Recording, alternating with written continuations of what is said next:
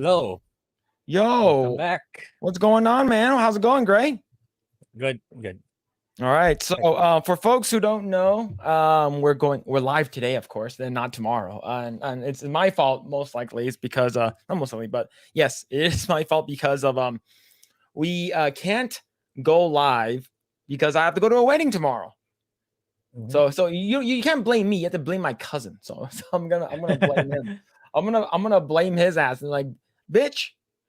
Why can't you move your wedding to a different day than Saturday? I'm gonna blame him. Anyways, yo, you True. got Edwin's in the chat. Let's see. As Wonky Eyebrow says that it's 3 a.m. here, so I can't start the stream. Have a good one, my egg roll fellas. Yeah, don't stay if you're like freaking super. If you're tired or anything like that, don't stay up, man. It's the fact that you guys are here. Popeye just to say hi. That means a lot. Yo, what's going on, Edwin? Hope you're doing well, man. Hope you're doing well. Let's see. Just JK. Hell, everyone. Hell, Project Eggroll. Yo, what's going on? Hope you're doing well. The fuck is this not Saturday? Oh man, true. What? Yo, what's going on, Marley? Hope you're doing well. Got from some folks rolling in. Let's see. You could have gone live at the wedding, crash it with Project Eggroll. My mom would be super pissed. And the thing is that it's like, like how Asian parents. I'm not sure, Grae, if your mom is like that. It's like when you go outside, like you're representing the family. So don't don't make us look bad. My Yeah, mom's like that. yeah, yeah. Especially when I'm with her. It's like every simple, minute thing that she feels that I did wrong, like eating something in the table, it's already wrong. So there's, you can't really tick all the check boxes in that aspect. Yeah. Let's see. What's this here? Let's see. Alan Boss says, "Oh, so this cousin of yours is more important than us." My mom says it's more important. Yeah, I didn't say my mom. I remember one time like I didn't go to something like I didn't wear a okay. I went to a wedding and I didn't wear a tie because like I wore a suit and a button up. I'm all nice. I just didn't wear a tie. My uncle got so pissed off. Like he's like, why didn't you wear a tie? It's like I don't want to wear a tie, man. I don't think when I need to wear one. It's like you're representing the family, and he got so pissed the entire time. Like I'm like I just don't want to get that shit from like other people. Yo, what's going on, Joshua? Hope you're doing well. Hey guys, yep, true, yep. But yeah, so we're finally back. So I watched Ahsoka earlier today. And yeah, we're gonna be talking about Ahsoka. And here's the thing. I know some folks who are yearning for good Star Wars stuff considers it was probably one of the better things that they've done in the past like several years or something. But the fact that both of us we didn't watch was that Clone Wars Yeah, and Rebels, like it doesn't really I don't have too much like nostalgia or member berries with that. What about you, Grae? yeah, yeah. That's the thing. It's like, those shows have been out for so long. It's like if you're gonna release a TV series, it's like you can't really expect your customer base to, oh, you should have watched this TV series. Oh, you should have watched that TV series for to appreciate it. It's like it's so far. I mean, I would understand if it's like a year or two apart, but if it's like how long, several years, more almost a decade, probably, maybe Yeah, I even think more. so. Yeah, it's like you can't really expect people to if you want to bring in a new audience, you can't really expect them to watch all those prior. Unless if it's one movie or two, then it's probably fine. But it's a Yeah, series for God's sakes with 8 seasons each. Yeah, it's not gonna yeah, work. It's like, yeah. yeah. But like everyone says, oh, but it's so good. It's so good. Okay, look, there are some shows that like when you watch it, especially when it's coming from a pre-existing source material or something like that. For instance, um, when I watched Star Trek, the newer ones with J.J. Abrams, I thought that those movies were entertaining, right? Because but the thing is that it did give me an interest to go watch the previous stuff, right? The previous Star Treks that came out a long time ago, right? Ahsoka, not so much, right? Ahsoka, like if this show was really really good, like and I was like, oh, I actually do want to watch what came before. So I like it didn't give me that feeling where I want to go watch Rebels or Clone Wars. I just didn't, Mhm. right? But do you know what show that I just finished that made me want to watch the original stuff? One Piece. One Piece, yes. One I'm just Piece. in So episode. I'm just in episode 2, and I feel that way too. Yeah, so I finished it yesterday. I finished all eight episodes yesterday, and I started watching the anime like immediately after. Like so Okay, so how was it? I believe, yeah, so I watched, so I stopped at episode 4. No, I stopped at, yeah, so I stopped at episode 3, and then now I finished everything. I watched from episode 4 all the way to 8, and then I also watched 5 episodes of the anime. So that shows how much, Yeah. love they put into the show. Yeah, it's a mission accomplished because yeah, I said this last week. The live action of Netflix, it was never meant to draw the people who already love the anime, because it's not going to compare. People who really love the anime are gonna no, it's never gonna be as good as the anime. So it's really meant to draw people like us, which is incredible. It's like when we all thought we were gonna shit on it like Cowboy Bebop, because like we didn't even believe when the article say we learned our lesson from Cowboy Bebop. It's like, yeah, whatever. That's just press release. But yeah, good job on them. They managed to really draw people in like us. I think it's Yeah. really because the original creator had still had oversight and be able to have creative vision on it, unlike The Witcher and Cowboy Bebop. So I think Yeah. that was good job on Oda's part to be able to have that kind of foresight. Yeah, agreed. Let's see. What Alan says that Wait, you wear tie or you yeah, dishonor family. I might as well. Okay, I'll make it a habit starting next week that before we start, I'll restart my router just so I can mitigate the freezes. So yeah, I'll do that while we're still early on. Yep. Let's see. Marley says, "Oh shit, it's full screen." Let's see. Marley says, "Wear wings or not while watching Ahsoka." Okay. The Winds or Not's the one where it's like a bunch of folds, right? I never fucking did that shit, man. I thought that was like so ridiculous. And like everyone started doing it at some like weddings like I went to in college. I'm just like, oh my god, it's like it's I don't know. It's like everyone started doing it. Like I just never did it, and it was so much extra work. I'd rather just buy one and clip it on. See, Sean says, "Wait, is it Saturday already? I'm losing my time again. Sorry." So Sean and everyone who's in the chat so far, yeah, it's Friday then. But what's it called again? The reason why we're streaming on Friday and not Saturday because I have a wedding to go to tomorrow. So I'm sorry. What's going on? Tim F. Yo, what's going on? Hail Eggroll. Yo, what's going on, dude? Let's see, yo, what's going on? Chili Dog. Hope you're doing well. Let's see. Edwin says, I replied with a picture with Chopper on Twitter with that meme haircut drinking milk. Oh yeah, I saw that. Yeah, we're gonna be talking about One Piece a little bit. I can't talk about it too much since Grae hasn't seen the entire show. See, Marley says animation is so very different from live action. You can do some things you can't. Yeah.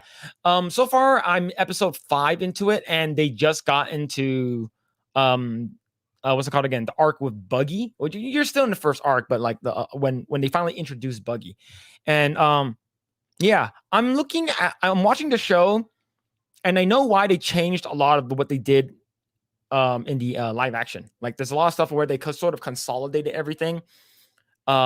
I think overall they did a good job. I think they definitely did a good job for that. Let's see. Yes, Nagy. Thank you so much for posting that. Yes, we're also live on Rumble. We're also live on Rumble. Usually people don't watch us there on Rumble. But maybe one or two people. But yeah, but usually I'll try to keep an eye on Rumble chat just in case there's some people talking shit. You just threw up in my mouth. Yeah, let's see. Your Friday night egg roll. Yes, FNG. Yeah, someone mentioned that they wanted us to do SNT, like Saturday night takeouts or something. I'm like, that'd be pretty cool. Let's see. Let's see. Saturday. Yes, Saturday for your viewers in Oz. Oz? OZ? What's that? I'm pretty dumb.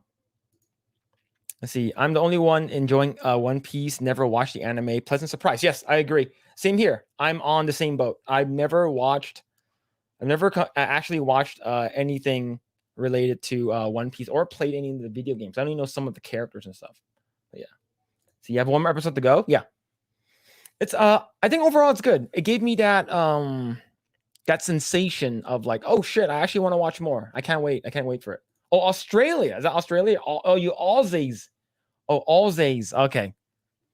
Cool. Okay. You good now? Yeah. You good? Hopefully it's more stable. Yeah, Okay, hopefully. okay. Okay, Marcus says, yeah, Oz, yeah, as equals Australia. Okay, okay. Okay, I didn't want to assume, right? So Aussies. Okay. Cool. All right. But yeah, we're gonna be talking about a bunch of stuff. We're gonna be talking about a little bit about One Piece, Grae.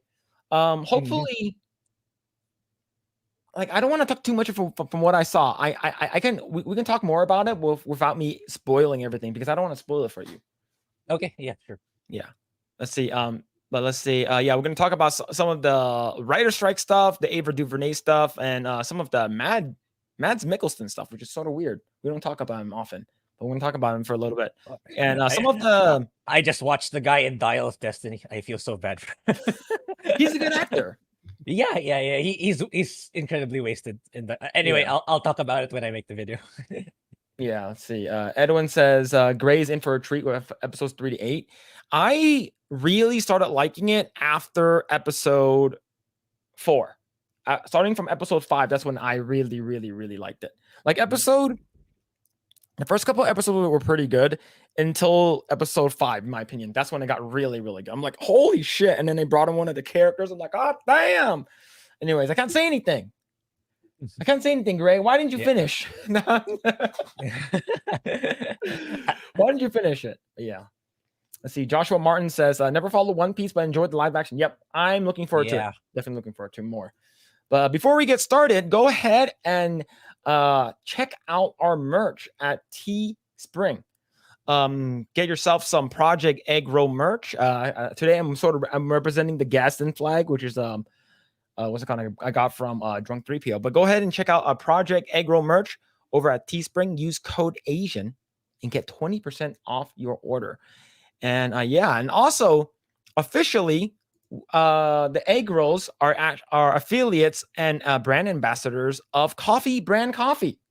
Yes. Yes. So go ahead and grab some coffee from Coffee Brand Coffee. Use our affiliate link down in the description below. Use promo code Asian to save money. Yes, go ahead, Greg.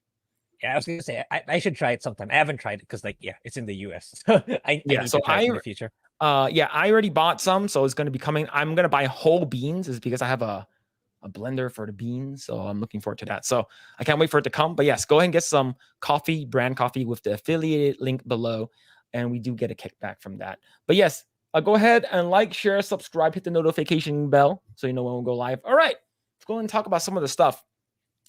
Let's talk about Ahsoka. Let's talk about Ahsoka. Wait, hold on. How was this? Sellouts?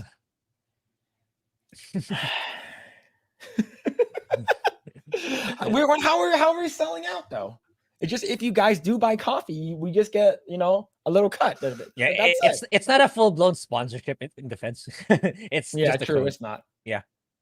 Let's see. Yo, what's going on, Denny? Hope you're doing well. Yeah, don't tread on Jay. Yep, don't tread on him. You've ruined your life with one tweet. But yes, let's go and talk about Ahsoka. What you think about the most recent episode, man? We didn't even get to talk about Ahsoka because last week because it was so bad. Yeah, it's like the only time we remember when he disconnected. It's like, oh, dude, we didn't talk about Ahsoka. Yeah, that's so funny. Yeah, it's so full on the nostalgia bait with Anakin with Hayden. It's like, the CGI Hayden's CGI in episode at the end of episode 4 was bad. I thought his face was a little skewed up. But I think it got better in episode 5. I'll give that much. It's more proportional in this latest episode. Mm-hmm. But it honestly all it's flashbacks of Ahsoka during the Clone Wars and back when they were doing other missions together. But it meant nothing in the end. Right? It didn't mean anything. It was Ahsoka literally having a bad dream. Like her facing her demons supposedly in the past, but that's about it. They didn't really expound on it or flesh out on it. And yeah, that's probably the highlight of it all, which it's kind of weak. And I don't know, do you buy the Jason idea that he use the Force to find Ahsoka in the water? I know that folks who are Force sensitive can sense other Force sensitive users, right? So like like the thing is that if Jason is half like his father was a Jedi, he potentially can, but I don't know, right? It really depends on how strong he is with the Force. If was he ever taught? Like, I'm not sure. Here's the stuff that we don't really know and we don't really care about too much. It's like, first and foremost, is like, yeah, you can send someone in the water. Some people can send someone from really, really far away, right? Wasn't there a scene in Empire in episode episode 5, where they were leaving Cloud City, and then Leia's like, Luke, it's like, we got to turn back, and she gets sent him. Like, she doesn't during that time. I'm not sure if she dabbled with the Force. I don't think so. So they turned the ship around to go grab him. So let's say Jason is maybe he did train with the Force for a little bit, so he could be a little bit Force sensitive that way. I'm not sure. Yeah, but my impression on Ahsoka alone in episode 4, he wants to, but he never got exposed or any training. That's the thing. That's the implication, true. At least when he told Hera, "Mom, I want to be a Jedi." That tells me that he has zero exposure to it. Yeah, but it's like they're framing it. Everyone can use the Force. That's the thing. It's like, not even special anymore, right? It doesn't feel special anymore. It's like he said, "Mom, can you feel it? The lightsaber." So even she has the Force now. Even Hera has the Force now, for some weird reason. It's like, I don't really buy it. It's like, and yeah, it's like in that huge body of water, it wasn't even Jason who found her. It was some random trooper, right? It wasn't even Jason.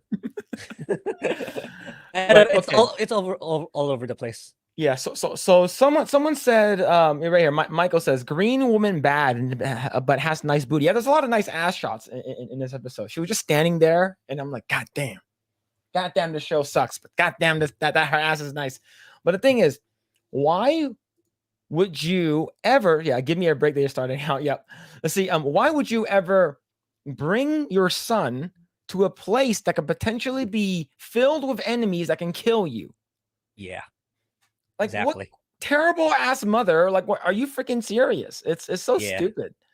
And like but despite that, I think overall the stuff with Ahsoka where like she falls down, like I'm not sure she's supposed to be dead or anything, but she's in this like limbo area where maybe she's in a coma or something, right? Comatose state. And you know, she bumps into you know, Anakin and stuff like that, and she sort of goes through Clone Wars. Yeah, they're Clone Wars and parts of Rebels, and they really are trying to like milk that member berries dry. They're like, hey, remember this? Okay, there is like one or two cool scenes, and I think the coolest one is probably when he's marching towards her, when like near the end of their encounter, and there's like a flash, and he turns into Darth Vader for like a couple of flashes. I'm like, that's pretty cool, right?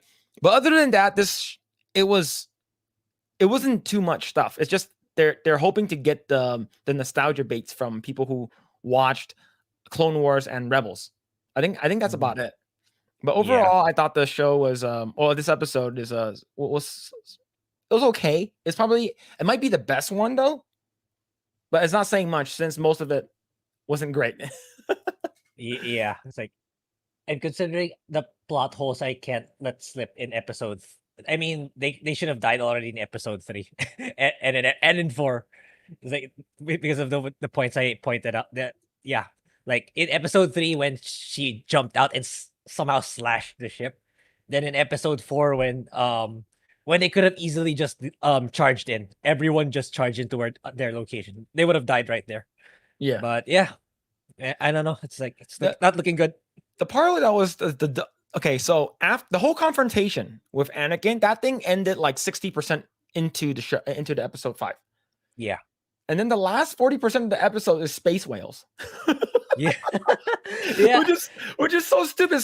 Like, look, you can have these crazy, like, maybe aliens that are on a ship that can go hyperspeed or something like that, right? But these whales themselves can jump, like they can jump. Yeah, it's so stupid. It's like, all right, these whales are gonna go to hyperspeed now. I'm like, yeah.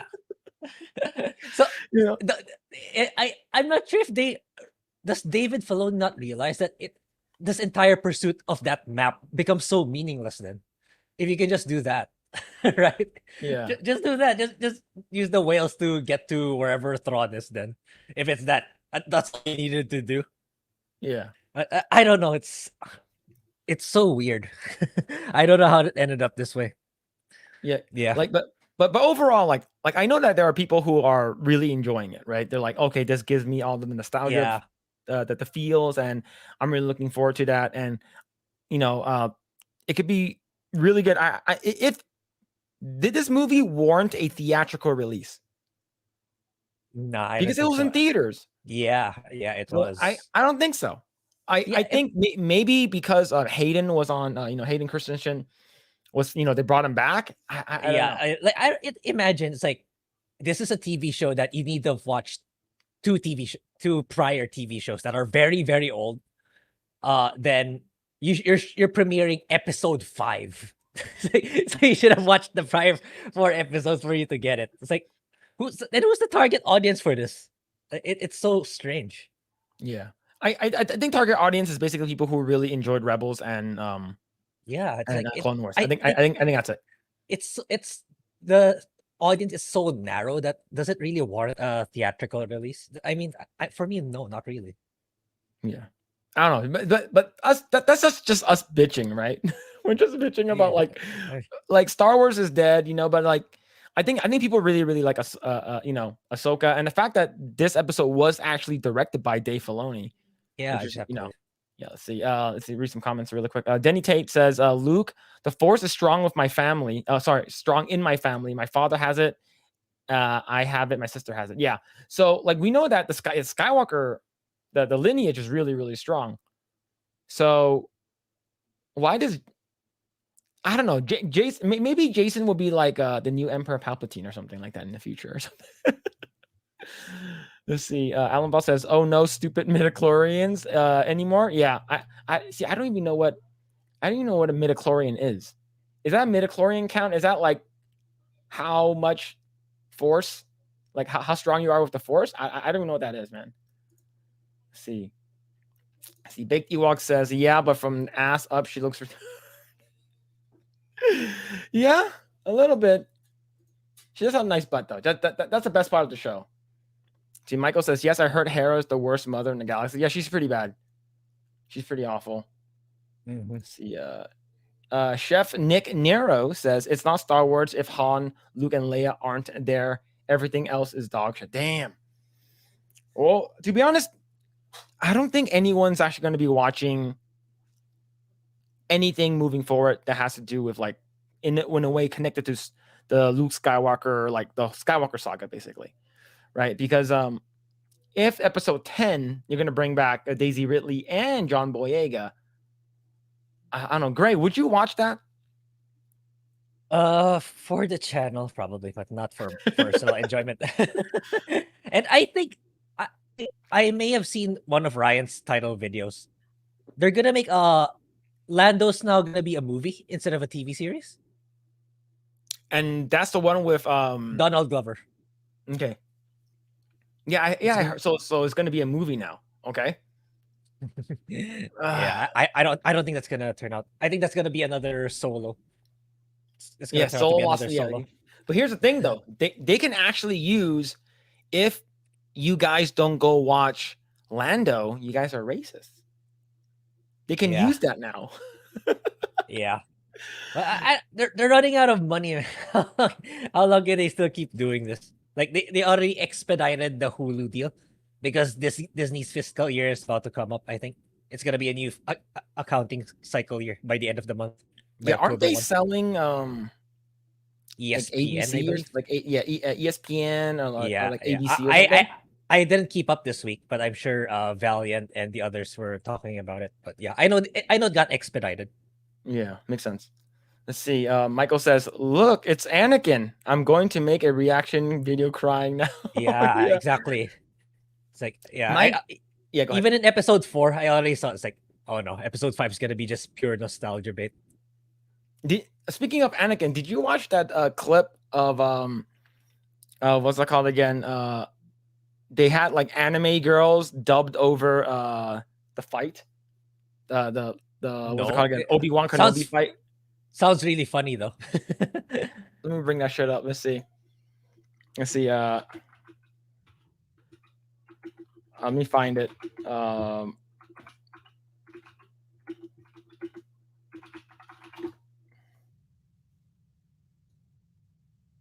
Okay. So the thing is that it might get copyrighted though. That's the thing. It might get copyrighted. It's because of the clip. It's because we actually got copyright claimed from the AI new Nori thing. So we had to clip that thing out. Yeah. But I'll show a little bit of it, okay? Let me see. Yeah, worst we'll just clip it out again. Yeah, worst case, yeah. Okay, let me do it right here. Let me do it right here. All right, so oh crap, hold on. Hold on. All right, here we go. Can you hear? Yeah.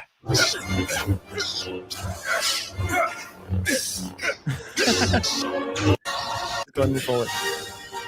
Go over here.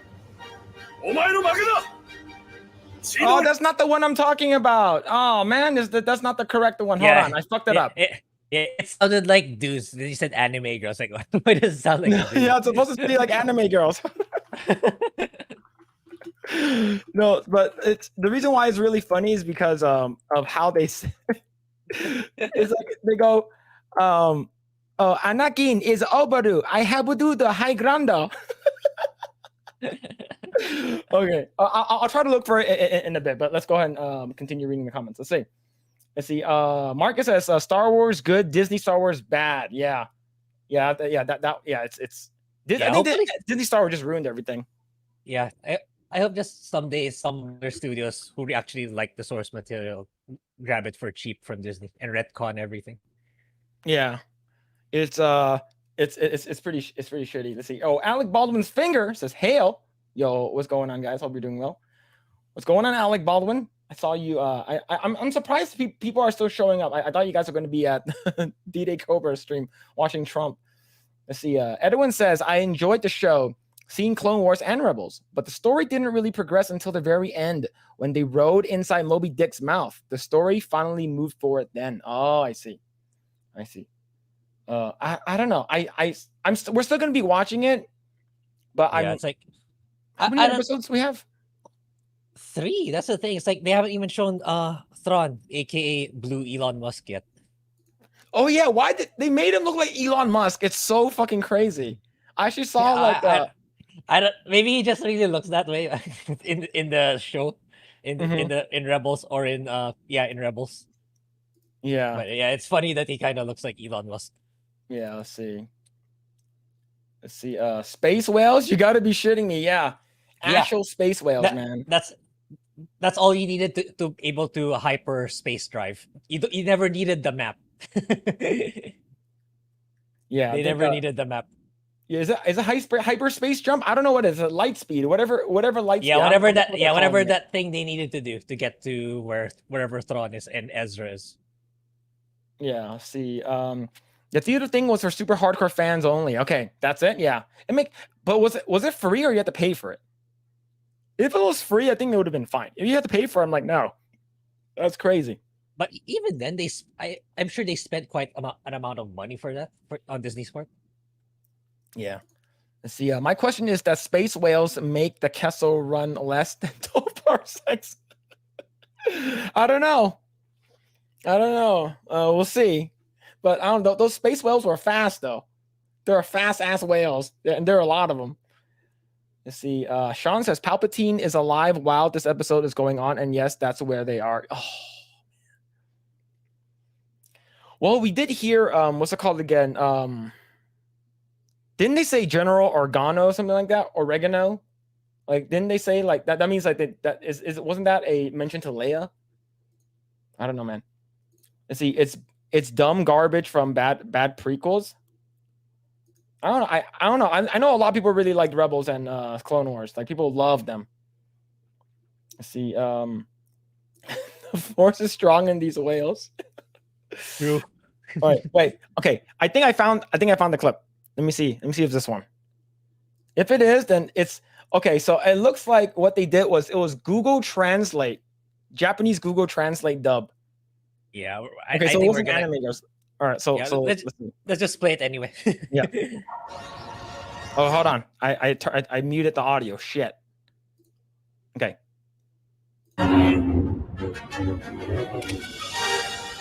Okay, let's see. It's over, Anakin. I have the high ground.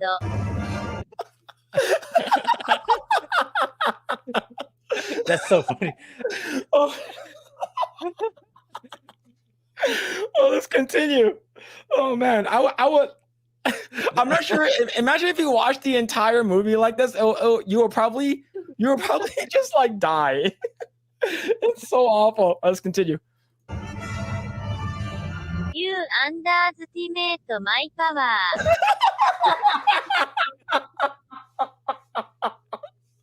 Oh fuck. Oh shit, I'm dying, man. It's so good. Don't try. Ah. Oh. The moaning part's the best. Oh. Oh. Oh. Oh shit, the moaning is the moaning is getting to me, man. I'm starting to tear up.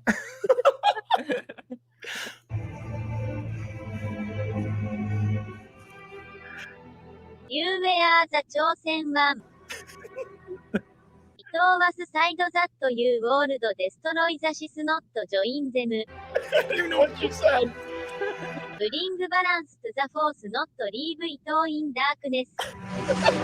Oh.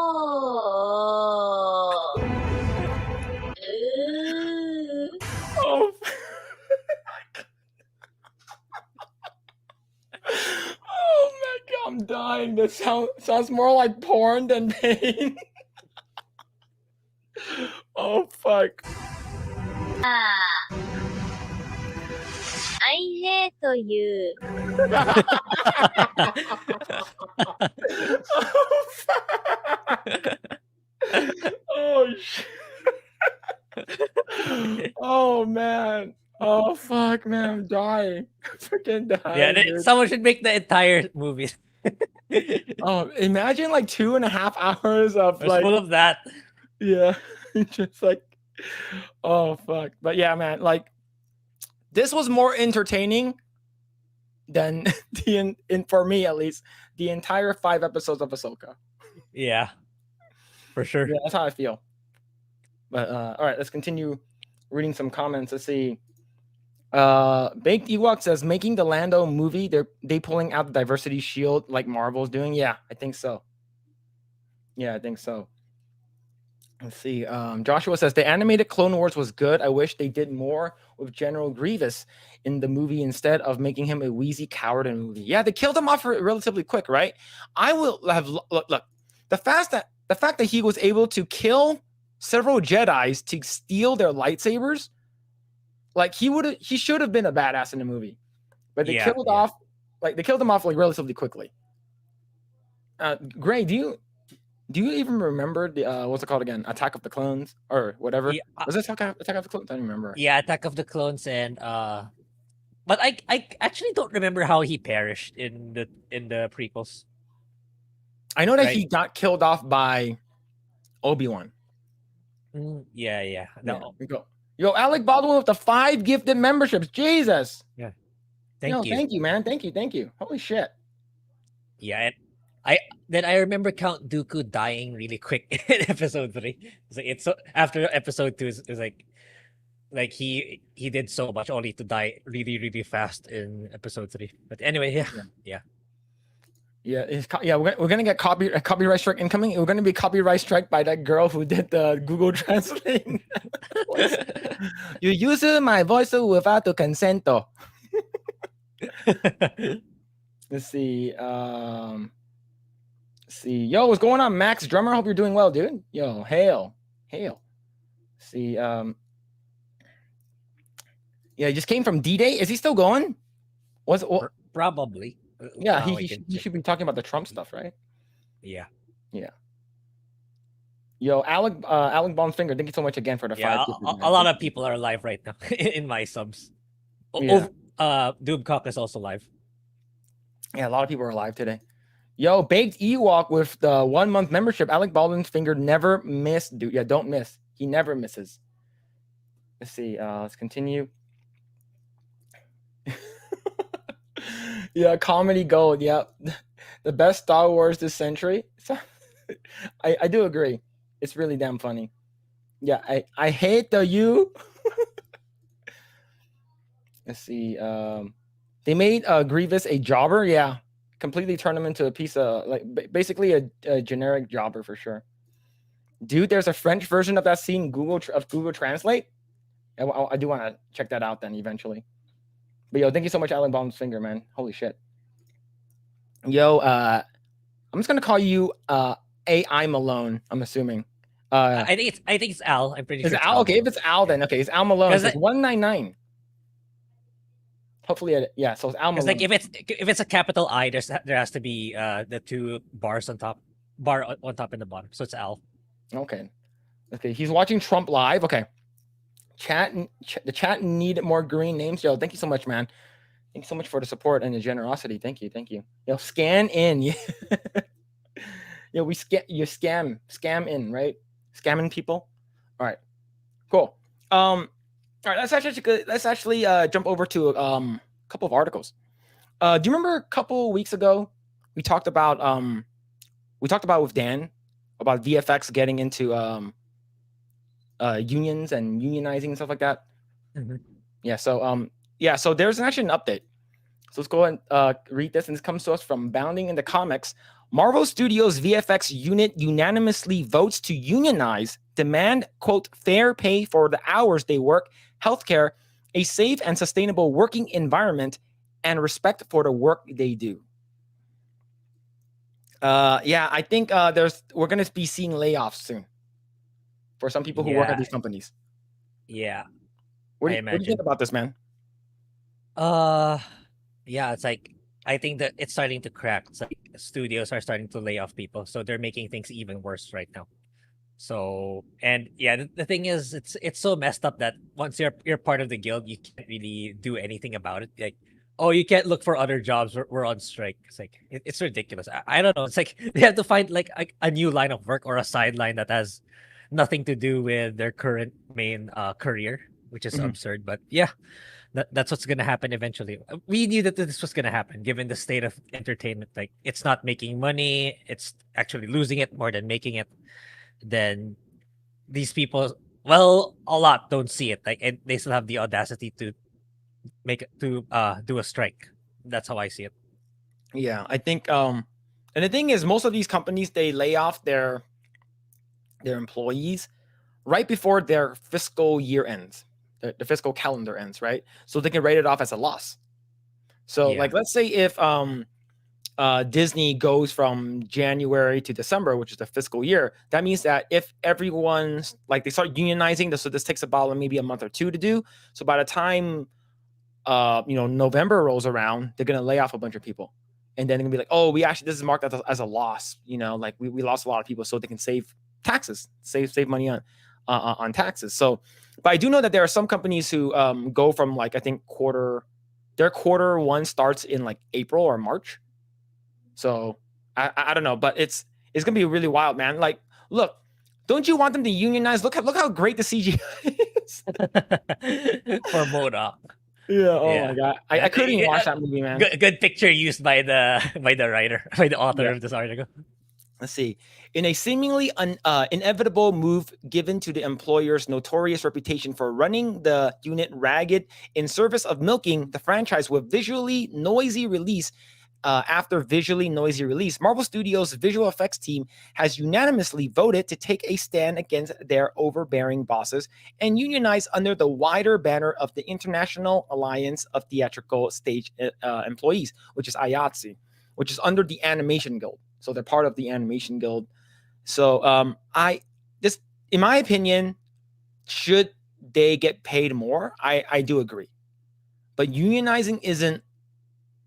I don't think it's going to help them in the long run, right? Yeah. Is because unionizing sounds very, very good right now, especially if with the strike that's happening right now, it's not going to be any better, right? They're just going to lay you off anyway. So like, okay, instead of having 10 visual effects artists, we're just going to have 5, and then we're going to have like an AI person work on AI or something, right? And the fact that I remember I didn't watch Black Widow, but I did watch the scene. This is not how explosions work. Yeah. Look, when it exploded, she literally looks like she jumped back. Yeah. Like, it's like, that's not how it works. That's what it looks like right now in that picture. That's what it looks like right now in the picture. Yeah. Let's see. Let's continue. This decision was first announced on September 12th and followed a result of a unit-wide open vote in which every ballot cast was in favor of unionizing with IATSE. In a statement provided to Variety, IATSE VFX organizer Mark Patch explained, "Today, VFX workers and Marvel Studios spoke with a unanimous collective voice demanding for fair pay for the hours they work, healthcare, a safe and sustainable working environment, and respect for the work they do. There could be no stronger statement highlighting the overwhelming need for us to continue our work and bring union protections and standards to all VFX workers across the industry," he added. And oh my god, I just saw that. This was in the movie? I don't even remember. That's the thing. That's how immemorable Quantumania is. I don't even remember that scene. Probably Holy shit. this looks like it looks like a small segment of it. I think when they were attacking dude, what's his name? I don't even remember his name. Kang. They were fighting back against Kang. Yeah. Was the part where he says, "I'm not a dick"? He sacrifices himself. Oh man, this is so awful. Okay, let's continue. And there could be no stronger example for the courage and solidarity of these workers than each and every one of them declaring union yes. Likewise, IATSE International President Matthew D. Loeb declared, "Today's count demonstrates the unprecedented demand for unionization across new sectors of the entertainment industry is very real," IATSE International President Matthew Loeb said. To these VFX workers, I congratulate you on your historic victory. Your bravery, determination, and unity are a beacon for workers not just in VFX, not just in entertainment, but workers in every industry across the country and beyond. You will enter negotiations with Marvel and Disney with a full backing of the support of 170,000 strong alliance. Your fight is our fight. Oh my god, I didn't even watch this is in the movie, right? Yeah. That CGI looks so fucking awful, man. Yeah. And it's like there's no plot development, there's no character development for what's her name? Riri Williams? Riri. I can't even, it takes me time to remember their names. Yeah, it's like she's automatically a genius. She has a lab in her garage. She's smarter than Tony Stark. It's like it's such cringe and eye rolling moments. She's automatically just smarter than everyone else. Yeah. So, yeah. Let's see. On the unionizing Marvel member, studio VFX coordinator Thomas Bernard beamed, "This is historic, and I'm glad to be part of it. I can't wait to see these people get let go. It sucks. It's definitely going to suck a lot, but they're gonna get the shitty ones will get let go. The juniors and the associate VFX artists are gonna get let go. Most likely, they'll go with teams that don't." That aren't union, or they're going to outsource. Like I said, working in the games industry, we already outsource everything, or we are starting to. So it makes sense for these VFX artists, these VFX houses to be outsourced eventually, or they will be, right? I watched a video where Asmongold reacted to, I think it was Starfield, and why that game took so long and how much it cost. It was, how many studios was it outsourced to? It was like a shit ton. Yeah, probably a lot. Yeah, there's like numerous, I would say at least almost maybe double digit or triple digit numbers of outsourced studios. And it's like everything, right? Oh, because this person works on, this company or this studio works on this, this part of the scene. This studio works on this part of the scene. And it's not that it's unheard of. I think companies do outsource, right? We got Third Floor, Virtuos, Bozy. We got, what's it called again? Volta. Montgomery Carroll, like a bunch of these studios are outsourcing studios, but are they unionized? And and if not, most likely they will be way cheaper than people who are in union. So Yeah. I don't know. Yeah. Let's continue. Not only will this radically change the game by increasing the quality of storytelling through our work, it is also a huge step forward for taking care of the unsung individuals who helped to build the industry, he told the outlet. And someone said in the chat, I forgot who it was, they said, I miss practical effects. And I agree. I think practical effects mixed in with visual effects is probably the best. It's like the Goldilocks zone where it's like, it's Yeah. right. A good example of what I thought was a great example, a very good, like, point that has to relate to this was in Game of Thrones. The dragon fire that they used was an actual flamethrower. So they don't have to visually put that in. The dragon, of course, is 3D, but the flame is actually like an actual crazy flamethrower that they use. I believe is when Khaleesi torched like a bunch of those people on the trail in season 7. So they showed how, because I watched the behind the scenes and stuff like that, and they use practical effects for that, which just looks really cool because you get actual lighting, you get actual heat, and you get how it actually looks like when it's either in the night or during the daytime. I think that's the best way to go. You get a little bit of both. If you do everything practical, it's going to cost a little bit more, but overall, I think the product will look better, but it takes longer, right? Sometimes, because if explosions don't go the way you want, you need to blow things up again. So, I don't know, like, Grae, how do you feel? Do you like practical effects? Yeah, for sure. It's like, yeah, I'll bring up Extraction 2 again. So because it's full on practical stuff. So yeah, it's like you kind of miss it because like all you see in Disney nowadays, like Marvel, over the top visual effects that are not even that good, especially in recent memory. And yeah, it's like they're under the assumption that increase their compensation equates to increase in quality, which is not necessarily true. Especially those imagine giving a raise to the staff in CW. Do you really think you're gonna stop their woke stuff? unless you mandate them to. Oh, It's like right. It's like it's it's like these people, the people who like to insert their ideologies into these IPs, like they need to understand how business works. So we're approaching that point that it's a wake up call for them. But unfortunately, it's gonna affect those who actually put in hard work, who actually just want to make a good quality work. So that's the people I feel bad for. But for the people who are responsible for making this happen, for putting Disney and all the other companies to where it is now in a not so good position because of what they were pushing for. Yeah, I don't really feel bad for you, honestly. You've been getting away with so much. You're getting paid to actually do your job terribly for the longest time. Yeah. Like, and if you look at the, what's it called again? Simu Liu and the 10 dick rings over here sitting on this weird dragon thing. Like, this still looks really bad. Like, the lighting is incorrect. Like, him sitting on it. Like, I'm pretty sure. But the thing is that, Disney, they fucked themselves by saying, hey, this is phase 5, phase 4, whatever. And all of these movies are coming out this year. Yeah, I think I think it is also applies to gaming. I think they're beginning to stop. Companies are beginning to stop realizing that bigger doesn't necessarily mean better. Like it's like, oh, look at this world, it's super duper huge. But then again, we get stuff like Starfield where people are I'm not saying everyone, a significant amount of people are underwhelmed by it because like I'm coming in with the expectation it's just another Bethesda game. That's another open world Bethesda game where you do all the quests until you're full, kind of like a buffet. Then once you're full, you leave. Yeah. That's what it's not groundbreakingly amazing. Like it's not gonna impact you the same way like Baldur's Gate 3 probably does. But yeah, it's like your games don't necessarily have to be big. I mean, take it from me. The games I've been playing now is like Ys 8, Like a Dragon, Ishin, what else? Star Ocean 2.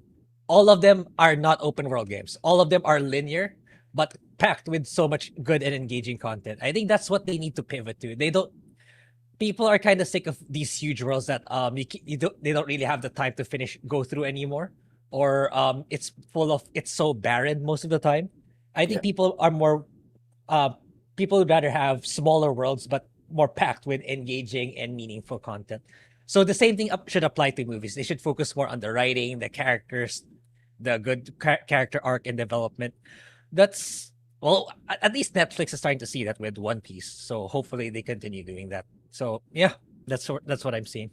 Yeah. All right, let's continue. Currently, the VFX unit is said to be preparing for their inevitable collective bargaining negotiations with Marvel Studios higher-ups, though no concrete dates for these meetings have yet to be set by either party.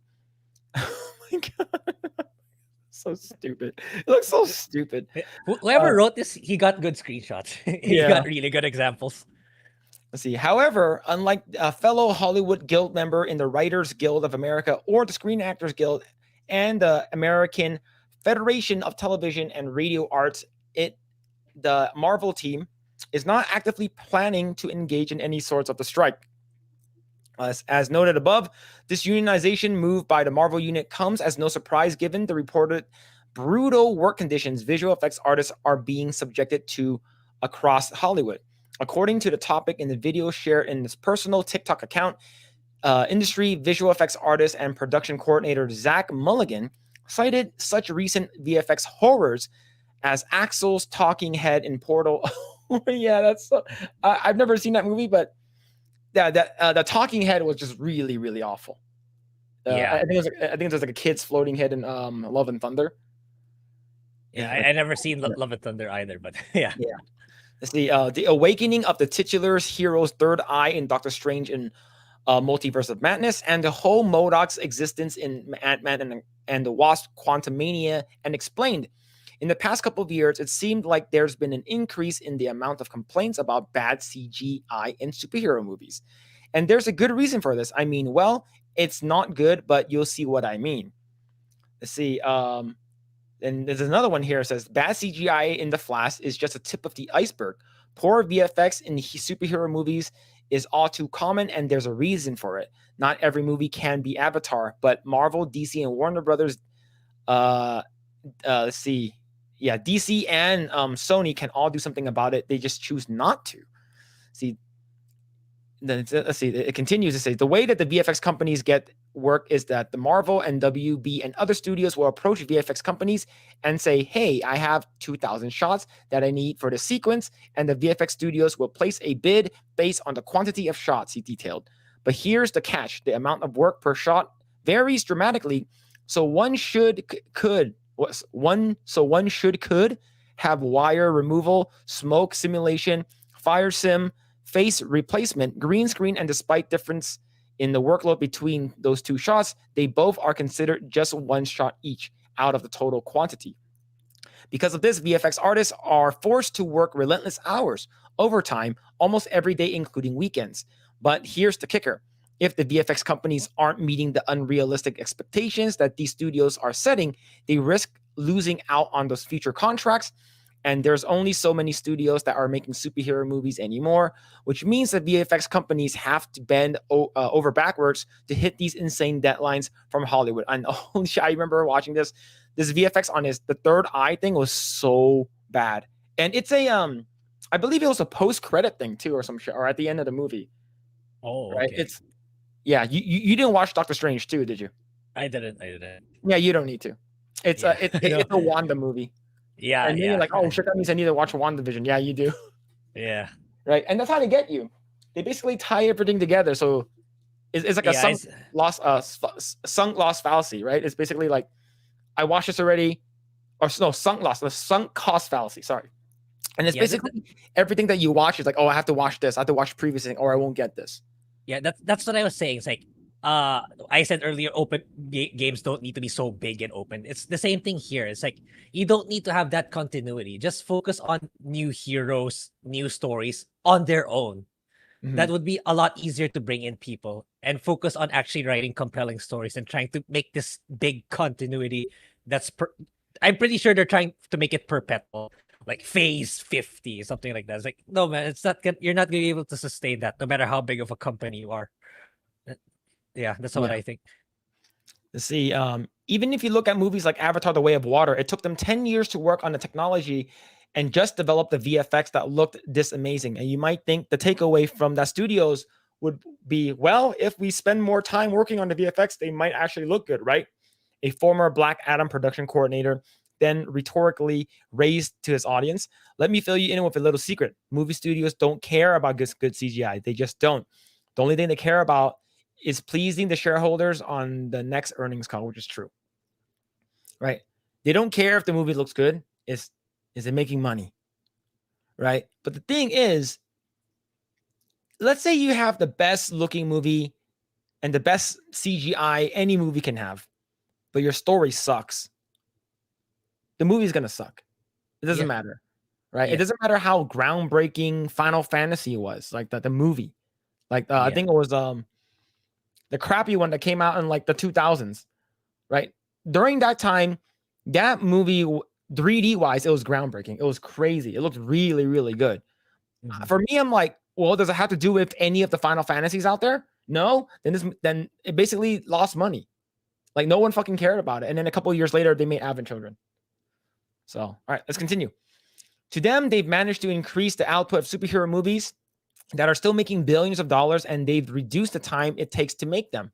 Studios could easily space out their projects to give these super talented and hardworking visual effects artists more time to work on the film, but that's actually not the best interest of the shareholders. Instead, they increase the pressure on these artists to deliver faster and faster results, no pun intended. And I can't agree more with that sentiment. Because they ultimately, if the game or the movie looks good,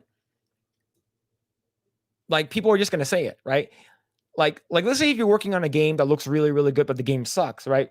People are gonna call you out on it. It doesn't matter how, and because no one cares about CGI anymore, right? Like, would you rather play a game that has like insane good visual effects, crazy CGI that looks really, really fucking good? Like, for instance, that Cyberpunk 2077 trailer with Idris Elba. That thing looks freaking good. It looks really good. But if that game sucks, no one's gonna fucking play it. And that goes the same with movies, right? Yeah. Way of Water looks really, really good. Don't get me wrong. It's probably one of the best looking movies within the past 10 years. Yeah. But is the story compelling? I would say the story is okay at best. Yeah. But it still kept my my attention, right? So I don't know. Like we're basically at the end of the article, but Grae, how do you feel about that, man? Do you agree that Emilia Clarke was the best superhero ever? Well, that's what they wanted to do, which they did, but they just handed it to her so conveniently, incredibly conveniently. But the development of it, the way it built up, it's terrible. It's like, but I'm sure, given what they did, they have more plans for her. She's probably she's literally the strongest there is right now because of what happened in Secret Invasion. Is she still alive? Yeah. Okay. Yeah. She got. Oh, no, you only watched episode 2? I watched like up to, I don't care if you spoil it for me. I only watched 3 episodes of that. Yeah, she got. Basically, there's like a female equivalent of Nick Fury. So it's like she recruits her to let's join forces. We still have work to do. That's what happened in the end in Secret Invasion. So she's still alive with all that power, with all those powers, all of it, all of the Avengers powers. She absorbed all the DNA. So she's the strongest, literally You the basically strongest. don't need the Avengers anymore. You just need Emilia Clarke. Yeah. What she probably doesn't have is like Iron Man, because Iron Man's not really DNA based. It's based on machines. That's probably the only thing she doesn't have. But other than that, she has it. But yeah, it's so forced. So good writing is thrown out the window for some reason. Yeah. And yeah, I don't know. I don't know how they can fix the situation they're in unless they start focusing more on writing rather than huge blockbuster CGI production value.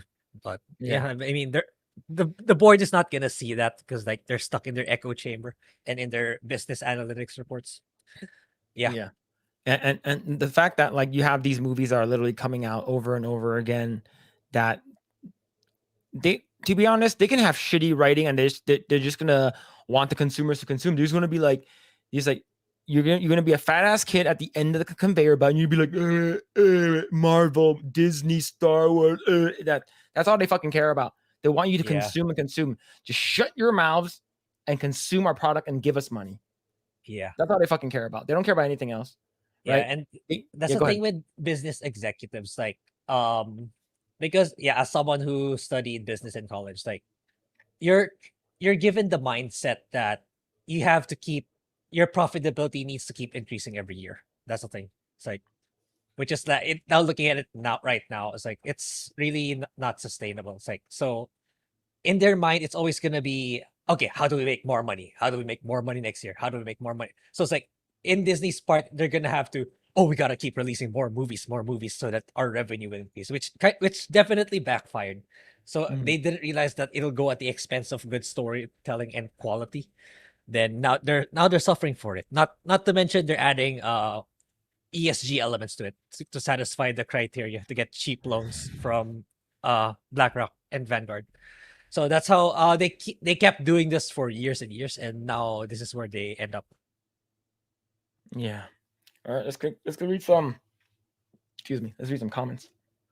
Let's see. Alec Ballin's finger says Black Widow was such dog shit, man. Now here's the thing though. Is Black Widow worse than Wonder Woman 84? Good question. But Did I to give credit for both of those movies, those came out at the practically at the height of COVID, so you can't really blame the financial performance. And they just came off from like, well, Widow just came off from Endgame, so yeah, he's like, oh, she's dead anyways. Who fucking cares? yeah, and yeah, we for me, I can be more forgiving for those two shows, but yeah, they didn't do well. Okay, Alec Ballin's finger says Black Widow was better than 84. Okay, Wonder Woman 84. Yeah, Wonder Woman 84 was such dog shit, Yeah, man. yeah, it's like, yeah, Well, so what? fucking bad. Yeah, they that there's a reason why people most writers don't never do the wish plot because like it there's just so many loopholes to a wish plot. Yeah. Let's continue. Let's see. Grim says, "Hail, folks." Well, yo, what's going on, Grim? How's it going, man? Is that your icon Wesker? That Albert Wesker? I'm not sure. Can't tell either from here. Wesker or Deus Ex 1. Okay. Deus Ex 1. Yeah. Yeah. Like for me, glasses guy with slick hair, slick back hair. It's probably Albert Wesker. Yeah. Let's see. Yeah. Dave says, yeah, it's Ant-Man 3. Yep. Ant-Man 3. Let's see. Marcus says the amount of suspension of disbelief needed for watching movies these days are unbelievable. I agree. Yeah, Yeah. it's you have to watch so many shit just to understand. You're like, no, fuck that shit, man. I don't fucking care anymore.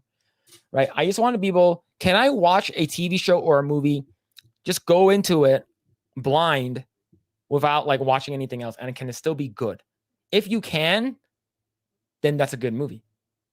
Right? You don't like, it's sort of like, oh, did I need to play a Witcher 1 and Witcher 2 to understand Witcher 3?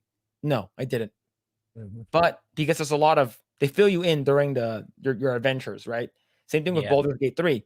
Did I have to play 1 or 2? No. Even though this game came out super long time ago, no. But if you did, it just makes it better, right? You don't have to. Yeah, Michael says, I miss practical effects. Yep, I agree. And some movies still use them, but far too few. Yeah, I think the last one that really, really used them a lot and everyone was really super excited for was Mad Max. I fell asleep during that movie, man. Holy shit. Fell asleep. Watched it at like 2 a.m. Oh my god. The Ree Williams. Yeah. Ree Williams, which is I believe Ironheart. That was her superhero name. You see, you can never get rid of practical effects totally. Yeah, I don't think you can. At least not right now. I think everything right now, practical effects are just, wiring. Practical effects are just way too good. Of course, you can't have people flying and shit, but yeah. Let's see. You guys need to watch Smokey and the Bandit and see what happens when a stuntman makes a movie. Didn't you mention that before? Yeah, he kept it. Yeah, Alan kept mentioning it to we Yeah, actually should watch it. Yeah, we should watch it probably. See, Lost Tale says that Dungeons and Dragons movie had a lot of practical effects. I never saw it though. Really, the one with Chris Pine? Yeah, I watched it a little bit. Maybe I should finish it already. Was it good? so far. It's Of all what you watched? it's all right. Yeah, it's all. It's just that they did a terrible marketing stunt with the I forgot the term they used, starts with the letter E, but something to do with bringing down the males. They shouldn't have marketed it that way. Oh shit! Like basically like emasculate males and shit. Yeah, yeah, Like make them bitches. yeah. Oh man, that sucks. See, I liked it. Very weird, but I have good memories watching it. Okay, you're talking about the Road Warrior. Let's see, let's continue. Yeah, they should have stopped at Mad Max at 2. I never watched the OG Mad Max. Never watched any of the older stuff. But what's going on, Jose? Hope you're doing well. The fact that you have that alien as your icon is pretty funny. Grae, speaking of, do you believe that's real? I didn't look into it. I just saw YouTube videos titled. I don't know. What did they find? What did they So find? basically, I believe the Mexican government revealed 2 aliens, and it looks like that picture. I don't Like know. these are actual like extraterrestrials. It And looks like sculpted people to are like, me. bitch, you got that from like what's it called again? The fucking the Halloween store. You got that from the Yeah, Halloween store. it looks man. like sculpted from clay or something, something like that. Yeah. Yeah, see. Yeah. They use unrealistic CGI instead of story to keep butts in seats. Yeah, it doesn't work. Yeah, it doesn't. Absolutely. So Jose says Iger probably getting Apple stock to kill Disney so Apple could buy it cheap. Yeah, Apple is like $1 trillion company, right? Basically. Yeah, but even then, I don't think money is the concern for Apple, given how much cash they have, how much money they have. It's like, is it really a business worth getting into? It's like, I don't. I think Tim Cook and the other executives can see through that. It's not worth it. Even Yeah. even if Bob Iger is like rubbing elbows with them, I don't think it's gonna work. Yeah. See, Lost Tales says currently watching Cobra Cast right now. I didn't know you guys were gonna go. We're gonna go stream. Trump just got done talking. Yeah. We mentioned it. I think I've been mentioning it for like 2-3 weeks now, saying that like we're gonna be going live on Friday today versus tomorrow, since I have a wedding to go to tomorrow. See, Cavatenio. Good day, everyone. Yo, what's going on, man? Hope you're doing well. Phil sounded way too experienced with the Fat Kid reference. Just gonna skip that really quick. Yeah, so yeah, Black Widow was better, but how much though? Like one of my favorite villains was in at least in the comic books was Taskmaster, which is like a character that can basically, once he sees how you move and fight, he basically can copy and mimic you, which is freaking crazy. And it was a guy, and turn the guy into a girl for the movie. So that pissed me off a lot. Let's see. Alan Voss says the question isn't Black Widow versus Wonder Woman 84. It's ScarJo versus Gal Gadot.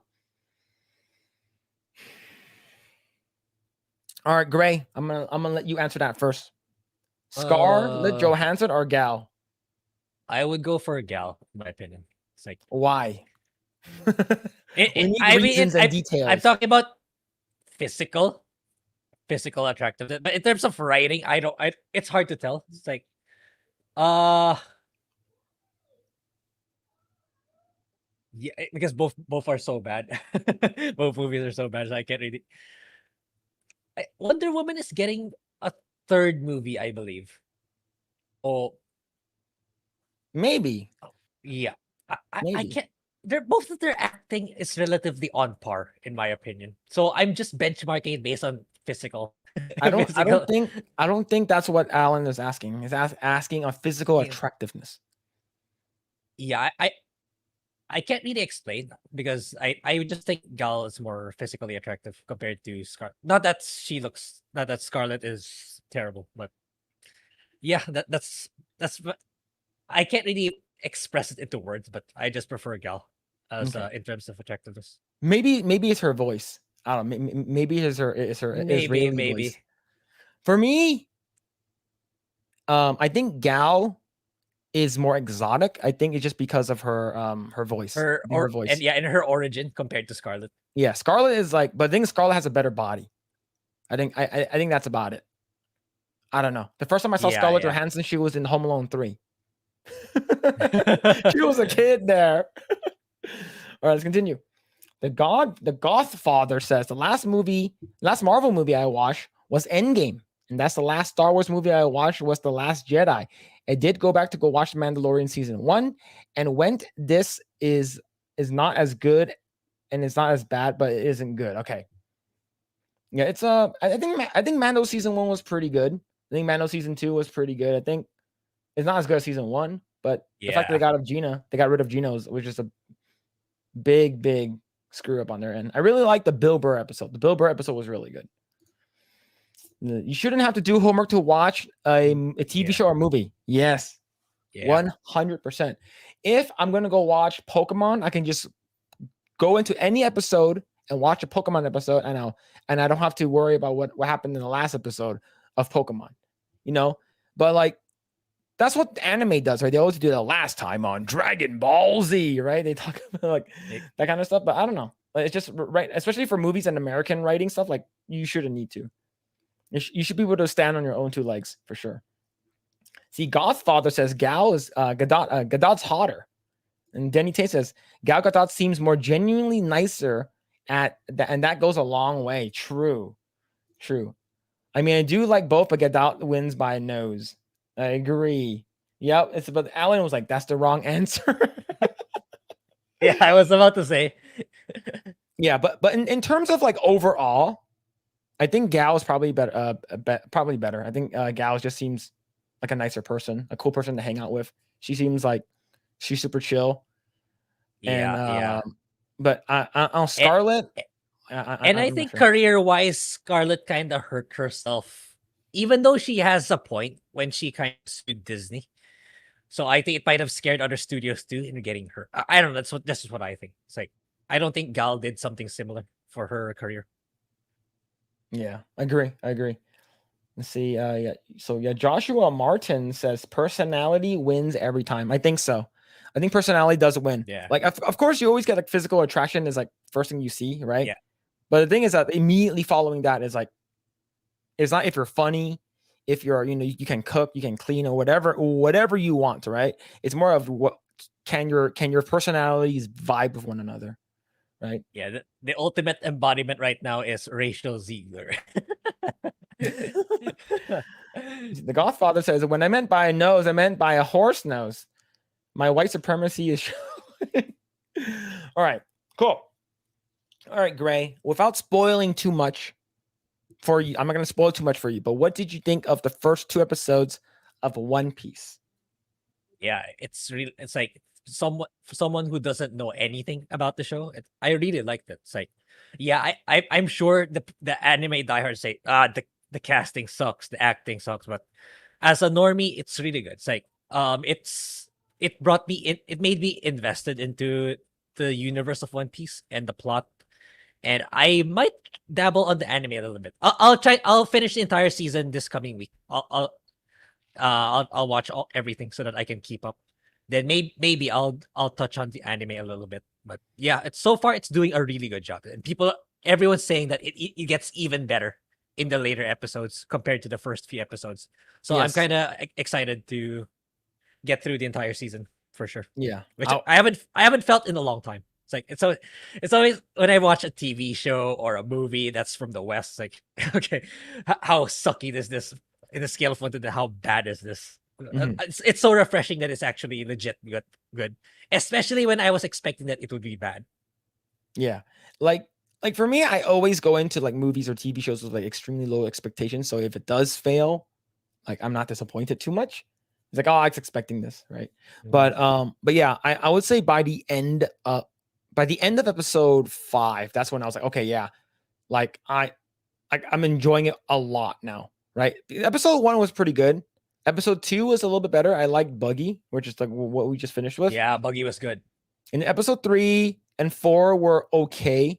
Like, I think those episodes were okay. And then episode 5, starting from episode 5, from like, okay, yeah, I'm invested now. And then by the end of it, when like at the end of season 1, I'm like, okay, I want more, and I'm not fucking gonna wait for a season 2 to come out, right? So that's when I started like, I'm just gonna watch the anime now. So yeah, it's a type of show that makes you want to know more about the universe, know more about the characters and the backstories of all of them, And the cool thing is that you get to see the differences they made and why they made it. And I agree that some of them, the stuff they did was unnecessary because there are some race swaps, right? But that's not a big thing. It wasn't a big issue for me because it wasn't it wasn't important. It was just like, okay, this race swaps one of the characters, which is what it is, right? But it made me want to watch, hopefully not all 1,000 episodes because there's more than that, but it made me interested. So the reason why I'm bringing it up, this comes to us from Bounding in the Comics. It says One Piece creator Eiichiro Oda officially confirms Netflix's live-action series to receive a second season. So according to what I heard, they actually already wrote it. I heard they wrote it prior, or I don't know, maybe during the strike. I'm not sure if they did it secretly, but like, what are you going to be writing though? Most of the time, you know, like you sort of have a Bible. You're only going to be writing what they're going to say in translation. But what do you think about it getting season 2? Yeah, well deserved in my opinion. It's a no-brainer. It's like it was really well done to introduce new people like us into the show, into the franchise.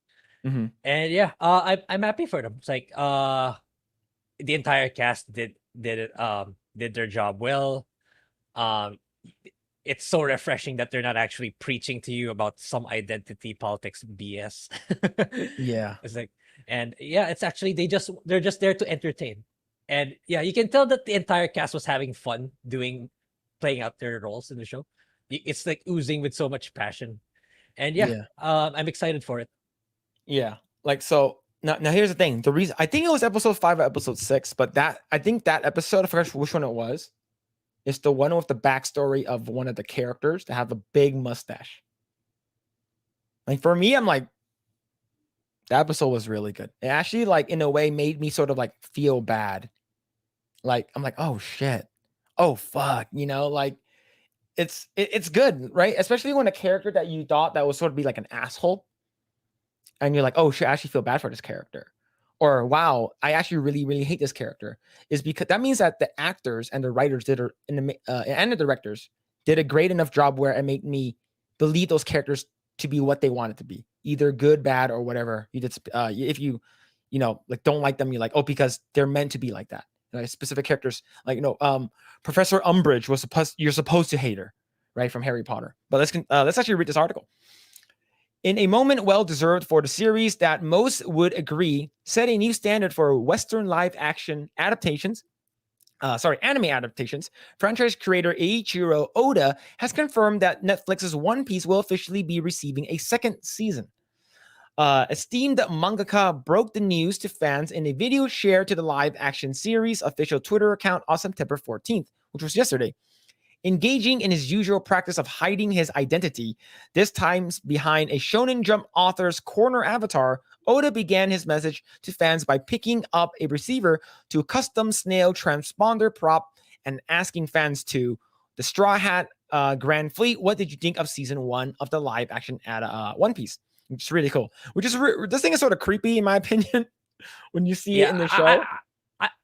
Oh, that's part of the show. Okay. Yeah, it's part of the show. I haven't seen that. Okay.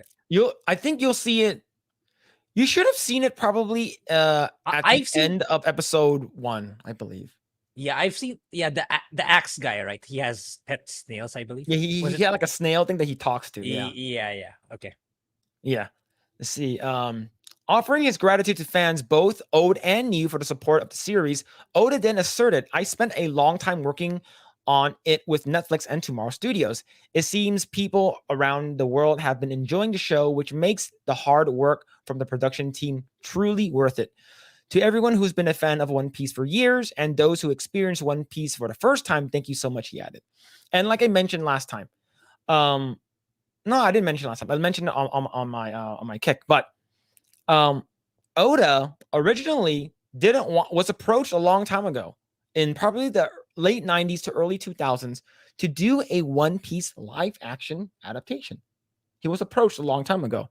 And he said, bitch, fuck no. You guys gonna ruin my shit. I don't ever want to do it. Until he watched Shaolin Soccer. Grae, have you watched Shaolin Soccer yet? Not yet. Yeah, we talked about it in your stream and kick, but yeah, I didn't get the time to watch that. Okay. So in my opinion, it's an extremely wacky movie that that has action and comedy, and it has the same wacky lightheartedness. Like what you sort of see where he got that lightheartedness from. Did you watch Kung Fu Hustle? Probably not. Okay, you should watch Kung Fu Hustle as well. Those two movies are Stephen Chow's I'll say best movie that he's known for now. Right? They both have comedy. Shaolin Soccer has way more comedy. Kung Fu Hustle it's more action based. It's because it's an actual martial arts film versus Shaolin Soccer is not about martial arts. It's about sports with martial arts in it. So definitely watch Shaolin Soccer and watch Kung Fu Hustle. And if you want, you should make a video on them. It's because those two movies are good. Everyone loves them. Like people are still waiting for Kung Fu Hustle 2, right? Shaolin Soccer is so good. Yep, exactly. It's really good. Go ahead and check it out, and you can see where he got his inspiration from. Where he was like, okay, I sort of want to do this movie now. So check out Shaolin Soccer. See, let's continue. In light of the reception to the series, Oda then revealed that much of the delight of many a viewer. 2 weeks after that launch, I just received some great news. Netflix has decided to renew the show. The adventures of Inaki and the live-action Straw Hats will continue onward. He further exclaimed, it still take a while to get the scripts ready, so please be patient. Drawing his message to a close, Oda ultimately teased, from here on, it seems to me the Straw Hats will need a great doctor. We will see. Before sketching a quick illustration of the Straw Hats' resident medical expert, Tony Chopper, which is actually a like a teddy bear character. It looks like a what's it called again? Like a Pokemon. I imagine that's a household character in the anime that hasn't been shown yet. Yeah.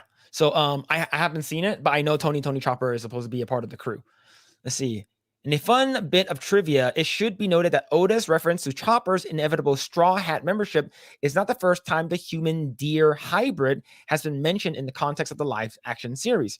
Rather, Chopper's existence was first hinted at in the opening moments of the first season's 6th episode, The Chef and the Chore Boy, which is we don't want to do. I think this might be too much. What's it called again? Spoiler for you. This might be some spoilers, but yeah. But according to what I heard, let's go and stop here with the article. But according to what I heard, Netflix is eyeing 12 seasons of One Piece. I mean, it has 1,200 episodes, so 12 seasons is fine. I mean, it can manage. It's not you already have the template, so yeah. Good on Oda that he got a new the franchise is now on a whole new level, as if it's not already on a high level already. Yeah, and the thing is that One Piece is probably still the biggest anime and manga in Japan.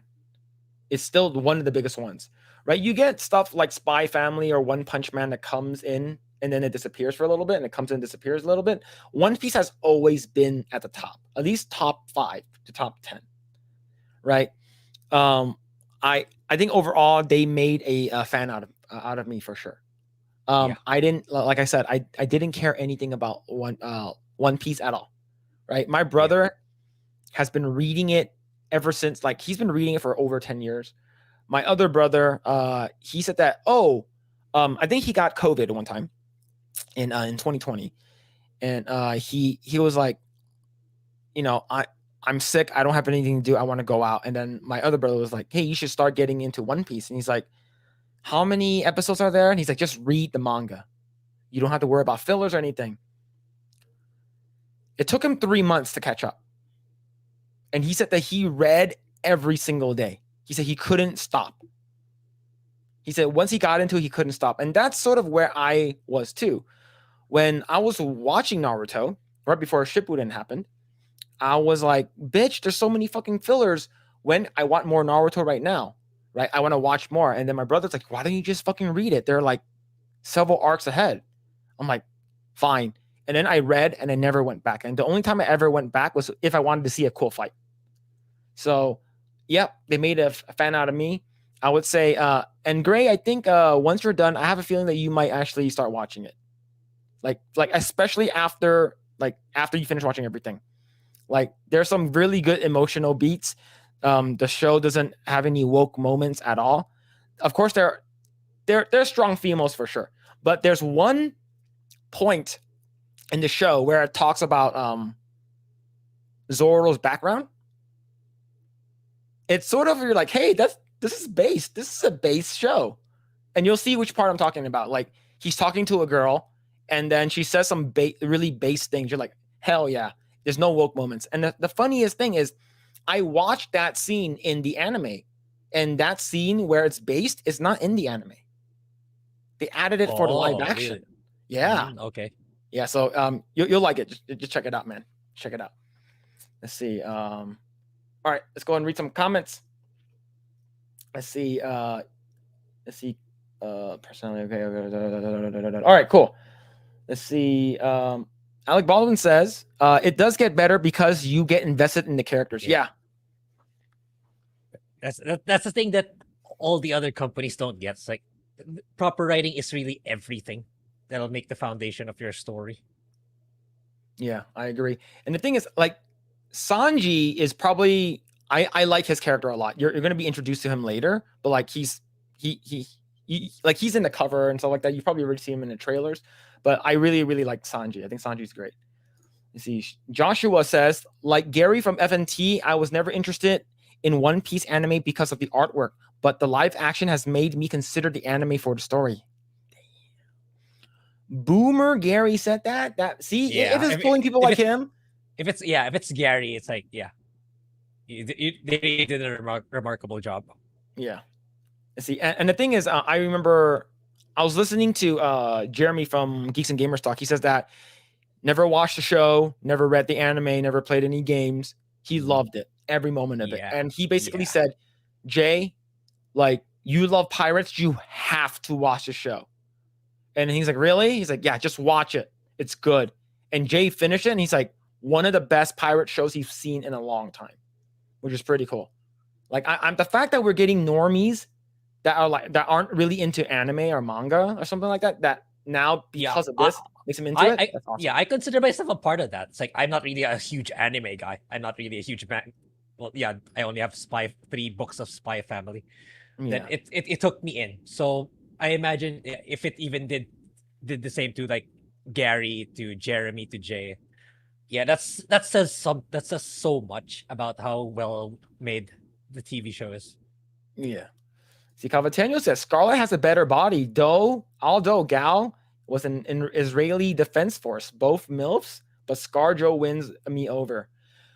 Yeah, she has the better childbearing hips, for sure. I'm gonna laugh when season 2 is full of woke trash. Here's the thing, that's what I'm afraid of. But the thing is, though, for what was that? For Witcher, what's the other one that got destroyed by that? But they were not under the supervision of the creator. This one is. So yeah, true. He's not gonna let that happen. Yeah, like if like I want Oda to be overlooking every single thing like he did for this. Yeah. Like I like 100%.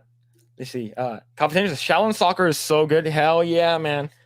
And a Night Junkie says Kung Fu Hustle is an Asian Monty Python. Yes. This, like I said, man, this one scene in Kung Fu Hustle, I was dying, dude. All right, I'm gonna illustrate the scene for you, Grae. It's basically the bad guy is like, hey, you want to join our crew? We want you to kill this lady. And he's like, I got it. I'll do it. So he goes with his friend, and he's like, I want you to throw this knife at her and assassinate her while she's talking. And then what happens is that he throws the knife. His friend throws the knife. He throws it at him, and he goes, and he's like, what are you doing? It's like, oh, I'm sorry. He takes a knife out. He's like, throw it at her. And he's like, throw it higher. And he goes, all right. He throws it. It bounces off the wall and hits him again. He's like, ah. But yeah, holy shit, man. Just play the clip. That clip is so funny though.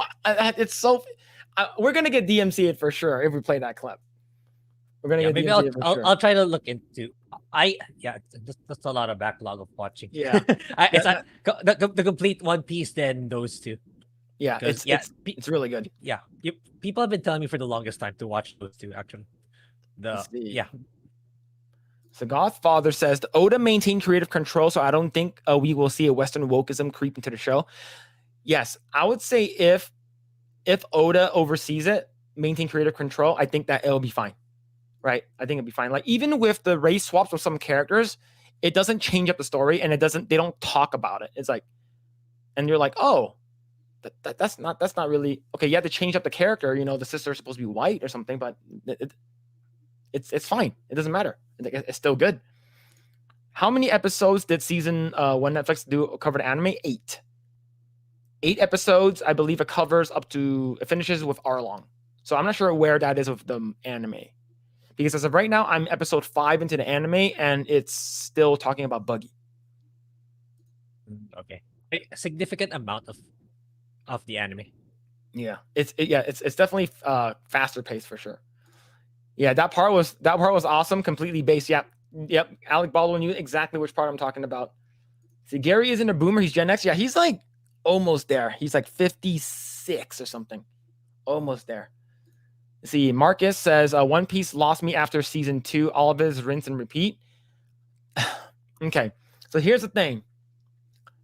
According to what I heard from like legit diehard One Piece fans, they say that's true. They said that you have to get past season 4 in order to get good. I'm like, fuck. Can I start at season 4? They're like, no, you can't. You're gonna miss out so much story development with the characters. Like shit. So I have to watch it. So that's why they said that reading it is faster. Reading it is a lot quicker. Yeah. So yeah, Gonzo says one of the funniest scene in a movie. Yeah, just played a clip. I recommend Kung Pao as well. Kung Pao is just wacky. Kung Pao is yeah, Grae, if you want to watch something that's like literally turn your brain off, just watch Kung Pao. But it is a sort of like when you watch Scary Movie, it is a comedy. Oh, that kind of comedy. Okay. Yeah, it came out, I believe, like I would say, I think it came out like 2000, 2002, 2003, around there. Yeah. So of course, during that time, everything was copying Matrix. Of course, right? Everything was the slow motion bullet time stuff. But yeah. All right. So yes. Watch finish One Piece. I would say you can probably finish it within if you really wanted to, you can finish it in a day, but that's like you still have like 6 hours left. Yeah, Kung Pao is awesome. Kung Pao is Kung Pao is terrible, and then Kung Pao is awesome. Let's see. Kung Pao is a real Chinese movie that was redubbed 40 years later. Yeah, I forgot what the movie was, but it was literally a American redubbed it, but they turned it into a comedy. Right. Let's see. The Godfather says, I'm older than Gary. You don't become a boomer if you get the older you get. Yeah, I was born in Gen X and I died Gen X. Yeah, true, right? I don't become a Gen Xer. I stay a millennial. Shakes fist. You piece of shit. All right. Okay, let's go ahead and talk about let's go ahead and talk about Mads Mikkelsen. So you said that you watched Dial of Destiny? Yeah. Oh man, how was that? Yeah, it was worse than it's everything that everyone described already. I'm not gonna regurgitate everything everyone said, but the part that I thought, because there was one that everyone kept saying that when they went back in time, Indy wanted to stay there. I was under the impression that it was because his family was still there, like Mutt was still alive or something like that. But he just wanted to stay there to be with random people he doesn't know. It's so bad. And from Phoebe Waller-Bridge, from the character that wanted to get rid of Indy, in many instances he could have died. There's no development that she suddenly cares about him. It just flipped like a light switch. It's like, yeah, it's I think it's even worse than many people are saying. But, is it worse than Crystal Skull? Oh yeah, Yeah, easily. Really? Oh, Easily. shit. Easily. Oh, shit. Yeah, it's like, That's and awful. they made Marion look terrible too, because in the end, Marion comes. Yeah, spoiler. I don't think anyone cares. Marion comes back to Indy because like she divorced him in the start until the middle. So somehow Phoebe Waller-Bridge convinces her to come back to Indy. Then she says, "Are you back now, Indy?" It makes her look like that she left Indy during his downtime. So only when he's back to his original self, that's the time she comes back. So it makes her look like she's taking advantage of him. But yeah, anyway, yeah, let's stop talking about shitty movies, shitty Disney movies. Marcus says Gen X is the best. I would say so. I would like you guys were there during the rise of like good 80 movies. Like for me, I was born in the 80s, but I didn't live in the 80s. Right? Like you guys were like alive when Ghostbusters came out. Like holy shit, man. Like you guys were alive when like all these like good like scary movies came out, all these like legit 80s movies came out. Like even like Star Wars, like you guys were alive when Star Wars came out. Like holy shit, man. Imagine if you were at the movie theaters when A New Hope was in it. Holy shit. That's crazy. Yeah. Right? All I remember was I was in line for Pokemon the first movie. Holy shit, that was a long ass Yeah. that's a long ass line. Let's see. See, Mark says, I think season 1 of One Piece covers the first 45 episodes of the anime. Damn. Yeah, I imagine the anime has given its 1,200 plus episode. I imagine there's a ton of fillers. So I wouldn't be surprised it covers that many episodes. Yeah, I'm probably gonna. I forgot someone mentioned it. They said that you should watch One Piece with a filler, like a filler sheet, so you know which episode's filler you can skip. Let's see. Yeah. Alan Boss says Sean Connery, rip Sean Connery. Nobody tell Rip that.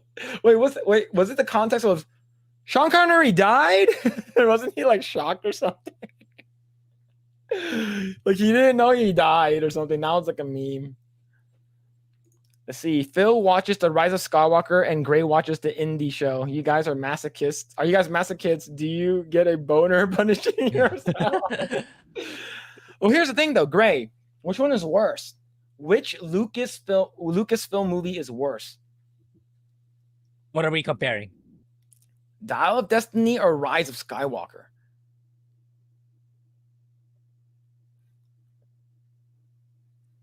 I would say Dial of Destiny because Rise of Skywalker is the new cast, which everyone hates anyway. Indy is a character that people loved, so I would put Indy on top. Yeah, I would say true. Like Indy was such like a such an awesome like person. Yeah, like, they really destroyed him in Dial of Destiny. It's not an exaggeration from other people. Man. Yeah, and the fact that it's called Indiana Jones, right? It's not called like Han Solo or something like that, even though Solo lost money. All right, Capitano says there are only 3 Indiana Jones movies and there's also a TV series. Yeah, true. Let's see. When I was 8 when Star Wars came out. Damn, man. Damn, I don't think my mom was even in America yet when Star Wars came out. Oh shit! X-Wing with the $5 says, ah. Yo, what's going on, X-Wing? Hope you're doing well, man. Yo, thank you so much for the 5. Thank you. Thank you. Let's see. Yep, I grew. Gen X grew up with no cell phones and no internet. Yeah, that's true. I remember seeing Jurassic Park in the theater as a kid. Damn. What was Grae? What was the first movie you saw in the theaters? Do you remember? I don't even. But I do remember my mom taking me to Jurassic Park. I do remember that. Probably I was very young, probably 6 or 7, maybe. I think I could be. Maybe it's not the very first Jurassic Park, but I do remember right? The Lost World. Yeah, probably. I do remember my first Jurassic Park being in the theater. That's all I remember. So but my first one, I sincerely do not remember. No, the first one was like 90. I think the first one was like 91 or some shit. That's a while ago. Yeah. Yeah, like that. My first movie was, I think it was I don't think it was Lost World. I think it might have been either Lion King? Yeah, No. yeah, yeah. No, not Lion. King. It's either might have Not been my Lion King or Mortal Kombat 1. Because my dad, to be honest, my dad never takes me to go see the movies, man. He doesn't. He's like, hey, why you want to go watch this movie? This movie's stupid. No action. All talking, no action. Like I was talking to my brother-in-law the other day, and my dad comes into my room. Hey, Phillip, what a good movie, huh? Yeah, good movie. You have some DVD. You got a good movie for me to watch. And I was like, I have Dark Knight. He's like, is it Batman? Batman good? You good Batman? I was like, it's the best Batman movie ever, man. It's so good. I gave it to him. Bitch comes back 2 days later. This movie's stupid. Too much talking, no action. Fuck. He thought it was like, I don't know, like Arnold Schwarzenegger in the jungles or something doing some crazy. He thought it was some kind of crazy action flick. But he was like, "This is stupid, man. Avenger good. Avenger good movie. Right? Avenger not an action." Man, my dad, man, he's. But it's funny is because my dad, he only wants action, no education, nothing. One time we went to the Hoover Dam. And then we were gonna go inside the dam to take a tour. And we walked all the way down there. It was hot. And we got to the escalators, walk all the way downstairs. And my dad's like, "What? Hey, Phillip, what did, huh?" And then we were like, "Oh, it's cool. We're gonna go inside and look at the dam, and look at the water, look at all the pipes. It's really cool. It's historic. It's educational." And he's like, "Education? Forget it." Literally just walks back up the stairs. I was like, what the fuck, man? Oh shit, man. That's yeah. My dad hates education. Let's see. Gen Y is the best, at least that we can figure out computers. Yeah, true. Yeah, some computer stuff. Let's see. Gen X invented the tech Gen Y thinks they own. Yeah, I would say so. Right? Cell phones, internet, and stuff like that. Let's see. Marcus says, "What? The 3 computers I own obviously discounts that Gen X can't use computers." Yeah, my dad needs to like help me, like ask. He always asks me, comes into my room, like, "Hey, can you help me figure this thing out?" oh yeah, I can relate to that with my mom. Yeah, 100%. Obi-Wan. Yeah, Obi-Wan was pretty fucking bad too, man. Obi-Wan was really bad. Yeah. Let's see. How does Disney fuck up Indiana Jones? Yeah. Yeah, somehow everything that Kathleen Kennedy touched, she utterly destroyed. Yeah, it sucks. Let's see. X1 says, "Much love, my Asian brothers. Hard life hard out here for us." Is it hot for you guys? Or is it? Oh, is it? Wait. Is your kid born yet? I remember you said that your wife was in the hospital or something, like recently, and your little girl's come. Oh no, not yet. I think you just had a gender reveal. I think it was a golf gender reveal, right? Let's see. Temple of Doom for me. Yeah, Temple of Doom. See, the Godfather says, I know I went to movies earlier, but the first movie I remember was War of the Worlds 50s version because Star Wars was sold out. Damn. He's right though. Yeah. Yeah. The fact that Dark Knight sucks. That's heresy. How dare you say? How dare you make me say such things? Phil, your dad needs to watch Ong Bak. He probably did. He probably watched all the Ong Bak. And did you watch Ong Bak, Grae? Are you into like martial arts movies? Not a lot, actually. It's probably a lot less than I should. I mean, it's pretty obvious. It's like it's pretty much the default that I haven't watched it yet. Tony Jaa's pretty good. Ong Bak's pretty good, and I think The Guardian's pretty good too. Let's see. Phil's dad needs gonna see this and smack him around, saying, "Why you make me sound stupid?" My dad sounds like that. All right. But here's the thing: the voice that I make how I impersonate my dad. Here's the thing: my mom and my dad, they got divorced when I was like 4. It was a nasty breakup. They don't talk ever. But whenever I do my impersonation of my dad, my mom says, "You sound exactly like him." He's like, "You sound exactly like him." No, I'm just Asian. Yeah, Ip Man for the win. Ip Man's really good. Yeah, Ip Man. Yeah, that's another one. That's with Donnie Yen, right? Yeah, that one's good. I just finished Ip Man 4 earlier this year. I forgot number 4 came out not long ago. Let's see. Ung Bak is fucking cool as fuck, but the plot after the second film goes into some insane bullshit. Yeah, I heard that, and what's it called? Like, The Raid or something? I forgot what it was. I forgot. There was some other crazy martial arts movie that was really, really good. See, but yeah, Protector is good too. Yeah. See, Alan Ball says Gray doesn't like martial arts movies because his skills make the movies look like chumps. I wish. not even on my new show of martial arts skills. The controversial thought: I grew up with Jackie Chan, but Donnie Yen versus Jackie. Oh yeah, that would be so. That would be, I think so many people to watch that. Even So now. here's the thing: we had a little snippet of that in Shanghai Nights. Like they fought each other at the end of the movie, but an actual fight between both of them.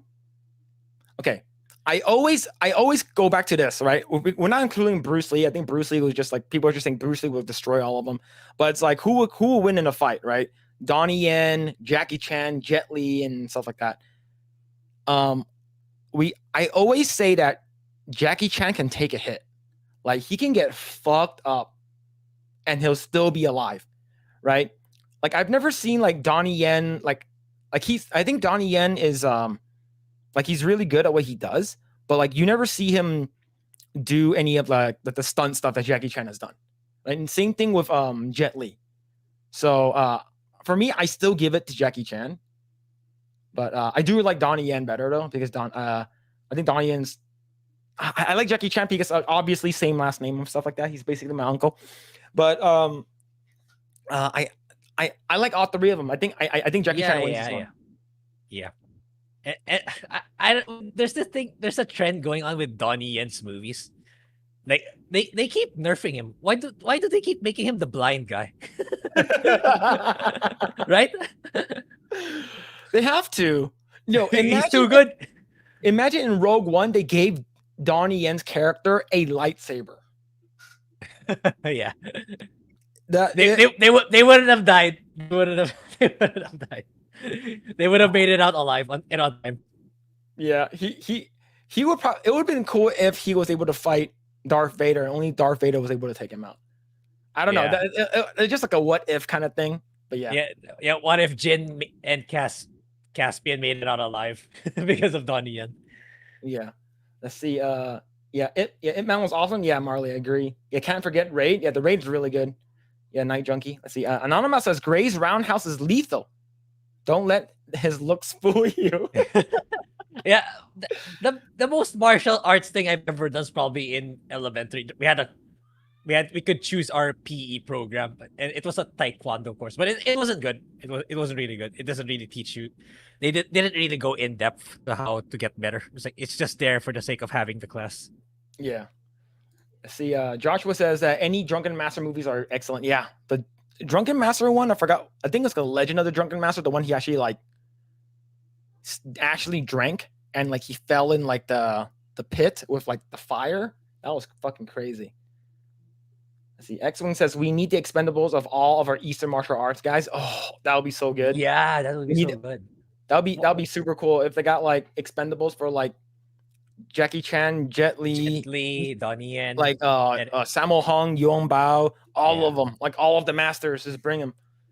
Like you know who it's funny because Sammo Hung and Yong Bao they actually went to the same school that Jackie Chan did. So okay. Sammo Hung is in Ip Man 2, which is really cool. All right, for the people who actually says that Jackie right here, the Godfather, he's basically my uncle. Yeah, because that's how it works. I shit you not. I think I'm not sure if I mentioned this before. I do have an uncle named Jackie. Like I'm 100% dead serious. So when he was a big fan of Jackie Chan when he grew up in Burma. So the fact that we have the same last name. So my grandfather, he grew up in southern China, and then he moved to Burma because of the war. So he moved there to escape the war, and that's where he met my grandmother. So his last name is Chan, and watch. And so my uncle and like all my family members, we grew up watching Jackie Chan, like Bruce Lee, Jackie Chan, all of that kind of stuff. So when they came here to the US, you got to pick your American name, and he chose Jackie, but he spells it with a Y. So when it's funny because like I have like people who are like, "Are you related to Jackie Chan?" Like I get that all the time when I was a kid, and then when I say yes, they freak the fuck out. They're like, "No way!" I was like, "It's not the Jackie Chan. His name is just Jackie." But yeah, I would freak people out though. Let's see. The only person to beat Bruce Lee was Chuck Norris. No, Chuck Norris got destroyed by Bruce Lee. He ripped off his chest hair. That's a lie. You're talking about the only person who was able to survive Bruce Lee was Chuck Norris. Then I would get it.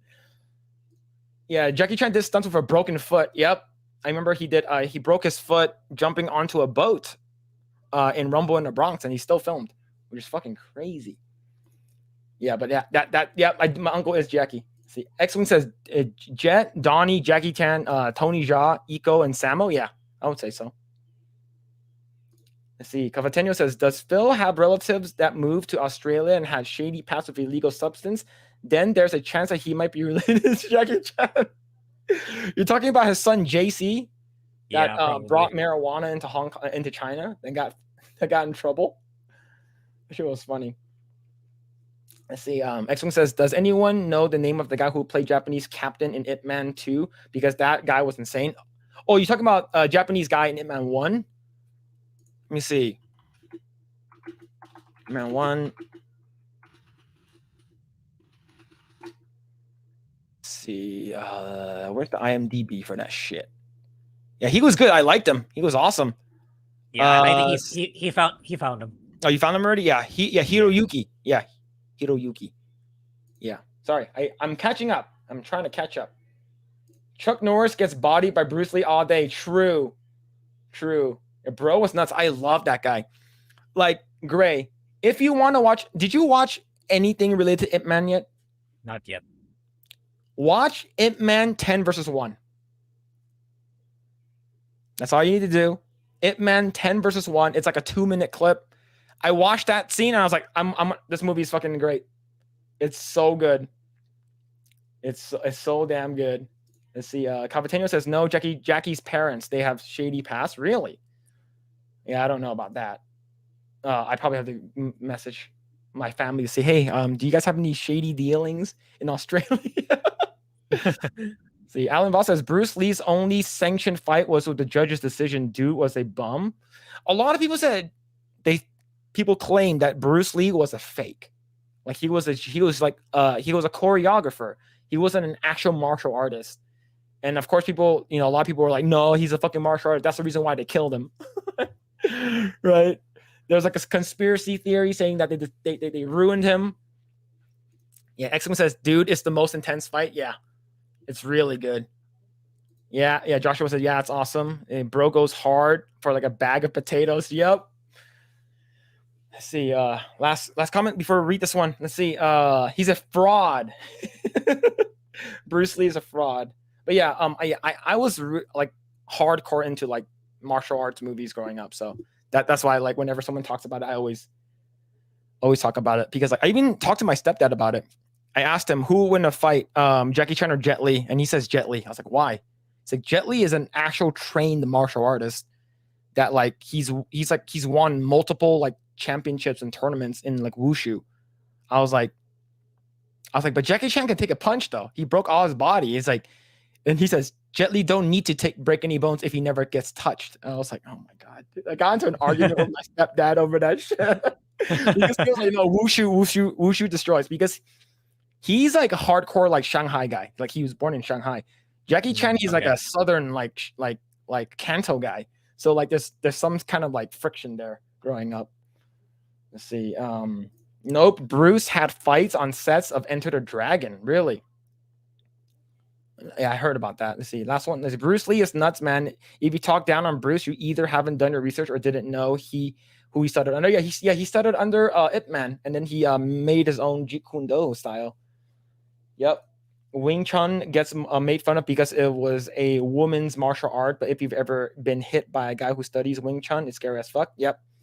But I would say you can't just use Wing Chun though. You have to use like Wing Chun and a couple other stuff. I think the stance like this is like sort of, because I tried like practicing it a little bit, but yeah, it's pretty crazy. All right. We got completely sidetracked by talking about Mad Mikkelsen. We ended up talking about Indiana Jones. But the reason why I want to bring up Mads Mikkelsen is because he was in some controversy earlier this week, I believe. I think he was being interviewed or something like that. Have you heard about this? Oh, really? Okay. No. I was kind of out of tune again this week. Yeah. All right, let's go ahead and talk about this. This comes from Bounding into Comics. The Promised Land actor Mads Mikkelsen mocks woke journalists who question the Danish historical drama's lack of diversity. Oh, I saw headlines of that, but I didn't look into it more. So, yeah, I believe someone. I think he was trying to get a gotcha question to him. What about diversity in this movie? He's like, what the fuck are you talking about, man? This movie was like centuries ago. Like, why would we need to talk about diversity here? I think it was something along the lines of that. It makes me like him even more. Yeah. All right, let's read this article. During a recent press appearance in a promotion of his upcoming starring role in The Promised Land, actor Mads Mikkelsen mocked a journalist's attempt to gotcha him and director Nicolas Arcel with a disingenuous question about the film's lack of diversity.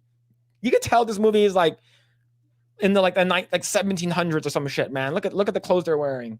Yeah. Right? Let's see.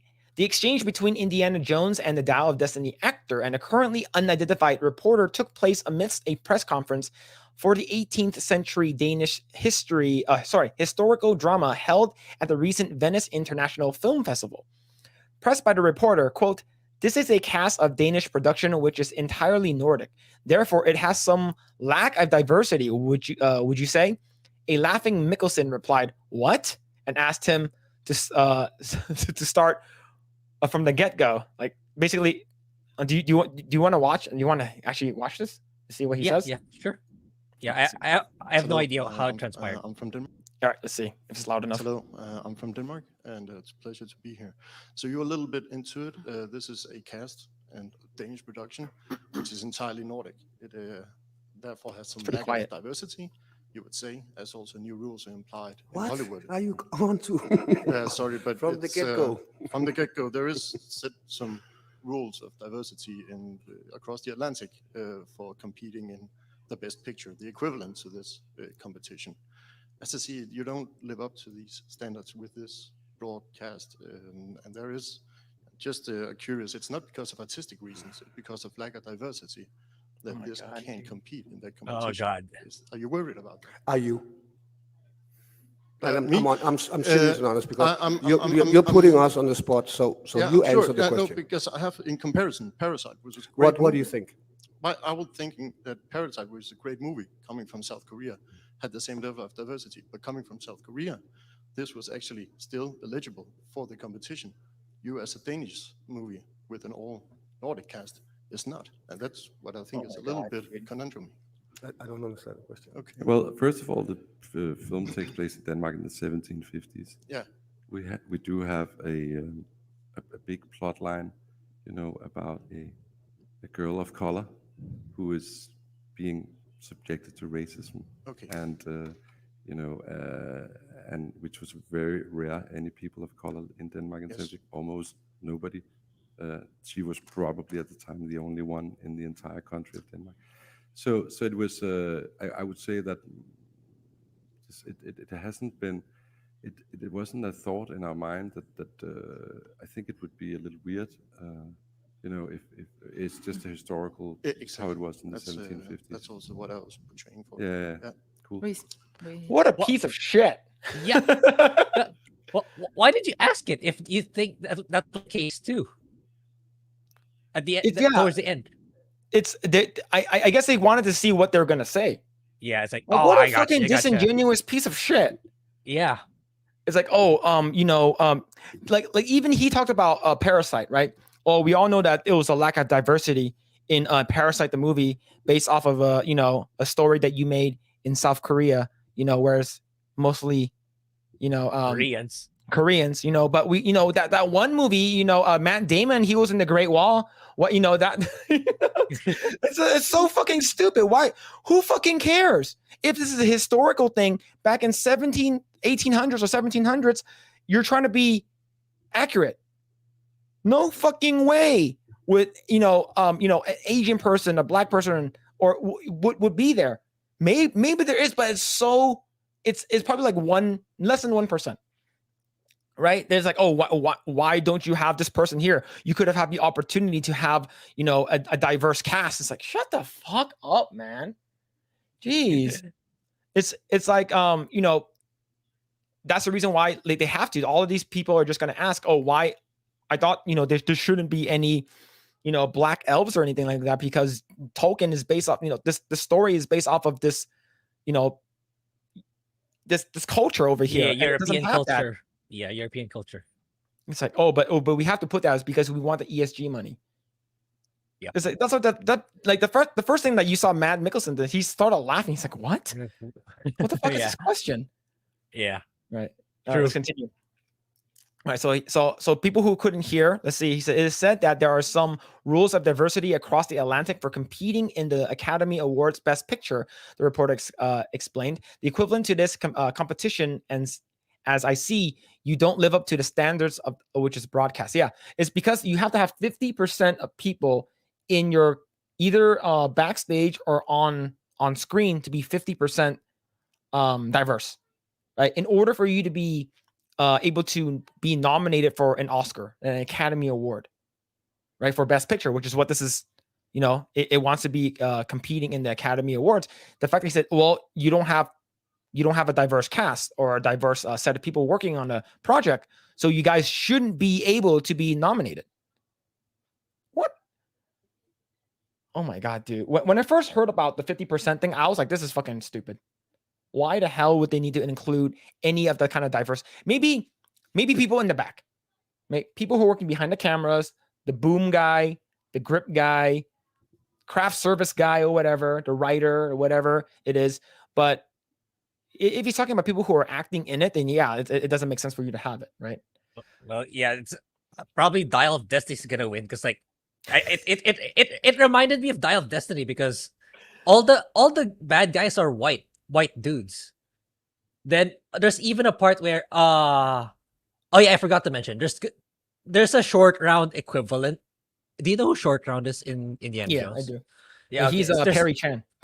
Yeah. There's a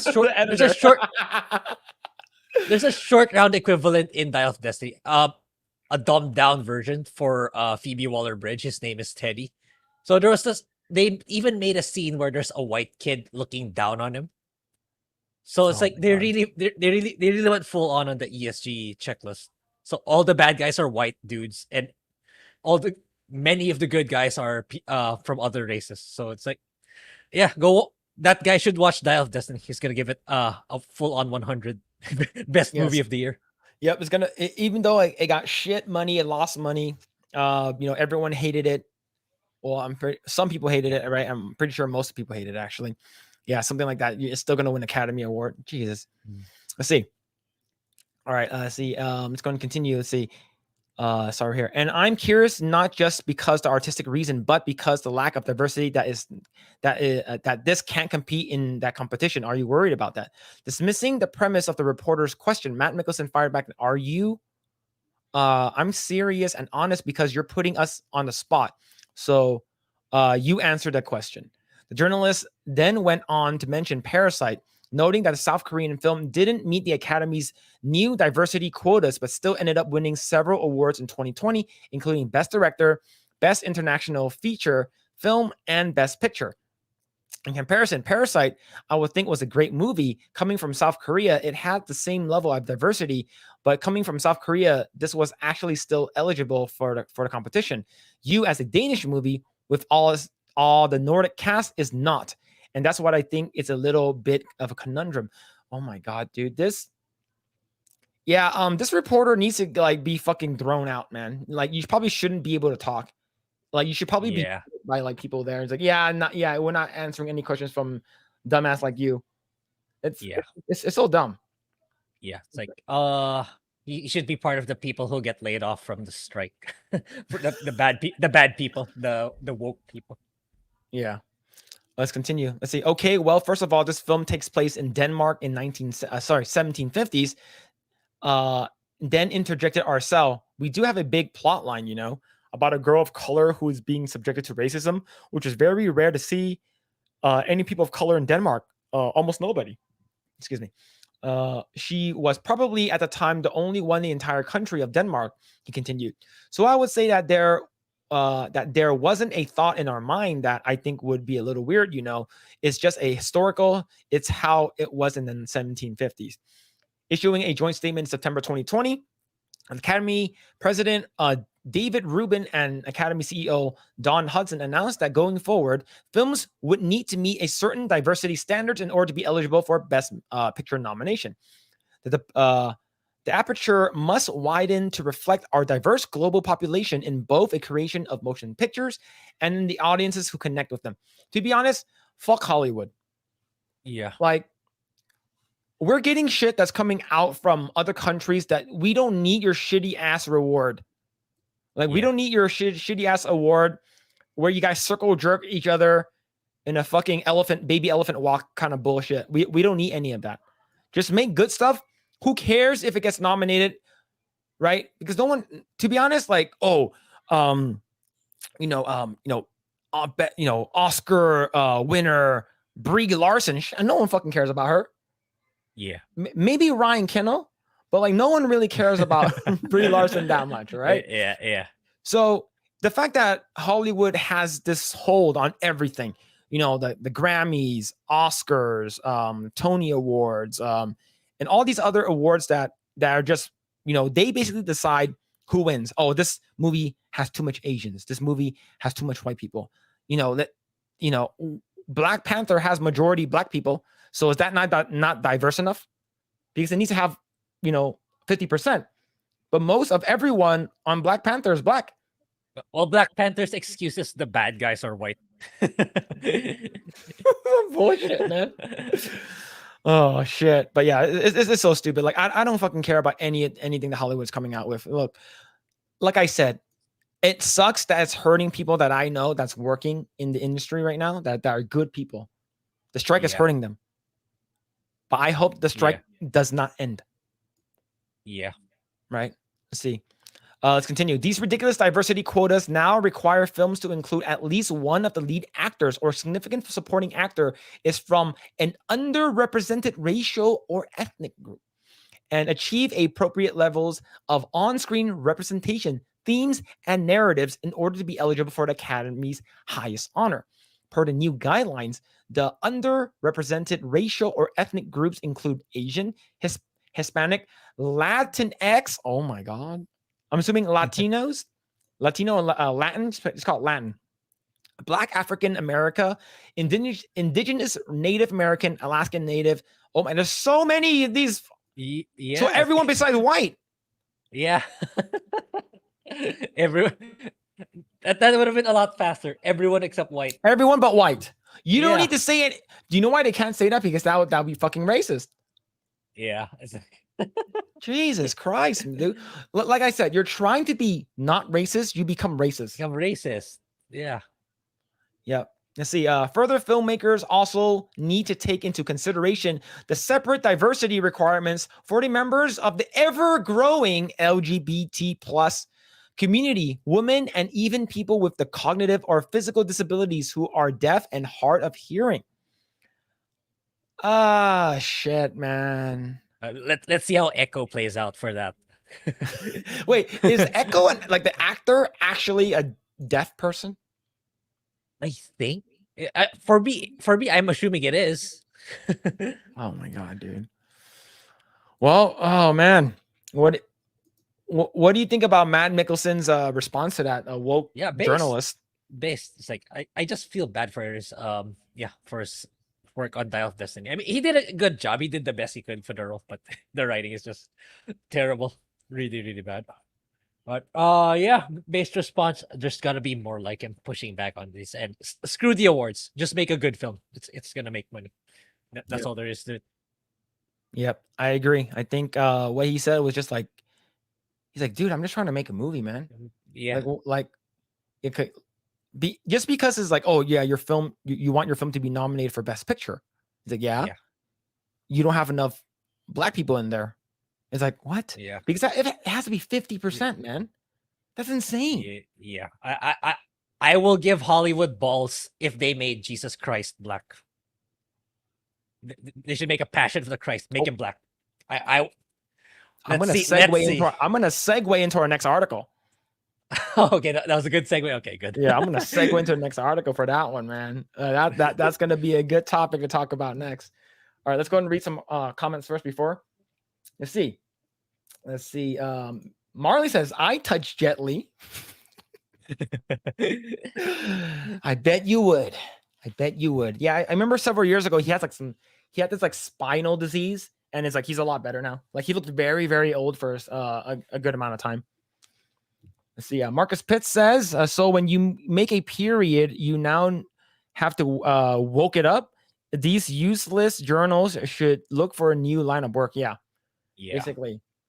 Yeah, and they're probably gonna, speaking of periods, they're probably gonna say men can have periods too. Let's see. Cavatina says, how many people actually ventured up to Denmark from Asia, Africa, and Latin America at the time of the period these movies take place? Well, according to this person, only one. According to this movie. Let's see. Marcus says, woke journals needs to get another job. Can't even understand what the different time period is. Yep, exactly. He's like, if this is an accurate representation of historical pieces, then shouldn't your movie or TV show or documentary, I'm talking about you, Cleopatra, should be accurate, right?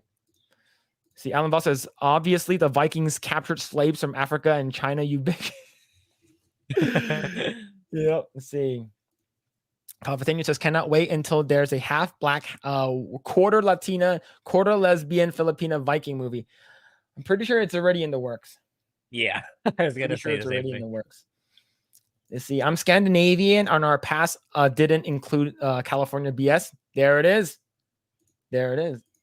Lost Sales says Mickelson is funny and base. Yep. I want to see more of his movies now, just because he said that. Yeah, Dead on Delivery. True. I agree. Let's see. Alan Voss says a South Korean movie was diverse. How many non-Koreans were? Maybe you're talking about North Koreans, right? Let's see. Modern Hollywood weird white equals bad. Basically, according to the Academy Awards, yep. If you're a white, you're a bad guy. See, Ellen Voss says, but they can't say white because a lot of the Latin and Middle Eastern actors are paler than me. Yep. What's it called again? I know that like there are some people even from like Russia, like they have like very, very pale skin, and they might even have like blonde hair, blue eyes, is because they're like Polish or something like that, and they're like mixed with like people from Russia. It's like, oh, but if you're saying that Polish people are the people who are, you know, oppressed, but you don't look the part, like, are you like let's say if I'm like let's say if you know, Michael Jackson, right? And he is black, and then he transitioned to white. Does his dick become white too? Right? Does it shrink in size? No, it doesn't. It's because he's still black. I don't know. I'm just making that shit up. Don't quote me on that. I'm just wondering. Let's see. Lost Tale says Phillip would touch Jet Li's butt.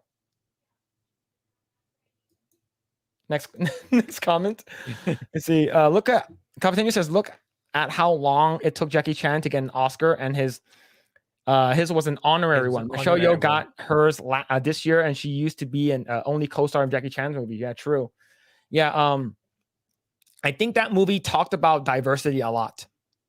Right? Grae, did you watch Everything Everywhere All at Once? Not yet. But yeah, I think it got really good feedback too. Yeah, it's a good movie, but it has a lot of wokeness in it. But it's a good movie. It's a good movie. Like I enjoyed it. And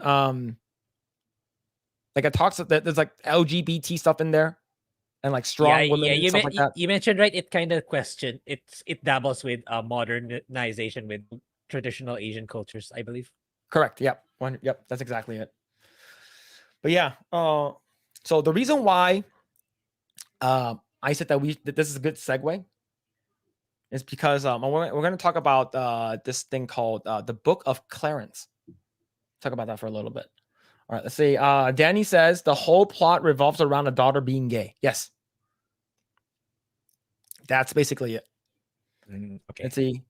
It's so sad that the stuff on TV we thought was cool was never cool. It feels weird looking back and only knowing they all look normal because there wasn't a mass system of information sharing. Yeah, I would say so. Let's see. So Alan Boss says some people tolerate the woke garbage better than others. Yeah. All right, cool. Now, Grae, you know who Ava DuVernay is, right? Yeah, I've been seeing that name in the headlines. Okay. So Ava DuVernay was the person that Brie Larson said, "A Wrinkle in Time wasn't made for you. It wasn't made for 40-year-old white dudes." All right. And that's sort of basically her bashing on white men. I'm not saying I'm bashing on white men, but what I'm saying is, right? So basically she made A Wrinkle in Time. And I'm going to be jumping between two articles. Okay. So this one comes from Bounding in the Comics. Ava DuVernay says racism and sexism is to blame for audiences being more excited about Oppenheimer than her Isabel Wilkerson biopic origin. Why is that, Grae? Why are people...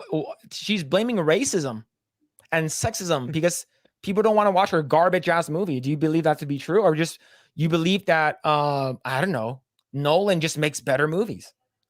Yeah, it almost sounds like it's a defense mechanism. Once again, using the race card as a defense for why your show is terrible. Yep.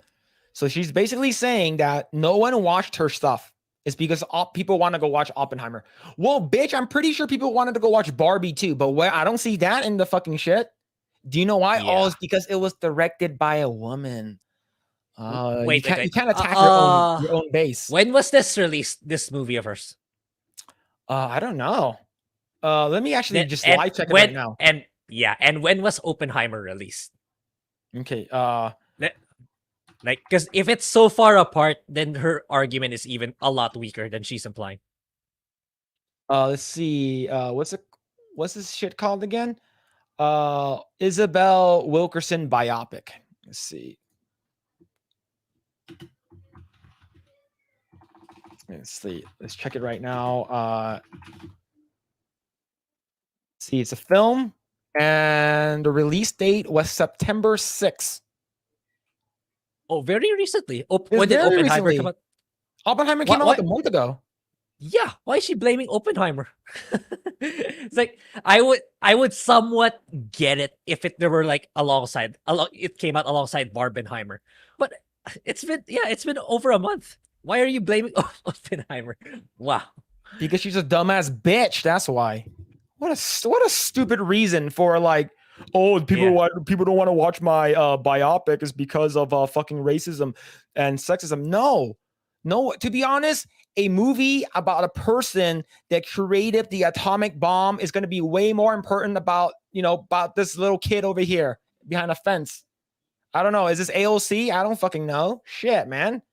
Born in 1961, Wilkerson is perhaps best known for having been, per National Association of Black Journalists, the first Black journalist to win a Pulitzer Prize for individual reporting, the first Black woman to win journalism. Yeah, to be honest, I would say the only reason why she's pissed off is because she should have talked about someone more important. I don't know.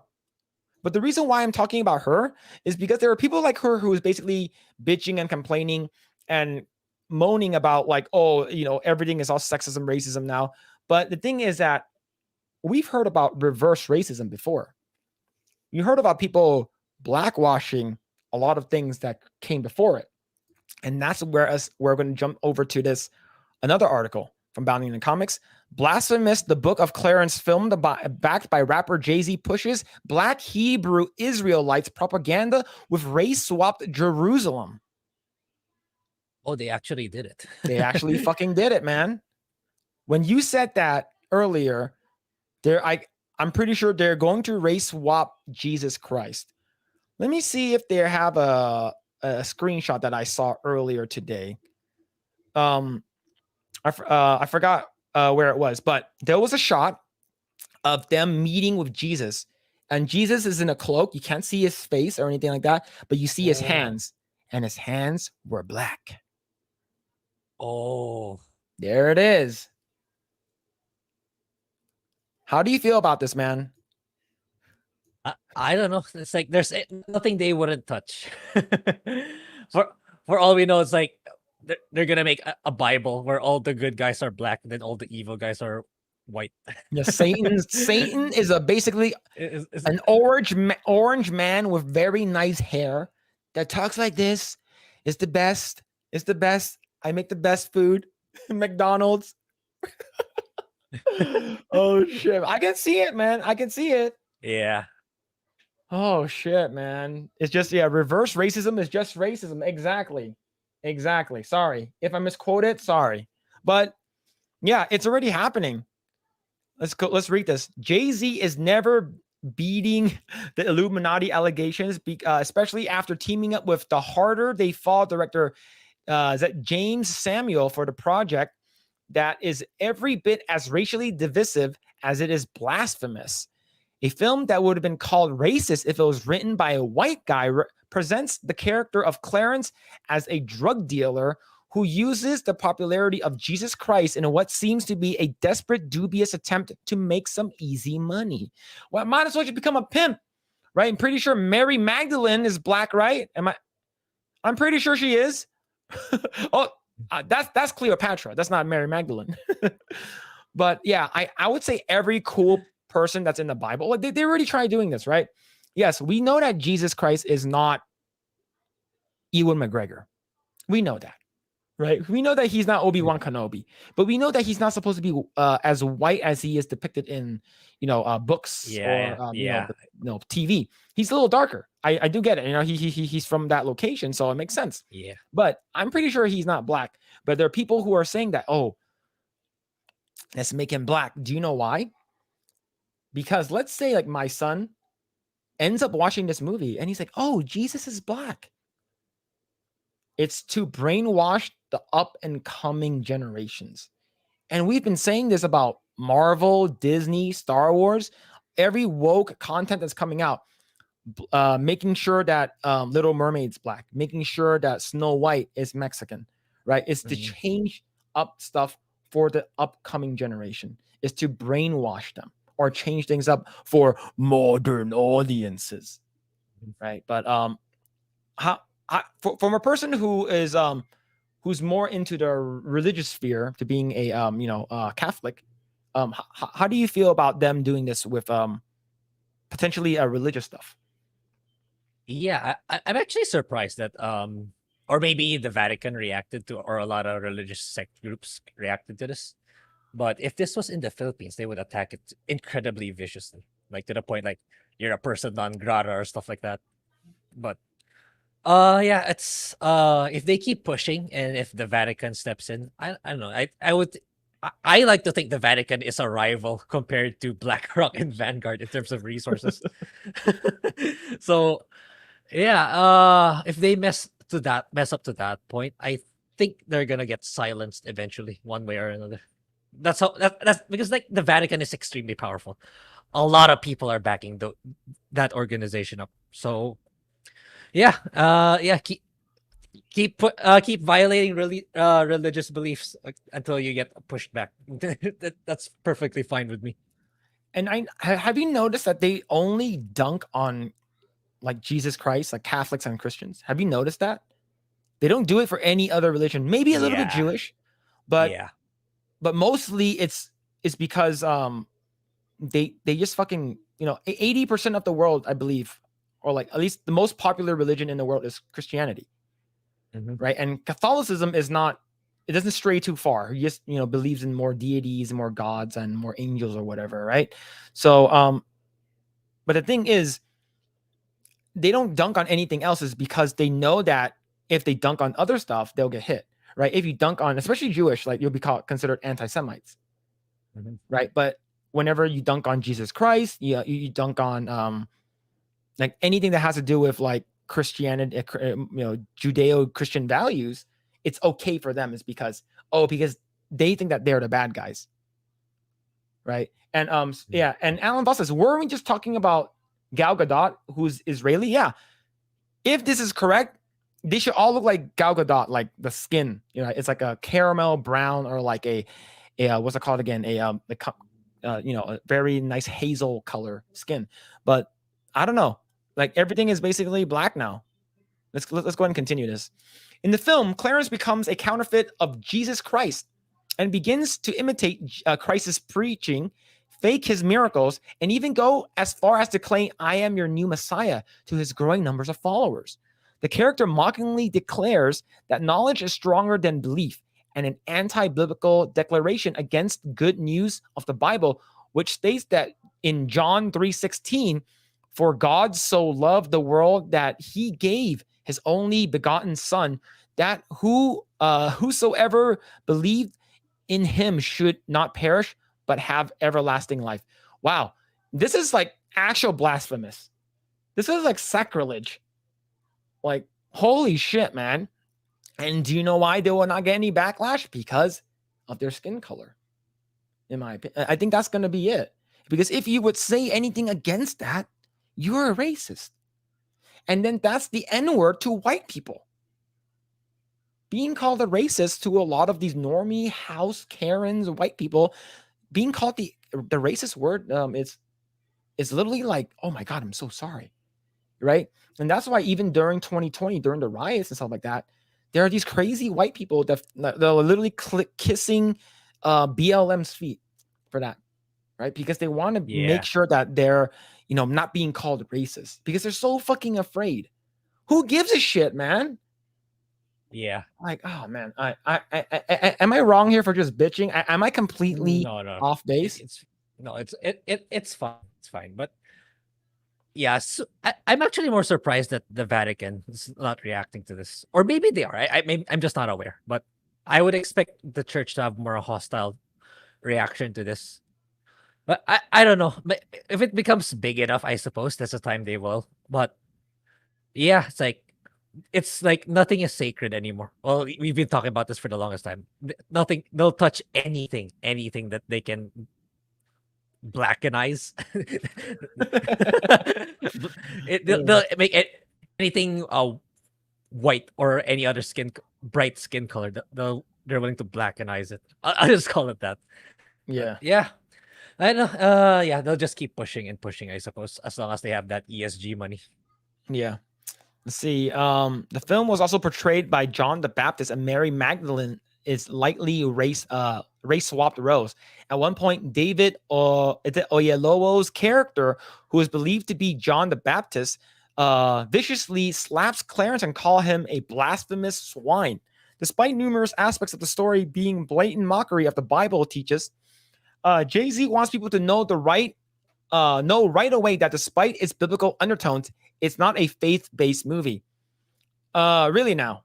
Is it a comedy? Well, it's about this story is about a young man who finds his faith through love and through wanting to become somebody in the world, which is the story of everybody. He further explained, everyone wants to find love and everyone wants to leave this place having accomplished something, having left their mark, that they've been here and hopefully affected the world in a positive way. I don't think this is a good way to do it, though. Yeah. Right. Like someone said in the chat, imagine if they can't portray Muhammad is because, Muhammad the prophet cannot be seen. But let's say if they wrote in the script that he was a white man or he was a Chinese man. Yeah, it would have been fucking crazy. We would probably get death threats all over the place. Right? But it's okay for them to bash Christianity because they've been doing it for such a long time. Let's see. A character who wishes to just be like God amongst the man is the same motivation that Lucifer, aka Satan, held the rebellion against God in heaven. Isaiah 14:12-15 shows how Satan wanted to sit on the throne of God, the Father, but after failed the rebellion depicted in Revelation 12:4, he was thrown out of heaven and cast down to hell with his followers. Let's see. Jay-Z, who has been the subject of theories claiming that the rapper is a member of the secret societies of elites, founded a religious leader, Clarence Edward Smith, who view themselves as gods, recently opened the Book of HOV exhibit in Brooklyn, New York, as a celebration of his life. Wow. Well, he really actually believes this. Well, to be honest, you can believe whatever you believe, whether to be true or false, as long as you're not hurting anyone. But the fact that you're sort of talking shit about a specific religion, it's never a good way, man. You're gonna have a holy war. And here's basically the sweater. The obsession with portraying ancient Jews and Egyptians as black has led to a number of controversies in the last couple of years and has gotten so bad as the country of Egypt had to publicly rebuke Hollywood for its incorrect portrayal of the nation.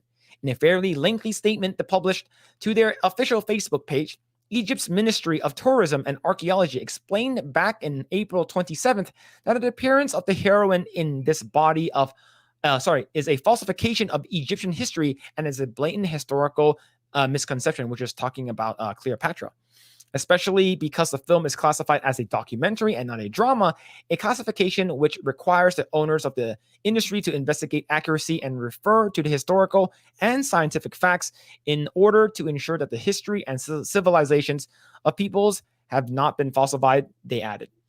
As Hollywood is known for being a birthplace of cultural immortality, it would be foolish to believe that they would have good intentions with their upcoming film about the times of Jesus Christ. Yeah, this is a pretty yikers moment. Mm-hmm. This is pretty bad, man. But yeah, like you said, man, they're gonna make Jesus black. You done it. You said it as a joke. Yeah, and they just did it. Yeah, but how do you feel overall about this? Yeah, not surprising anymore. Like they would stoop lower and lower. Then and they're beginning to expand their horizons with video games. So it's only gonna get worse from there. But yeah, hopefully they start running out of money. But I don't know. It's like this. I know Disney is, but there's still other organizations and companies out there still gonna push for it. But yeah, we can only hope and push back against these and actually give credit to really good entertainment and actual accurate historical moments and documentaries that actually tell the story as it is, not this changing it and these woke propaganda. Yep. Mm-hmm. But remember I told you that there's a scene. This is what I'm talking about. You see his hands? He's completely black. He can't see his face, but you see his hands? Yeah. Yep. It's black. Yep. There it is. Just for context, so people know that I'm not bullshitting. But yeah, man, it's crazy. It's crazy. All right, let's go ahead and read some comments. Let's see. Let's see right here. Let's see. Marcus says, apparently you don't have to make a good movie in order for people to go watch it. Just play the race card. Yep. That's all you have to do, right? If you're saying, hey, why you don't go watch my movie? Are you racist? Right. But you can't say that if you're white, right? Yeah. You can't say that if you're white. So, but here's the thing. Maybe the Hollywood has a secret agenda, right? In order for you to win Best Picture, you need to have 50% of your cast be diverse. So if your movie bombs or is not getting good enough money or reviews or anything like that, you can just bring in one that tokenized, people of color, and just say, hey, go ahead and go onto social media and say, if you don't watch our movie, you're a racist or something like that. Yeah, and people will go watch it. And I say, I don't want to be racist. I don't want to be racist at all. It's sort of like in a Family Guy when Peter's like, if you don't want to go to war, you're probably gay. He's like, I'm not gay. I want to go to war. It's like, I'm the first one that wanted to go to war. It's gonna be like that, man. Let's see. They already been pushing that narrative for half a century. Yeah. Right. It wasn't Nick Cannon was talking about that shit earlier too, which is fucking crazy. Let's see. Cavatenio says something tells me Jay-Z has never heard of the black is it Nazareno statue? Yeah, Nazareno statue. That has paraded around in the Philippines annually. So what's Black Nazareno? Actually, What is that? Honest, I've been reading that every year. It's like we have a holiday for it, but I never really looked into it. Maybe I should check. But yeah, I would assume it's right. Okay. Yeah. Let's see. Brandon Kenobi says, "Great channel. This is the second time I've been here, and for the second time, I've enjoyed the talk. You guys know your stuff. Keep up the good fight." Yo, thank you so much, Brandon Kenobi. Thank you. Appreciate the kind words. Let's see. Alan Voss says, "Angel Studios did a good job with The Chosen." Oh, I want to check that out. Anything from Angel Studios, I want to check out. I still need to watch Sound of Freedom. Yeah, I haven't watched it either. The fact that Netflix and like other like streaming services are like, yeah, we don't want to show that. That's some horseshit, man. Netflix is like, yeah, we don't want that on our platform. Yeah, because we have cuties. Yep, exactly. Let's see. Joshua says, "I don't care. Racist carries no gravity with me. They have used the words too much." Yep. Right. Whenever is basically where basically the Lord of Rohan is like, your words have no power here. Yeah. Let's see. Marcus says they don't dare talk shit about Muslim religions. Yep. True. Yeah. Look what happened with South Park, right? Even just making a fake depiction of Muhammad, they got death threats and bomb threats from actual terrorists, right? Like they actually like were, and you know, like I said, I have a friend who worked there, and she was there when they did the second time around, where they did I believe they made Family Guy that made fun of him. Is like, Family Guy is going to show Muhammad. Oh no, we can't do that. They're basically making fun of Family Guy. They got death threats, and then they actually hired on a security guard like 24 hours, like circling the building, which is pretty crazy. She told me like it was pretty wild. Let's see. I still call the woke out on their BS. Yep, exactly. You gotta call them out. It's because if they don't get called out, they're gonna persist. Let's see. Cavatinho says Ho versus Lee war. I think that's the Asia's version of Hatfield versus McCoy feud. The Ho versus Lee. Let's see. Marcus says Sound of Freedom goes against their woke narrative. Yeah, it does. And people are saying that, it's a woke propaganda. I even have what's it called again? We had a friend of ours, me and my wife, we have a friend, and their son was like, "Hey dad, I want to go watch Sound of Freedom. It hurts pretty good. People are talking about it. I want to see what it's all about." The dad, being an extreme Trump derangement syndrome, woke, like liberal, says, "That's propaganda. Don't watch it.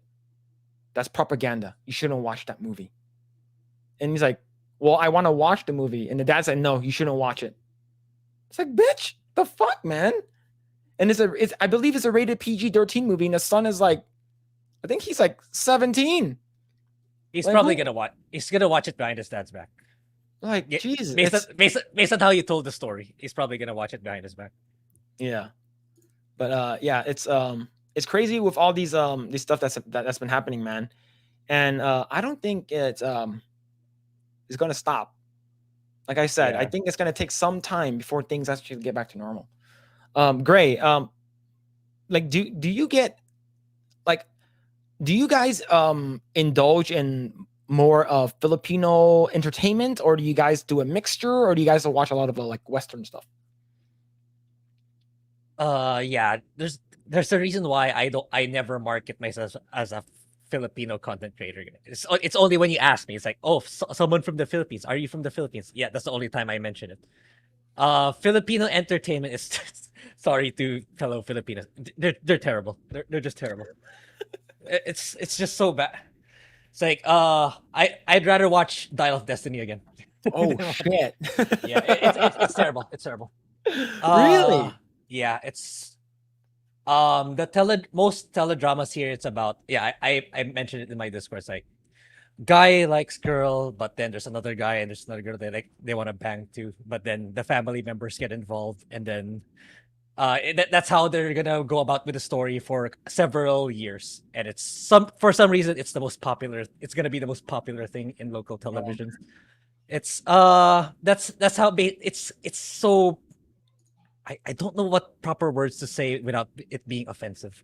it's it it's just not for me. Let's just put it that way. It's not for me.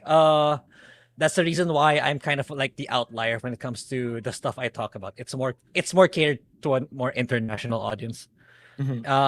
Yeah, it's very rare they make actually legit good ones, but it's the reason why they never reach prominence internationally because Filipinos themselves don't support it, or at least not enough Filipinos support it. Yeah, it's not good. It's like they never try to innovate. They always pander to the lowest of the low audience. So that's why it's always so shallow. It's petty drama, romance, infidelity. Those are always the recurring themes. It never the character development's crap, the cinematography's crap. I'm shitting at it so much. But yeah, point being, the crappiest content you guys have is more likely than not better than what we have here. Okay. So I'm just gonna pop over to Rumble to see if anyone said anything. Oh, we got our first comment from Rumble. It says, Alan Voss says, "Don't badmouth Rumble viewers, Phil." Like I pop over there from time to time to see if anyone's watching. Let's see. Alan Voss, he's over here too. He says Filipinos just work, no time for entertainment. Is that true? Some of them do. Well, I can't really blame them because it's just the culture in the Philippines, like get married as fast as possible, have as many kids as possible. So you are really bound to that corporate culture that if they want to work your ass off 24/7, you have to. You don't have a choice. So I can't really blame them that they become that way. So yeah, it's not wrong. See, Calvitano says Grae's not wrong. Last teleseries I got into was The Killer Bride. Yeah, it's like, but on the bright side, Filipinos tend to trend now to K-drama. At least that's a huge upgrade to local content, in my opinion. Mhm. So I that's why it's like in our local advertisements, whether it's food, the real estate, or apparel, it's starting to get dominated by Korean celebrities, not Filipino celebrities. So yeah, at least there's that. Yeah, K drama stuff is actually pretty interesting. I love I love the K dramas that have, well, they're not considered dramas, but the Korean series that has to do with like action. Like I know Vagabond was really good. I know I like Vagabond. I like Kingdom, which is Kingdom. Kingdom was really good, and I should get back into that. All of Us Are Dead. That one's really good too. I like those. Yeah, and the Train to Busan, I haven't even seen. Oh, your Train to Busan is good. Yeah, that one's really good. Let's see, Alan Voss says that was like 3 hours ago. we were looking at Rumble. I'm everywhere, Phil. See, he's everywhere. Let's see, Joshua says, I have to go, guys. Thank you. Have a great weekend, Phil. Great and chat. Yo, thank you so much, Josh. Or Joshua. Have a great weekend, man. Thank you so much for stopping by. All right. So, I'm going to ask you this again, Grae. How long has the strike been going on for? Definitely half a year now, right? Minimum half a year. Yeah, I would say like for sure 5, I think 6 months now. Yeah, I would say probably 6 months. They're not gonna make progress because they're still doing terribly. At least examples Disney, Netflix maybe average. Average is a conservative way of projecting, but they're all doing terribly because they keep pandering to BlackRock, Vanguard rather than their paying customers. It's like we'd rather take on the debt rather than actually the profit, which is really absurd. I don't know. It's like it's gonna harm the rank and file, the staff the most.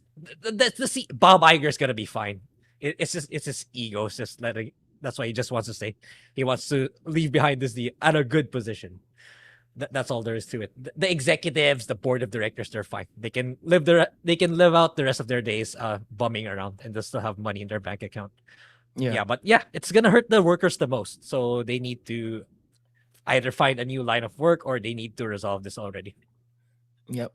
Now, what if I told you that the people that are willingly going on strike themselves are saying, hey, we want unemployment benefits.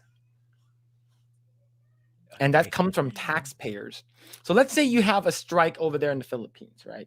And you're like, oh, they purposely go on strike and they've been going on strike for half a year now. And they're like, Grae, we're going to want unemployment benefits and unemployment insurances because we're not working and we need money. Remember when one of the execs at Disney was like, we're just going to wait until you guys run out of money. Wait it out. Yeah. I think they're running out of money and they're like, we need unemployment benefits. And then where does that employment benefit come from? It comes from taxpayers. Taxpayers. So the reason why I brought that up, and this hits home to me. This is from Deadline. California Senate passes bill to give striking workers access to unemployment insurance. Now it's up to Governor Gavin Newsom. So piece of shit Gavin Newsom he's going to okay this. He's going to say yes because he's a piece of shit. Our governor here in California is an absolute piece of shit. And the reason why this concerns me is because that means that my taxes are going to be going up. Who's going to provide that insurance? So we have this thing called EDD. So whenever you get laid off from a job, right? There's layoffs and you can apply for this thing called unemployment benefits, which they'll pay you a percentage of your, I think, Social Security income. Like they give you, like, for instance, I've been on unemployment before. And let's say if I made $4,000 a month, I probably will get like maybe $2,500 a month from unemployment. So most of this comes from people's uninsured, like their Social Security income. But the thing is that Social Security income is not going to be a thing for millennials anymore. It's because that shit's been running dry. So how is this going to happen, right? And it's usually only for people who get laid off. These motherfuckers in Hollywood are voluntarily going unemployed. They chose to be unemployed because of they want to go into strike. Yeah. Right? So that fucking sucks, man. So it's how do you feel about this? I know this isn't going to affect you too much. I know. It affects me a lot. Yeah, but I would be upset too. It's like I'm paying for something because this other guy voluntarily became unemployed. Yeah, that's pretty shady and disgusting for me. It's like, so I have to be the one funding your strike. Exactly. Like, fuck off, dude. It's like there's so many people who are unemployed or legit trying to find a way to have a good finding ways to get income. And here you are already in that position and choosing to throw it all away. And then we have to pay for your deficiencies, I suppose. But yeah, it's terrible. And yeah, it's the fact that you have a governor who's about to prove it. Like, yeah, it's like, hope you lose your job too in the near future. That's all I can say. All right, let's read this.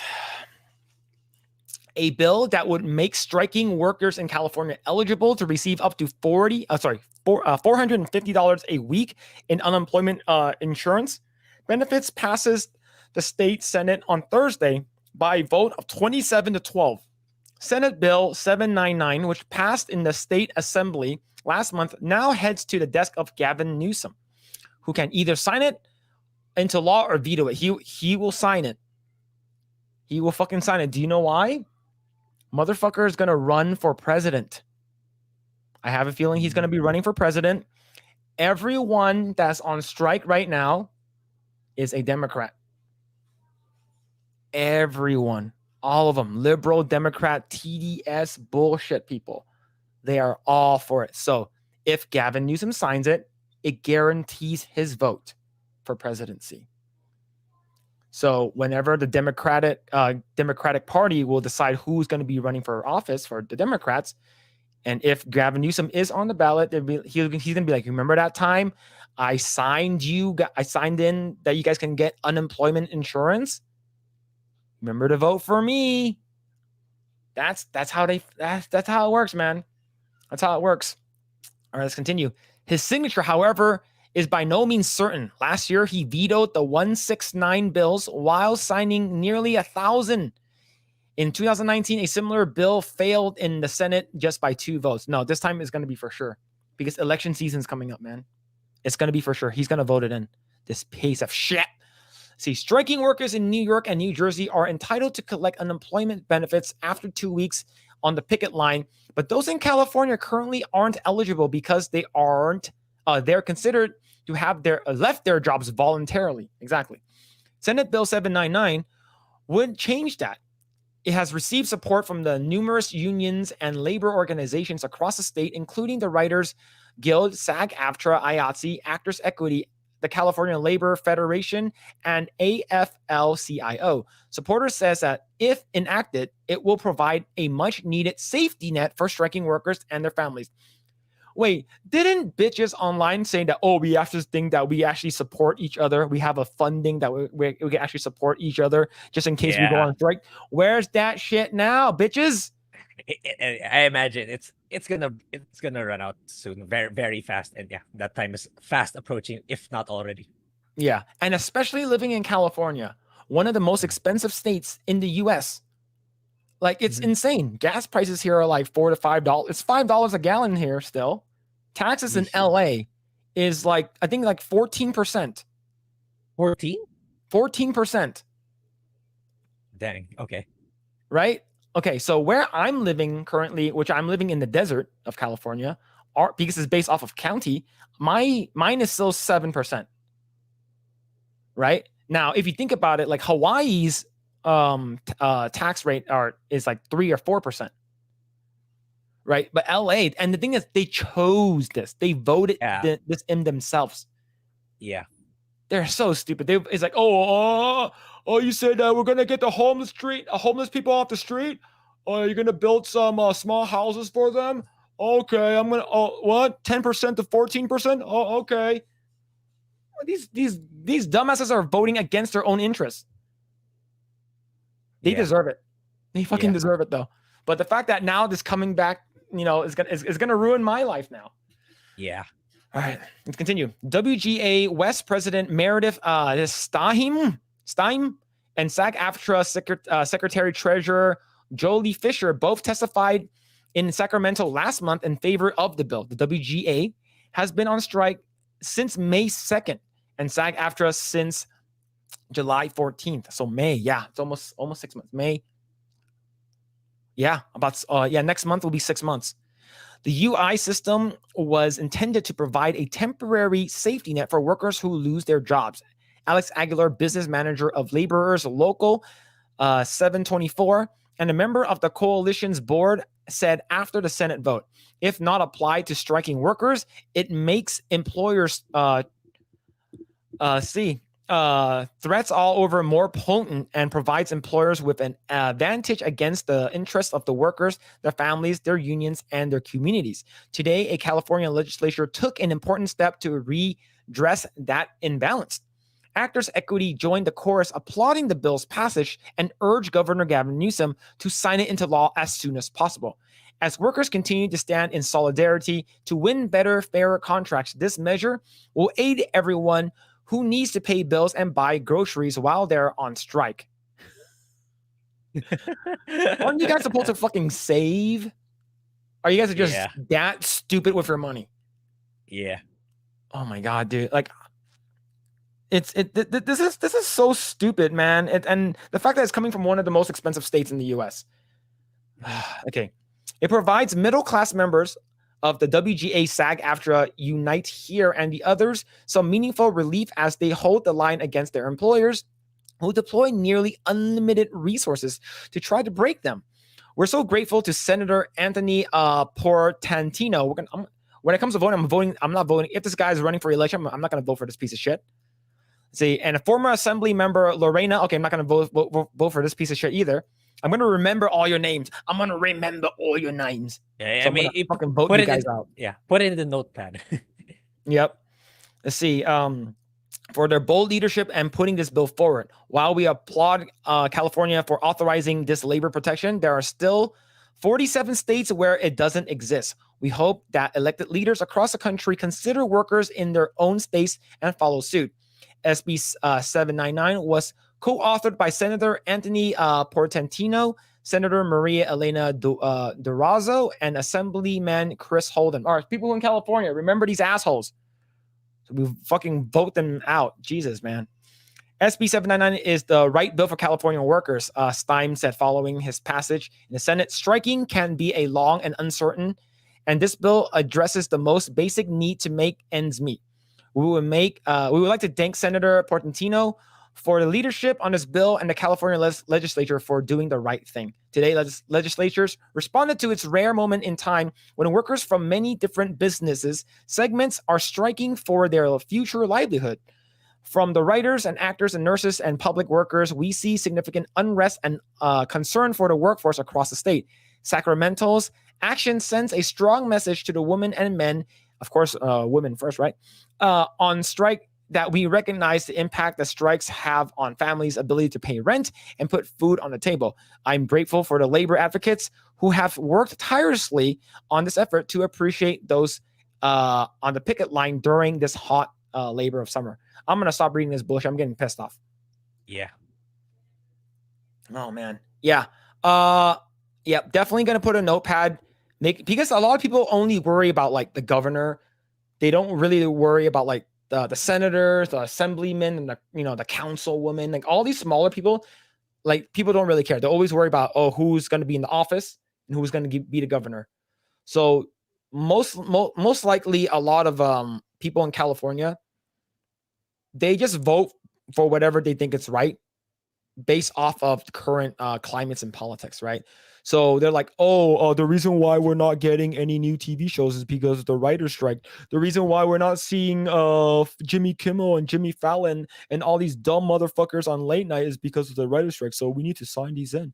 It's like, I'm pretty sure they'll just sign against their own best interests. It's so fucking stupid, man. It's so dumb. Now, here's the thing, though. If this happened in your area, like, would this actually happen in your area though? That's the actual question. Not to that extent. The only stress that's very often happening here in the Philippines is the public it's public vehicles. It's like it's like given how frequent they happen, it's like it's like their way of getting an annual increase, in my opinion. It's like because like that's the most often thing. Hardly because of hardly on such a large scale that they would go on strike. They would cut off work. That's not really a big thing here in the Philippines. So it doesn't go to that scale compared to you guys that it's starting to affect everyone else, that it's gonna affect our tax, because that's just how we work as a third world country. So yeah, but I get it. I get it that it affects you guys, that it's to that extent that you have to you can't help but vent your frustration, and you don't really have a choice when it comes to law, so you have to abide by it. Here it doesn't I could be wrong. Someone in chat could correct me, but it hardly goes that far. It doesn't get that far. The most is usually public utility vehicles. I think it's because it's relative to inflation, like what they're making is not enough. Then that's usually the extent of it.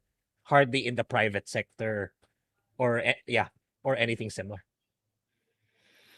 Yeah, man, it's shitty, dude. Like, and most of the time you get people who are going to be like, hey, do you want people to make more money? Most of the time all the time people are going to say yes. Yeah, I want people to make more money, of course. Oh, then would you kindly sign this over here, that saying that you're going to put a little bit, you're going to get taxed a little bit more so we can pay for people's unemployment, because these people are going on strike. So I'm pretty sure if it's I think if they sign this as anyone that goes on strike, not just the film Actors Guild, like someone says in the chat, but it's going to be like anyone that goes on strike moving forward can potentially get unemployment. Then the thing is that people are going to be going on strike no matter what. Then it incentivizes people to go on strike. Yeah, actually. Right? It's such a bad move. Right? It's like, oh, don't cross the picket line. Like I remember people like I would go to like Ralph's, which is like a supermarket here, and people will like get mad when they walk inside the stores because they're going on a strike. It's like they're not giving us fair wages. They're not giving us fair wages. So I'm like, bitch, I need milk and cereal. I need my Honey Nut Cheerios, man. I need my Cinnamon Toast Crunch. Like, and so like they get mad like when I go inside the supermarket. I'm like, bitch, the reason why you're mad is because you're not making enough money, right? Then why the fuck are you outside here fucking striking? Oh, because we're not getting paid enough. I'm like, well, are you guys part of a union or anything like that? You know, like if individually, you know, are you going to get some kind of merit increase or something? Like I agree that most people should get paid a fair wage, not a living wage, but fair. You should get paid fairly for what you provide. If you're just there flipping burgers at McDonald's, right? And especially right now, McDonald's actually has a machine that presses your burger patties for you. You're sitting there, you're like, you're pressing burger patties. Do you deserve $25 an hour? I don't think so. Right? I think you probably deserve like $12 at most, but the minimum wage here in California is $15 now. That's a lot. Right? But the thing is like, the cost of living here in California is extremely expensive. Oh, who the fuck, you know, whose fault is that? You guys voted against your own interest. You guys voted for higher taxes. It's, you know, like I didn't do that shit. You know, like I didn't start voting and like really start getting into voting until like 2018. No, I didn't vote for Trump in 2016 because I wasn't voting yet. You know, but I did vote, you know, with a fake ballot because, you know, I wasn't really registered to vote in 2012 because everyone's like, hey, you got to vote for Obama. You got to get him back in office. Like, oh, I don't want to be racist. I'm going to sign this shit, even though it's against my own interest.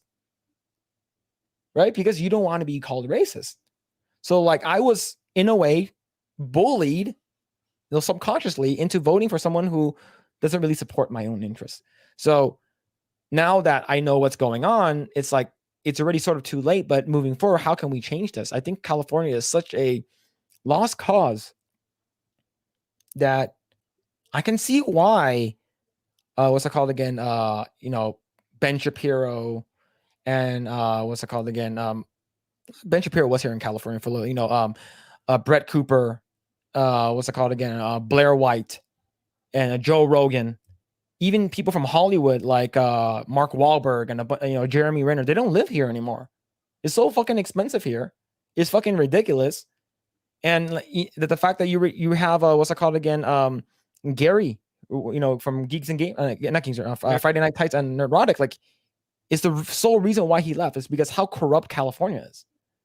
So it just me bitching about it, and the fact that I can't leave yet. I have so much shit here tied up here that I can't move yet. Right?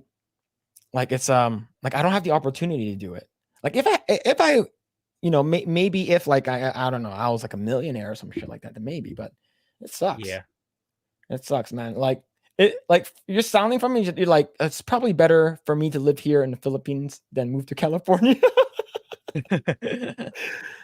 Yeah, in terms of your own interest, I think you like, though it like I don't know how it is and what your situation is, what your current situation in the Philippines is. Like, I do know it's a third world country, but I think I would say if you're living comfortably and like you're happy where you are and stuff like that, I think overall, like, you know, like I don't think you need to move to like if you are going to move to here in the States, like don't move to fucking California, dude. Yeah. This state is a shit show, man. Like I can't get out, you know, like it's a lot easier. Of course it's easier said than done, is because like now I have a kid and like I'm like renovating here in a property, so like I'm gonna be staying here for a little bit longer. Like I do want to like build out elsewhere, but it's just like I heard it costs it's like $4,000 to $5,000 to leave the state. It's easier to come in than it is to leave, which is insane, right? Mm-hmm. All right. Let's go ahead and read some comments about this. Let's see. Andy Contreras says, yup, I feel like he is going to run. So he's probably going to have to do anything to get the people on his side. Yep. Do you know what's going to happen? And I heard this on Tim Full. He says Joe Biden is going to be like, corn pop and is that a little girl? Can I smell her hair?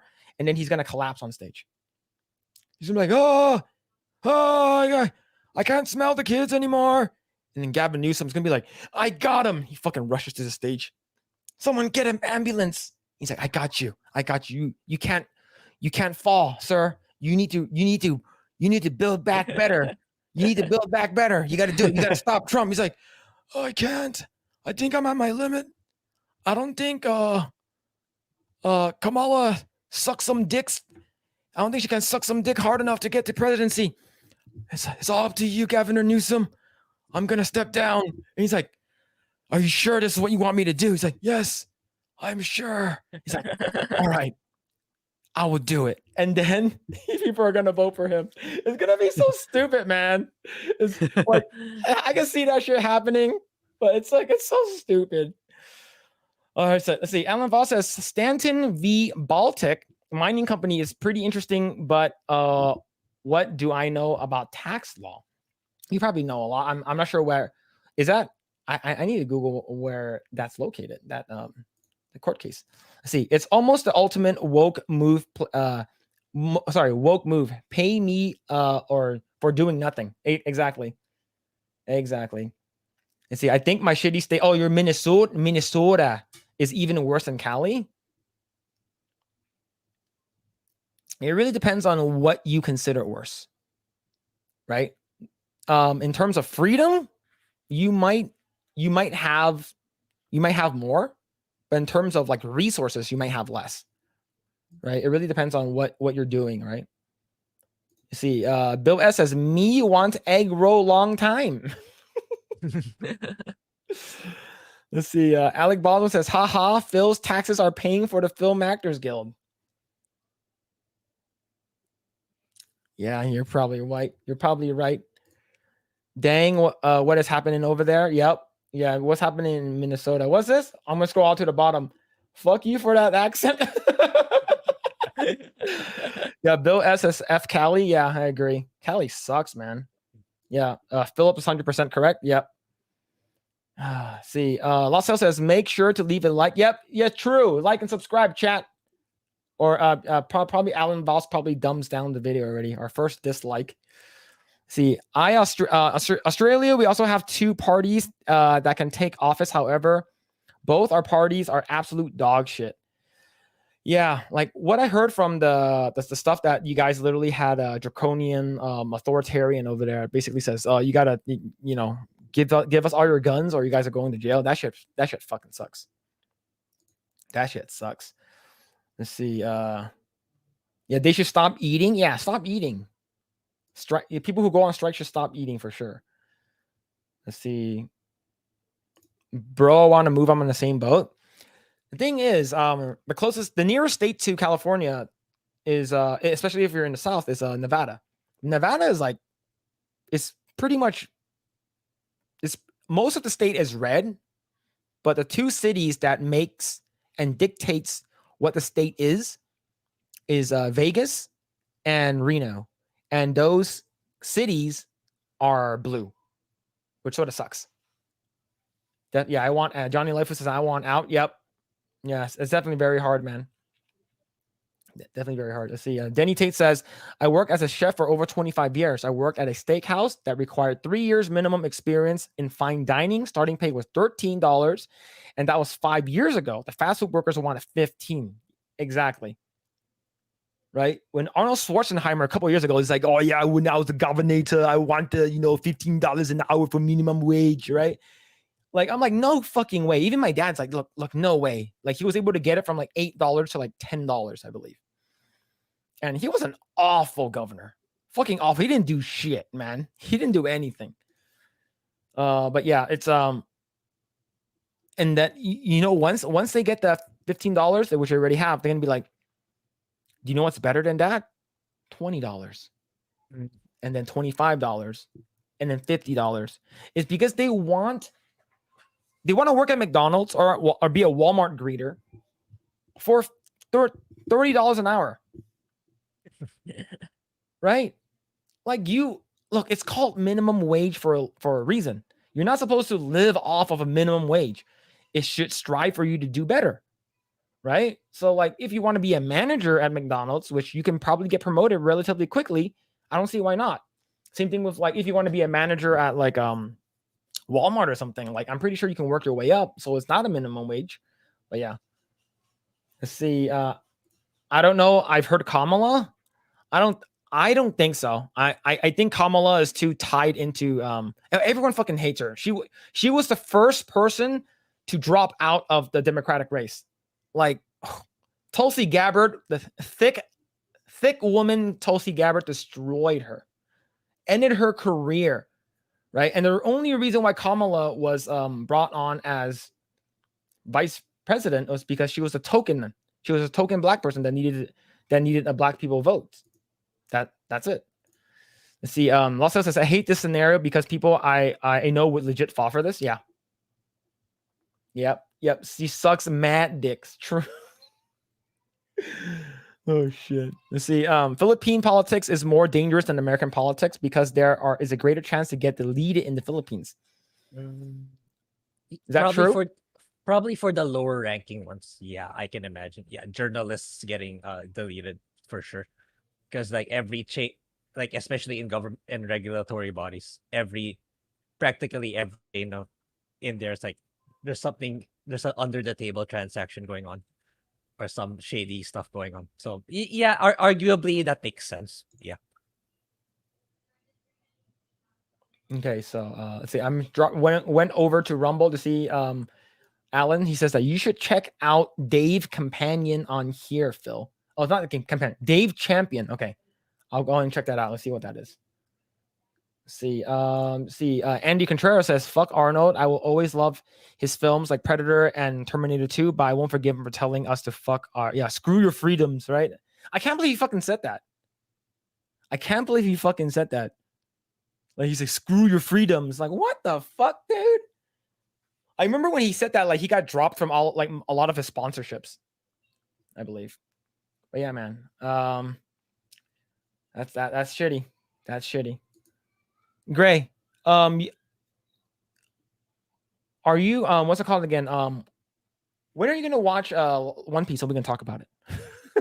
Yeah. I'll try to finish it this week. Yeah, I'll finish the rest. I'll prioritize that instead. Yeah.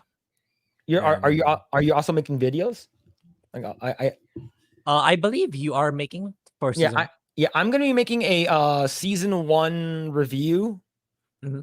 Review video. I'll probably make it on Sunday. What's it called again? I have like I said, I have a wedding to go to tomorrow, so I'm basically booked all day tomorrow. And so I'll make it Sunday, and it'll probably come out Friday or I'm not gonna promise anything, but it will come out whenever it comes out. Yep. Okay. Yeah, but yeah, man. See, all right, cool. Cavateno says, I think Phil's wife will have issues if she starts communication with a companion. Just saying, yeah. Sorry, I said I misspoke. It's champion. I still can't believe it either. He is a success story of coming to America with the opportunities we have, and he kind of rise to the top and just look at he basically shits on people now. Like the thing is, his son-in-law is Chris Pratt. Oh, really? Okay. Yeah. So him and Maria Shriver had a daughter, and that's who he's married to. Which is pretty crazy. And do you know Maria Shriver's lineage? No. She is the niece of John F. Kennedy. Oh, okay. Yeah. Very, very powerful family. Yeah. And it's crazy. Yeah. It's pretty crazy. Yeah. Quote unquote wife. Yeah. What, legit? Chris Pratt? Yeah. Chris Pratt is married to Arnold Schwarzenegger's daughter. Which is pretty wild, man. It's on the business of that, the family stuff. But all right. So what movies are coming out soon that we have to watch? There's nothing, right? Do you want me to tell you what comes out a week after next week? Sure.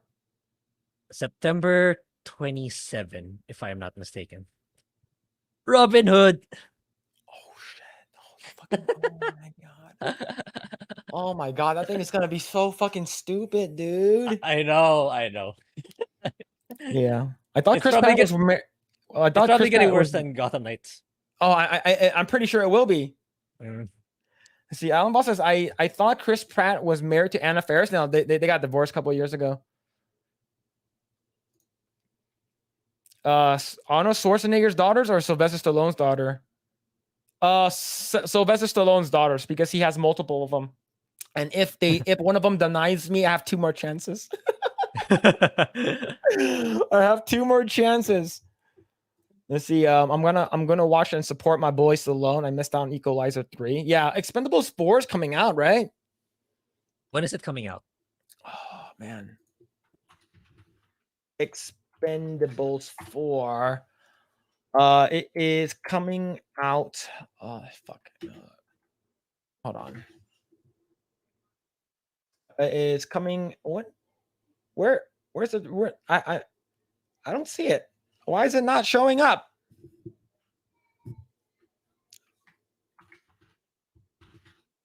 Where's the release date? Am I blind? Probably am. Okay, so then 22nd as well. Oh, okay. Yeah, Very September close. 22nd. But the thing is that I'm like did you watch any of the Expendable movies? I don't remember. I think I watched one. I don't remember though if I did. There's just so many movies. I don't remember if I did or didn't anymore. Yeah, I like the first 2. I like the second one more because they brought in all the people that I wanted them to be in the first one. It's because they brought in Arnold, they brought in Chuck Norris. And like I love that Chuck Norris joke, and it's like, oh, you're here. He's like, yeah. It's like last time I heard that you were bitten by a rattlesnake, and he's like, yeah. And after 4 excruciating days, the snake died. Oh man, those Chuck Norris jokes are amazing. Yeah. Back then, they were really funny. Let's see. Alan Boss says there's one in October called A Miracle in East Texas from Kevin Sorbo. Sounds interesting. Yeah, I'll probably check that out. I do like Kevin Sorbo. Let's see. Over the last 5 years, the only new movies I've seen is Super Mario's Brothers, John Wick 4, and Suzume. I need to watch Suzume. Yeah, it's good. It's good. I can't judge though which is better. I haven't watched Weathering with You, but people are saying that's the weakest of the 3. So, but in terms of comparing it to Your Name, I don't know. I would put it on par. Yeah. For me, I've only watched Your Name and Weathering with You. We enjoyed Your Name better, and Your Name has a better soundtrack, which is the Radwimp, which is really good. Let's see. History Lies in Nottingham. There's no way I'm watching that new realization of Rodman. Yeah, that one. Yep. New Nottingham. Oh my god, dude. That's yeah. The best Robin Hood. There's 2 good, really good Robin Hood movies. The first one is the Robin Hood from Disney, the animated one, the one with the fox. That one's really good. I love that as a kid. And the best one of all times, though, is Men in Tights. You need to watch Robin Hood Men in Tights, Grae, if you haven't watched it. Oh yeah, I heard of it. Yeah, that one is a early '90s comedy, and it's so good. Yeah, it's so funny. And Dave Chappelle's in it too, which is awesome. Let's see. I saw a trailer for a new movie that stars Leonardo DiCaprio, and I think Robert De Niro as well. I forgot the name of it, but it takes place in a Western setting. Ooh. Let's see. See, which one is it? Oh, it's called is it Martin Scorsese, right? Killers of the Flower Moon? Oh, sounds interesting. Yeah. Usually a lot of I used to be a pretty big fan of Leo, but like I stopped watching his stuff. It's like I don't know why. Like I know a lot of his movies are really good. I didn't watch it. Wait, which one is the one where he's like drinking, and then he's like he's a meme? Is that a Django? No. Shoot, I forgot. Is the one where he's like laughing, and he has like a mustache? I watched that one. I forgot. Crap. It's the heavy meme of. Yeah, but it's more of that movie. If I remember correctly, it's more of a romance film actually. Oh yeah, someone said Django Unchained. He wasn't the main character; he was a side character. That the meme him carrying him. The the one where he's holding the glass like this. That one is Great Gatsby. Yeah, that's the movie that I was looking. No, for. it's the one where he's like laughing at you. He's like, okay, yeah, okay, yeah, okay, yeah. Like I remember he was a side character. I interchanged it. Yeah, and I heard like Leo's such a great actor. According to what I heard, that he actually smashed the glass on the table. And that glass was actually a real glass, and they didn't switch it out for a fake one. So his hand was bleeding, and it was actually his blood. He was legitimately like bleeding on that. So I was like, oh shit, that's pretty cool. He was method acting so hard that like he didn't even like look at it, or they didn't even cut it. They said that scene was so good they can only do it once, which is like, oh, okay. And the thing is, I haven't seen a lot of like his movies. I haven't seen Django Unchained either. Let's see. Marcus says Men in Tights, one of the best movies ever. It couldn't be made in today's movie environment. Yes, it makes fun. For it sure. also makes fun of the blind guy too, which is pretty funny. Yeah, you should definitely watch it, man. Let's see. Never forget Leonardo DiCaprio has the same amount of Oscars as Nick Cage. Wait, is that true?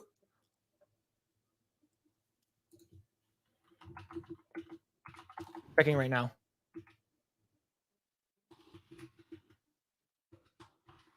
Yeah, I'm not updated anymore with regards to how many Oscars. I only know he got one from The Revenant. Yeah, didn't he finally win one from Revenant? He just got one, right? Yeah, from The Revenant, I believe. Wait, are you saying that he has Nick Cage and him has the same amount? That sucks. But Nick Cage is hilarious though, so I like Nick Cage. I need to watch that vampire movie that he was in. It's really good. Yeah. It's gonna take me like 2 decades to watch everyone's recommended movies to me. Yeah, I would say the next like month or so, like watch Kung Fu Hustle or Shaolin Soccer, so you can sort of like understand what Oda is coming, where he's coming from in terms of One Piece, because it has the same sort of wackiness to it.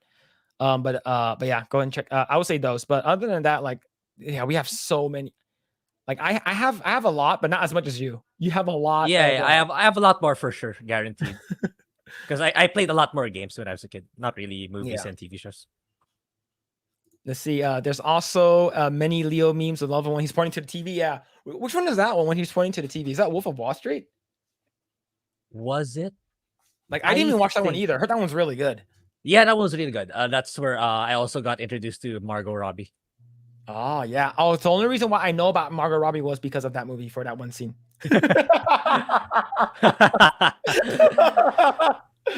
Oh shit. Let's see. Oscar-worthy performance. Yeah. Let's see.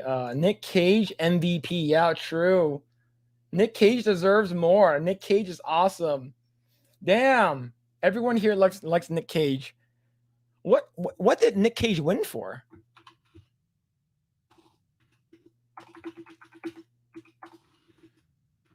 See, what did he win for? Oh, Leaving Las Vegas, 1996. Wow, that's a while ago. That's a while. Wow. Which movie is that? I used to watch a lot of Nick Cage stuff when I was younger. Oh, this is a drama. I watched like Face Off and what's that one where he's on an island with Sean Connery? Is that The Rock? Oh. Yeah, I'm familiar with that one. I forgot the name. That one was good. That's like one of my favorite Nick Cage movies. I also like National Treasure as well. Yeah, Nick Cage, National Treasure. Yeah, The Rock. Yeah, that one is good. I love The Rock. Not Dwayne Johnson. Not Dwayne Johnson. Not Dwayne Johnson. Yeah, but that one was good. Yeah, I like The Rock. Face Off was pretty good. I loved him as Big Daddy in Kick-Ass. Like it was. Did you watch Kick-Ass? Did I? The one with Hit Girl. I'm not sure. Probably not. Probably not. Yeah. Let's see. Yeah, for 20 years, Nick Cage had more Oscars than Leo. Yeah, he did. The fact that Leo just got it, man, that's a shitty part. He just got it. And Nick Cage just does any role he wants and doesn't care. That's what I like. Right? You can tell that Leonardo DiCaprio, like, he just wants, like, Oscars. That's all he wants. He always wanted to get nominated for Best Actor. Right? He's like, I'm not fucking leaving. Basically says that.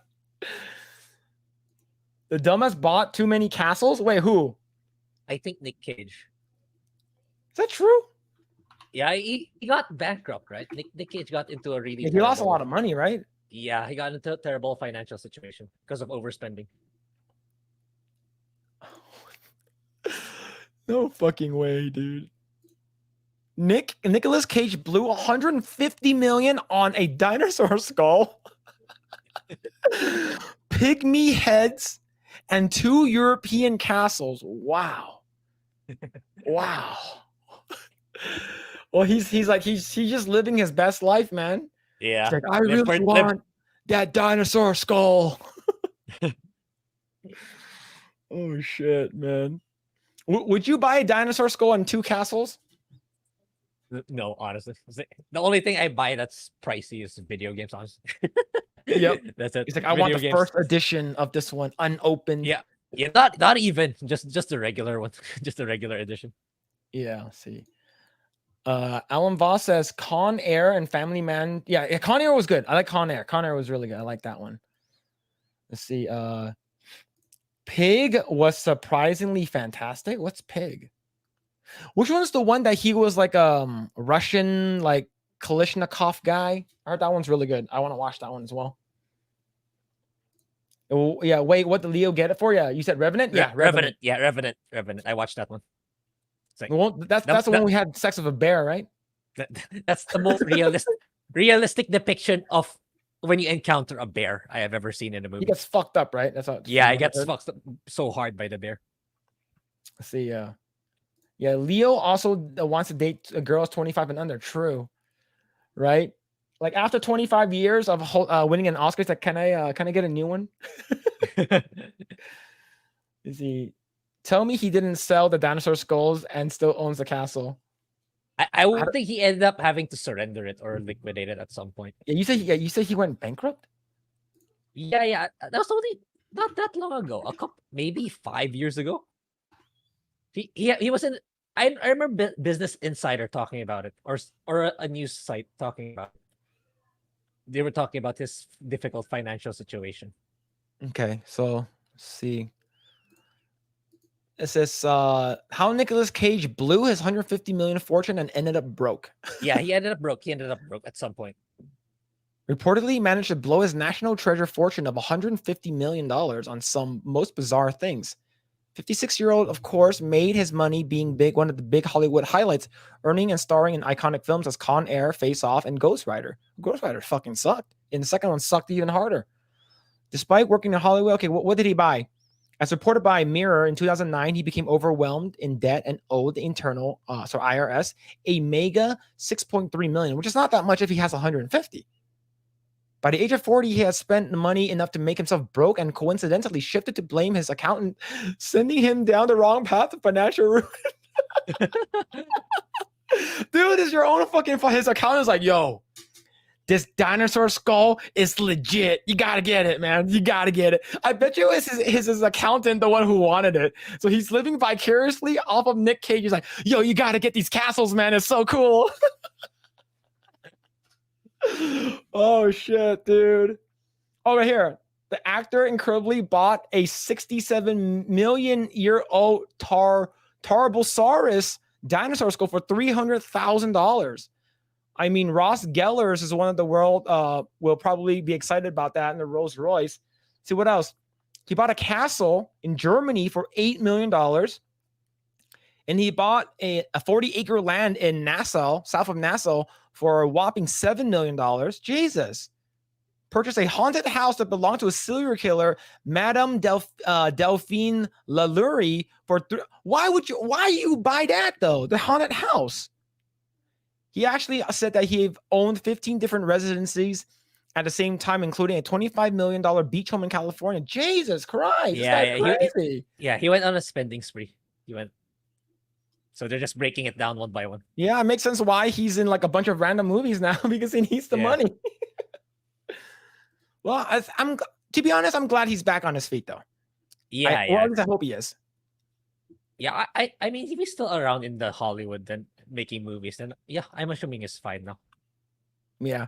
To be honest, if he made like another National Treasure, I will watch it. But I heard they're rebooting it into like a piece of shit or something like that. Oh, they already did. They already did?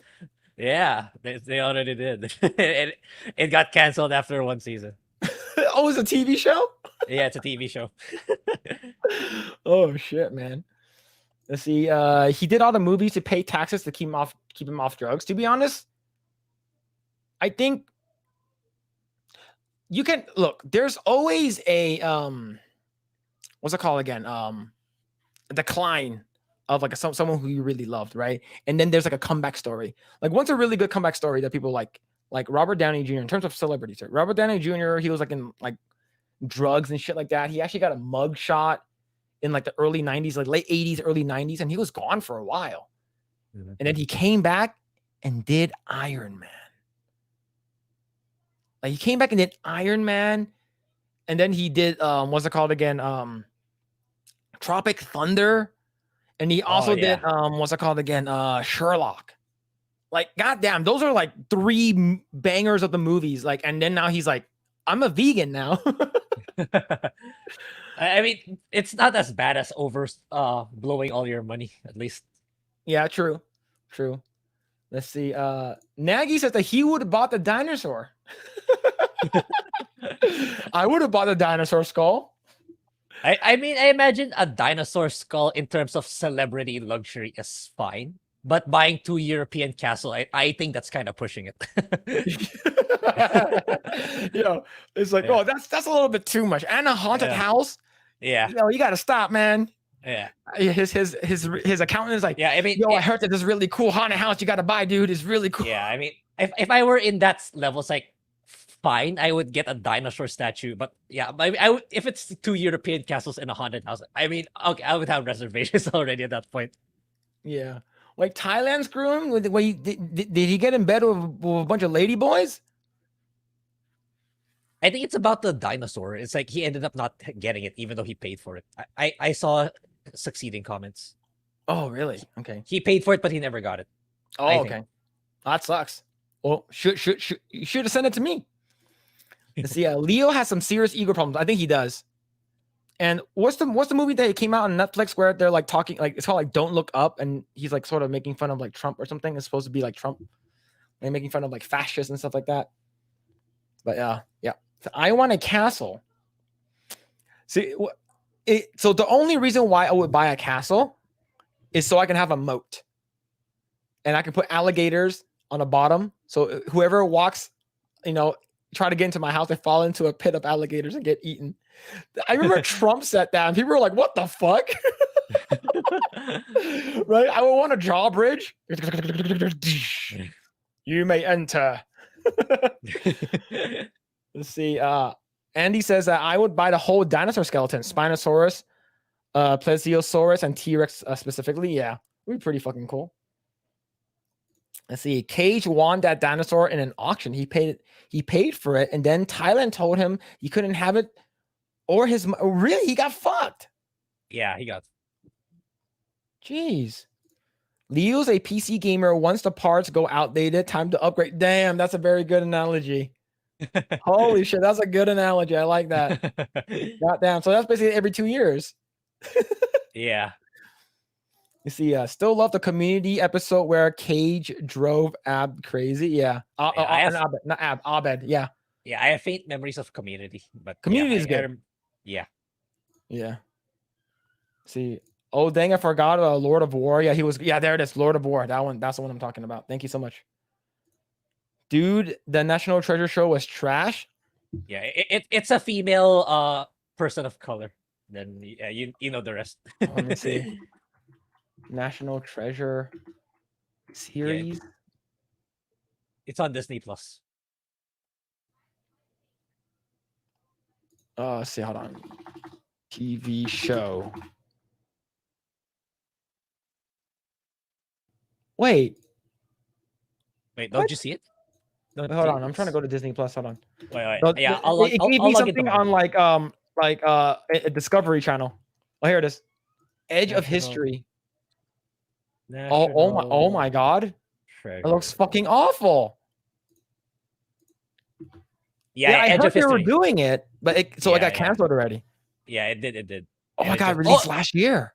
No, just this year. Well, on Disney Plus, the first episode. Oh yeah. Sorry, yeah. It came out late last year. Yeah, so it was like earlier this year. Yeah, then it got canceled after one season. Did it have to do anything with the original? Is it like Nick Cage's daughter or some shit? I don't know because I did, but Az covered it a little bit. Then he said it's trash. So I mean, it's not surprising. So Johnny Lifewood says, "Ask Az. He loves the show." Yeah. This is something like Az and Disparu would cover. Oh man. So they'll probably cover also Robin Hood, kind of like what I think we're gonna do. Yeah. See, this is becoming a Nick Cage stream. I'm okay with that. Yep, true. Yeah. Let's see, a Hollywood actor made fun of Trump. You don't say that never happens. Yeah, it never happens. It's the first time I've ever heard of it, man. See, dude better be watching for that Adam's apple. Yep. You don't know. You never know. They might. It's especially with social media now. Like all of them could be dudes. Phillips, that's Asian. That's very Asian of you. What did I say? Let's see. Booming Bob says the theme was the only good part of the show. Let's see what the theme is. It says Jez Venezuela's life is to turn upside down when an enigmatic stranger gives her a clue to centuries-old treasure that might be connected to her long dead father. Jess has a knack for solving puzzles, and her skills are put to the test as she and her friends follow a series of clues hidden in American artifacts and landmarks.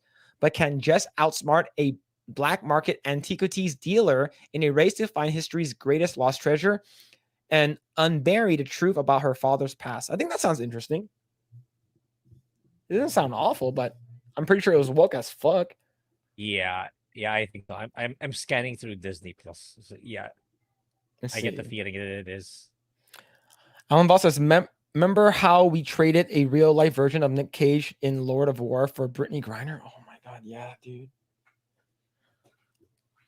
Oh man, I remember someone. I was listening to someone talking, and it says that. Other than Brittany Griner, name another WNBA star. Another person was like Jennifer Jacobson. And he's like, oh, really? Like, who's that? He's like, I don't know. I just made her up. See, you won't even know either. Oh, shit. Yeah. Fucking pronouns. You're so boring. Yeah. Epic rant. I can't believe that thing went viral, dude. Like, holy shit. It went viral because Dan Vaz. He shared it. He's like, hey, this is going to get you some heat. Yeah. Just a little bit. He's like, all right, it's fine. Yeah, fucking gender ambiguity. Fucking California nonsense. Oh, shit. It was very epic, though. It was actually really good. I think it got canceled. Yeah, it got canceled after season 1. Now, here's the thing, though. Was it as bad as Willow? I think not. I think no. It's just that National Treasure is probably less popular. Is that correct, though? Willow's not. Yeah, I would say so. Like, here's the thing. For me, when I heard that they were doing another National Treasure, I said, if Nick Cage is not in it, I'm not watching it. That's automatically. I don't care if it's good. If he's not in it, I'm not watching it. It's like same thing with like a lot of things. Like if Henry Cavill isn't gonna be playing Witcher anymore, no one's gonna watch that shit. And basically, that it is what it is, right? How is that? Is that is it in limbo, or are they still gunning for season 4 based on? I don't know. See, Andy said my favorite part of the was when Az says, "Let me guess, you're a guy."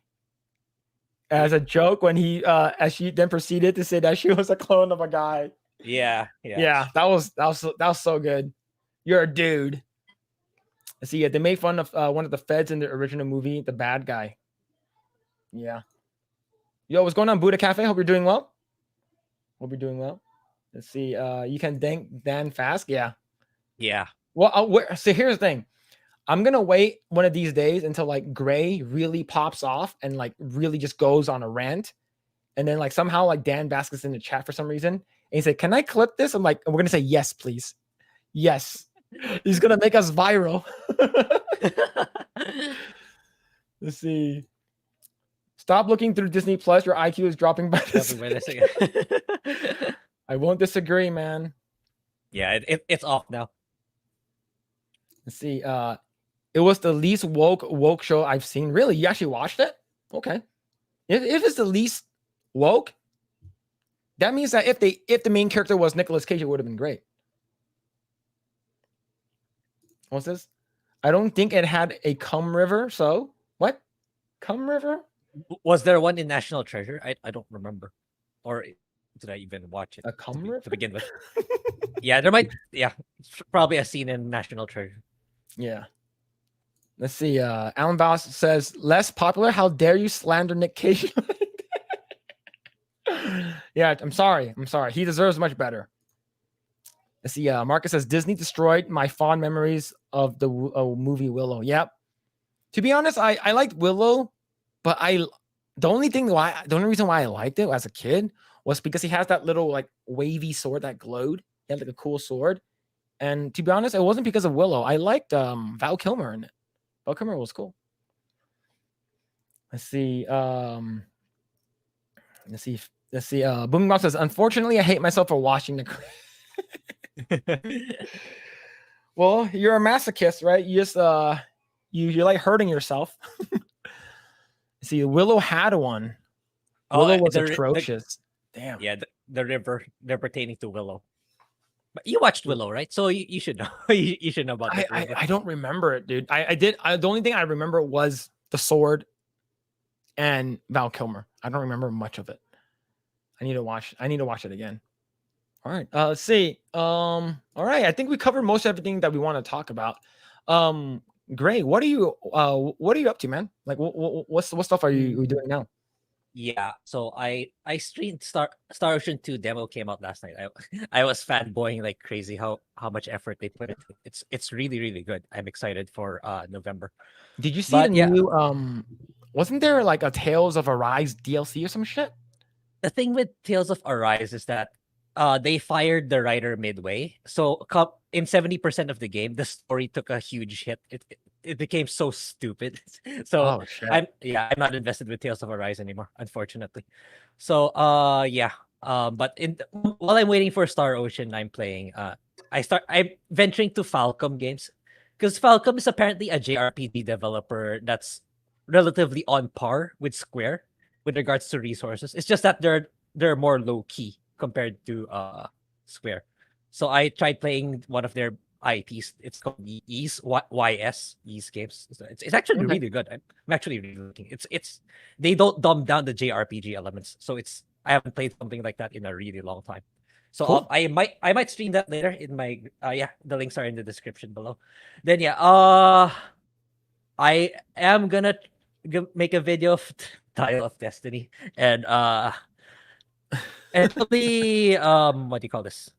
Yeah, you're gonna make a video of One Piece, right? Then we can. Yeah. I'll make sure to finish the entire season next week. Then we can talk about it more when we go live next week. Yeah. Cool. Let's see. Alan Voss asking Val Kilmer versus Nick Cage. Who's the better actor? I've seen more of Nick Cage stuff than I have of Val Kilmer. So Val Kilmer, I've seen him in what's it called? Top Gun, the OG Top Gun. I've seen him in Batman Forever, and I've seen him in what's it called again? Willow. Those are the only 3. So I probably, based off of what I've seen, I probably have to give it to Nick Cage. What about you, Grae? Not even sure. You're like, who? Yeah, who's Who? Val Kilmer? Yeah, Unfortunately, Val Kilmer, he can't talk anymore. He has like throat cancer or some shit. Sort of sucks. Okay. I'm not sure if I've seen any of his movies. I am clearly incredibly out of the loop when it comes to movies and TV shows. We should actually post a Google spreadsheet of the stuff that I didn't watch so that people can just type everything in there. Yeah. It's gonna be a freaking thesis paper of movie titles and TV shows. Oh yes, Alec Baldwin's finger, Val Kilmer in Heat. Yes, I forgot about that one. That one was really good. I do like that one a lot. A lot of cool gun action. But that was that was old school though. Yo, Andy Contreras, thank you so much for becoming a new member. Yo, thank you. Yeah, you can have we're gonna try to put more emotes. As of right now, we have the Eggroll, we have the weird, we have the bored, and we have the gay. Let me know what other emotes you guys would like. Like I'm not sure what you guys would like for that one. Let's see. Apparently Heat 2 is in the works. Is it with Al Pacino as well? Dude, that dude's old. I actually kind of miss like mafia like movies like Godfather. It's like I think it would be right for it to come back in today. We haven't seen those kinds of movies for a very long time. Yeah. Like the offer you can't refuse kind of movies. Yeah. Yeah, Scarface was really good Scarface. too. Yeah, Scarface. A Vietnamese rice farmer emotes. I might be able to get that. I might be able to do like a Chinese fisherman hat, the Raiden hat, with the slanted eyes, with the Fu Manchu mustache. That's not racist. Maybe a bowl of rice. We'll see. Neither are Vietnamese though. True. Well, I have a little bit of like I'm sort of mixed everywhere. Like get a Filipino garb as an emote. I definitely don't wear one. Well, all the barong, yes, in like wedding occasions or special occasions, but hardly. Yeah, we're saying the same thing. Yeah, I can basically get like some emotes and stuff like that going. Like I'll put more in because we don't have that much. I should probably put more in. All right, cool. All right, and let's see. Currently I've been playing what's it called again? Baldur's Gate 3, I believe. Yeah, you're getting close. Yeah, I might be getting close. Like I still have a couple big bosses to fight left. I know I have to fight Raphael, Gortash, Orin, and like the main shit like at the end. Like I'm not sure what else, but I am really enjoying the game. The only reason why I'm not liking the games right now, the reason why, according to what I found out, you cannot romance any of your companions after Act 1.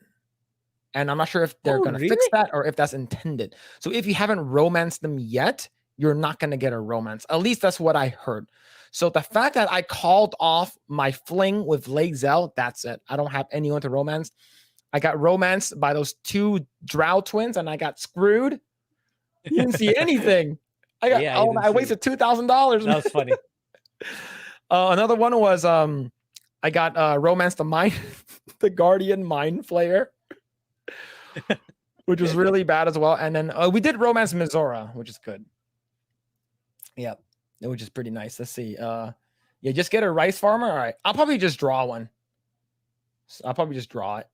See, Willow is the best Val Kilmer movie. I would say so. I like that one a lot. You see, Denny Tate says, yeah, Tombstone was good, but Rio Genius was a fun movie. You see, Booming Boss says, Phil's mad there can't be any sexy time with companions. Yep, you can't. Well, Grae, you're gonna have some sexy time with Shadowheart, so Yeah.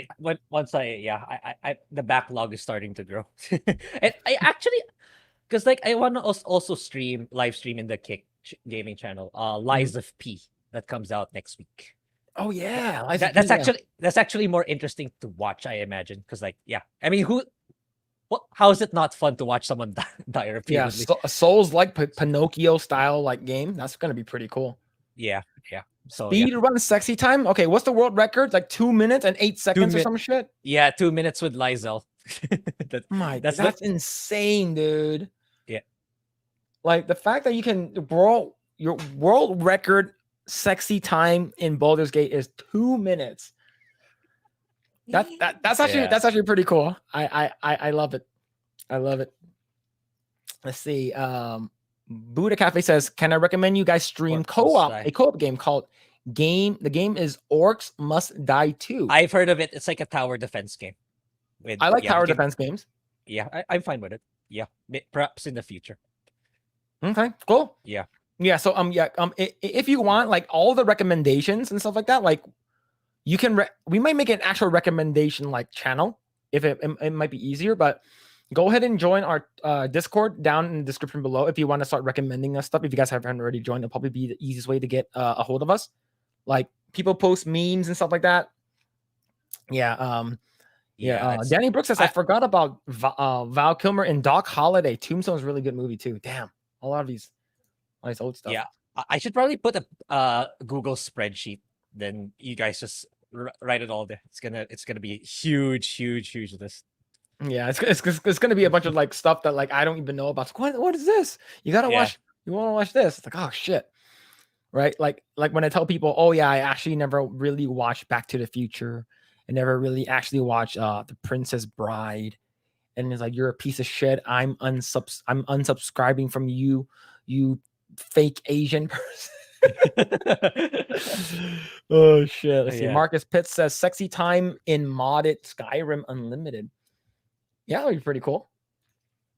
Yeah, and yes, you can follow all of us on our you can follow us on what's it called again? Twitter. It should be in the description below. Follow me anywhere at Mr. Phillip Chan. I stream Monday, Wednesday, Fridays on Kick. And I've been streaming Baldur's Gate 3 recently. I've been really enjoying that game. I'm not sure what games I'm going to be playing. I'm going to take a little break from Baldur's Gate and eventually going to go back and play like an evil version of the character. That could be pretty fun. But Grae, what are your socials that you want to shout out for you? Just my YouTube channels basically, which is in the description. Yeah, I might go live later in my live stream channel for some more Ys 8. But yeah, priority for that once I'm gonna make a video out of it. Then Lies of P, very, very likely. I will live stream that on Kick when the game comes out on Game Pass. Then I'll probably make a first impressions video. I'll have the editor make a first impressions video of it. Yeah, that's about it for me. All right, cool. And yes, and thank you guys so much. Don't forget to follow the channel and stuff like that. Like, share, subscribe, hit the notification bell. We'll be going back live on a regular schedule next Saturday. I'm gonna follow up with Epic Mike. He's been canceling on us because he's been super busy. He should be coming on next Saturday, but I'm gonna follow up with him because he's making a movie. And I asked him, if you need a Chinese extra, I can be that guy. I have professional extra background acting experience. I've been in one movie with David Tennant. A TV show with David Tennant. I've been on Heroes with Hayden Panettiere and Zachary Quinto. And I've been on NCIS LA with LL Cool J and Chris O'Donnell. And what's it called again? And I was also in a terrible TV show called Sons of Tucson. I was a background actor, random Chinese guy. That was me. But yes, we'll see if Epic Mike can come on. I know that you guys are really a big fan of Dan. Dan's gonna be coming back on October 7th. So in about 2.5 to 3 weeks from now, he'll be coming back on. And Grae, you said that your friends are going to be coming back on too, right? Yeah, I need to remind them. October, the week after that. The week after. The week after Dan? Okay. Dan, yeah.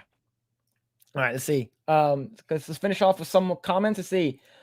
Don't make fun of Mike for having time blindness. Yeah, he's always busy, Wait, man. He's hold always on. What busy. about the is it already confirmed the other thing we have on October 7th or not yet? That one? I think so.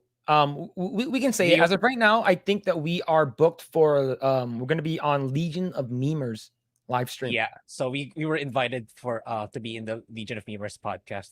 So it's we're gonna be there's gonna be double content on that day. One there and one in our podcast. And it's super early for I have to wake up like 3 a.m. Yeah, so it's gonna be at I believe 4 o'clock Eastern time, and then 1 Pacific, and then it'll be like I think like 3 or 4 like AM for you. Yeah. Yeah. So I'm gonna have to eat. I'm gonna eat really heavy before we start here on that day. Yeah, and then later on, we're gonna be. Yeah, I'm pretty sure you're probably gonna go back to bed. No, you can't go back to bed because you're probably gonna be awake. Yeah. I have to. Once we're done with Legion of Memers, I'll probably eat heavy. Then I'll probably just wait it out for then. Yeah, you're going for Eggroll? us with Dan. Yeah. Yeah, that's gonna be a big day for me too. It's gonna be, but you have to wake up early. I think that's the only shitty part. Yeah. Let's see. Let's go and continue reading. Finish off the comments. Let's see. Booming Bob says, "Just don't ask if Batman can beat Captain America." Man, that thread on Twitter went crazy. Holy shit, man! Like it got a lot of traction. It was just... All right, Grae. Let's ask you, Batman or Captain America? No prep time for Batman because if Batman can beat anyone with prep time. Yeah. Who will win in the fight to the death? I would say Captain America, but the thing is, I never bothered researching it, but like, is the trial that Steve Rogers went through in Captain America, is he the only one be able to go through that procedure? How he became Captain America? I think he was the only one that did it in that time frame. Yeah, but why Steve Rogers though? Why him in particular? So is genes his DNA? No, it just he basically, I think he volunteered to do it. Like no one else wanted to, I believe, and he just volunteered to do it. What stopped? I imagine the government did it. What stopped them from making more of him? That I'm not sure. Yeah, that's what my lingering questions are with Captain America's origins. Like, if he's so special, why is he the only one that went through that procedure? But anyway, yeah, I would think it's Captain America if no prep time. So Booming Bob says they destroyed the recipe to make it. If that's if he believes, so they destroyed the knowledge to make it. Oh, okay. Now, based off of your so you think that Captain America will win? Why? Because he's it's because it's artificial, or should I say artificially infused compared to Batman, who's a regular human, right? Yeah, it was that's where I'm coming from. But I'm not a hardcore fan, so it might be pretty low base. My reasoning can be pretty low base. Yeah. So in my opinion, I think if it was a fair fight, meaning like no gadgets, right? Because Batman has fucking everything. Yeah, he has a lot no of gadgets. Just a fight in the ring. Captain America would beat him up, beat the shit out of him. No doubt. If you have gadgets and Captain America does have a shield, I think with Batman, with the elements, if he's fighting in the dark and Batman does fight dirty, like he'll fucking throw sand in your eye and shit like that. Like I think Batman will win in that case. But the reason why people are saying that Captain America will win is because he has faster reflexes.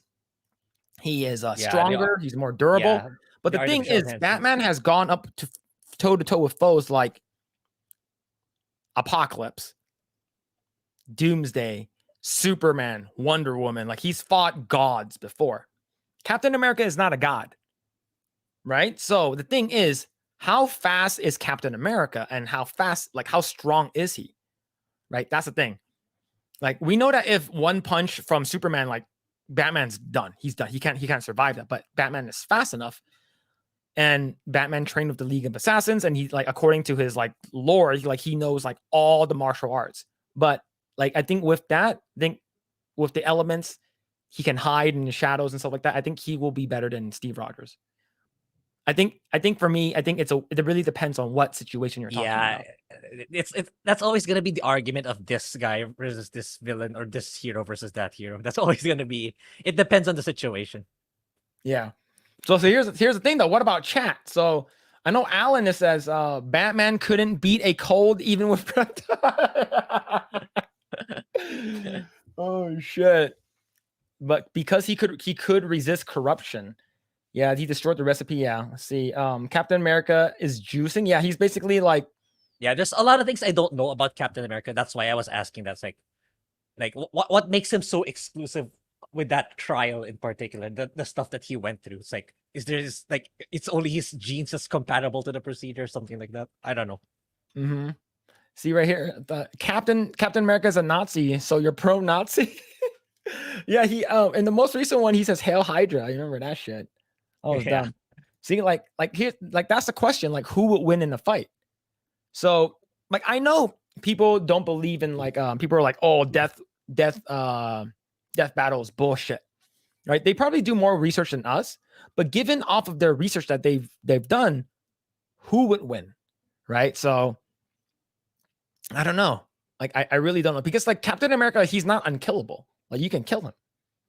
Right? It's not like he's Superman. And Alan says that all of these other people had weaknesses. Cap doesn't.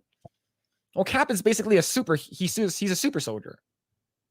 He's not invincible, right? Let's see. Okay. Danny says, no gadgets would be Cap. Otherwise, Batman could use poison gas or a tranquilizer. True. Right? Because he has the smoke that could let him like disappear. Yeah. You just go behind him and just fucking taser him, bat taser him. He's done.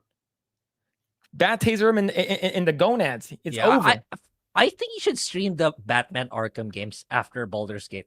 I think that's a nice change of pace. Yeah, I always wanted to play that game, dude. Like, yeah, I heard you can buy all 3 of them. Yeah, for really cheap, for dirt cheap. Okay, I'll check it out. I've never played them. I've always wanted to. I am sure you will like it. I am sure. But there's no kryptonite for a Batman. But here's the thing, though. Like Batman is able to probably he can, I would say, almost keep up with like Wonder Woman. Wonder Woman doesn't really have any weaknesses either. But Wonder Woman is way faster and stronger and more durable than Captain America. Right? Like, see, this is one of those questions that will get people pissed off. It's like, yeah, taser's a nut, you sicko. Hey, Batman plays dirty, right? Yeah, if he practiced Krav Maga, it's like, because the philosophy of that, right? There's no honor. It's whoever survives. So you're gonna do anything if you practice Krav Maga. And then I'm pretty sure someone in the chat saying that, well, Batman does have a weakness.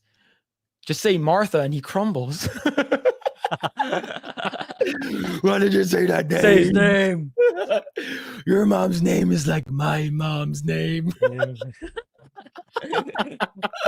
Oh shit, man. I'm fucking dying, dude. Oh god. Oh man. See, like I want to talk more shit like that, man. It's fun to talk about random stuff. Okay, yeah, but Wonder Woman is a woman, so Batman is versus small woman. Oh damn. Yeah, we don't count BVS. Yeah, true. Yeah, BVS is not canon. See, the only the reason why I like Batman is because I know that he's human, and that's the reason why what makes me like Iron Man as well, right? Like the fact that he's human. Yeah, but yeah, let's see. Batman. See, Alec Baldwin says Batman will buy your grandma's house to mess with your head. True.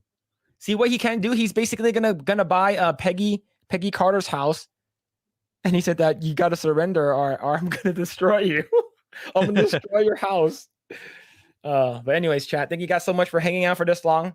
We should probably talk more about random shit, like what if, like what would you do? Yeah, probably. I think that's fun. I think it's more like it's good to like get away from like all the woke nonsense policy stuff that we get, because it's like it's just literally us bitching every week about stuff that we hate. Yeah.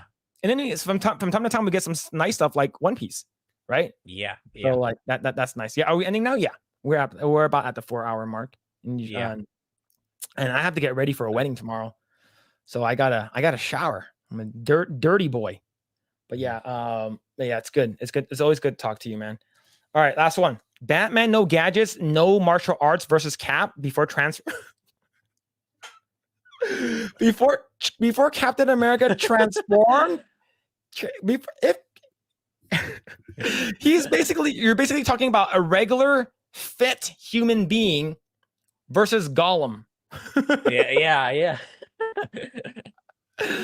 Oh shit. Alan Boss says, yeah, more Nick Cage and Batman versus Cap talk is fun. Yeah. Great stream later, boys. Yo, thank you. Let's see. Nick Cage versus Batman. I don't know. If you're talking about like Big Daddy versus Batman, that could be a real talk right there. Because that's a superhero. The Superman Nick Cage in The Flash. By the way, it's crazy seeing how people are going crazy over Chris Evans marrying a 26-year-old. Who cares? Yeah. They're just jealous because he's no longer on the market. That's the kind of gossip that thrives here in the Philippines, honestly, when it comes to celebrity life. That's why I don't engage with that kind of stuff. Yeah. All right. Thank you guys so much for hanging out. We really appreciate it. We will be back next Saturday. We'll keep you guys updated on whether or not Mike will be able to join. And if you guys haven't already done so, go ahead and subscribe, follow, like, share, all that stuff. Thank you guys so much. We really appreciate it. Thank you, Baked Ewok, for the 1 month. Thank you, X-Wing, for the 5. Thank you, Andy Contreras, for a new member. And thank you, Alec Baldwin's Finger, for the 5 gifted membership earlier. Thank you. We really appreciate it. All right. Hope you guys have a fantastic weekend, and we'll see you guys next time. Yeah. See ya.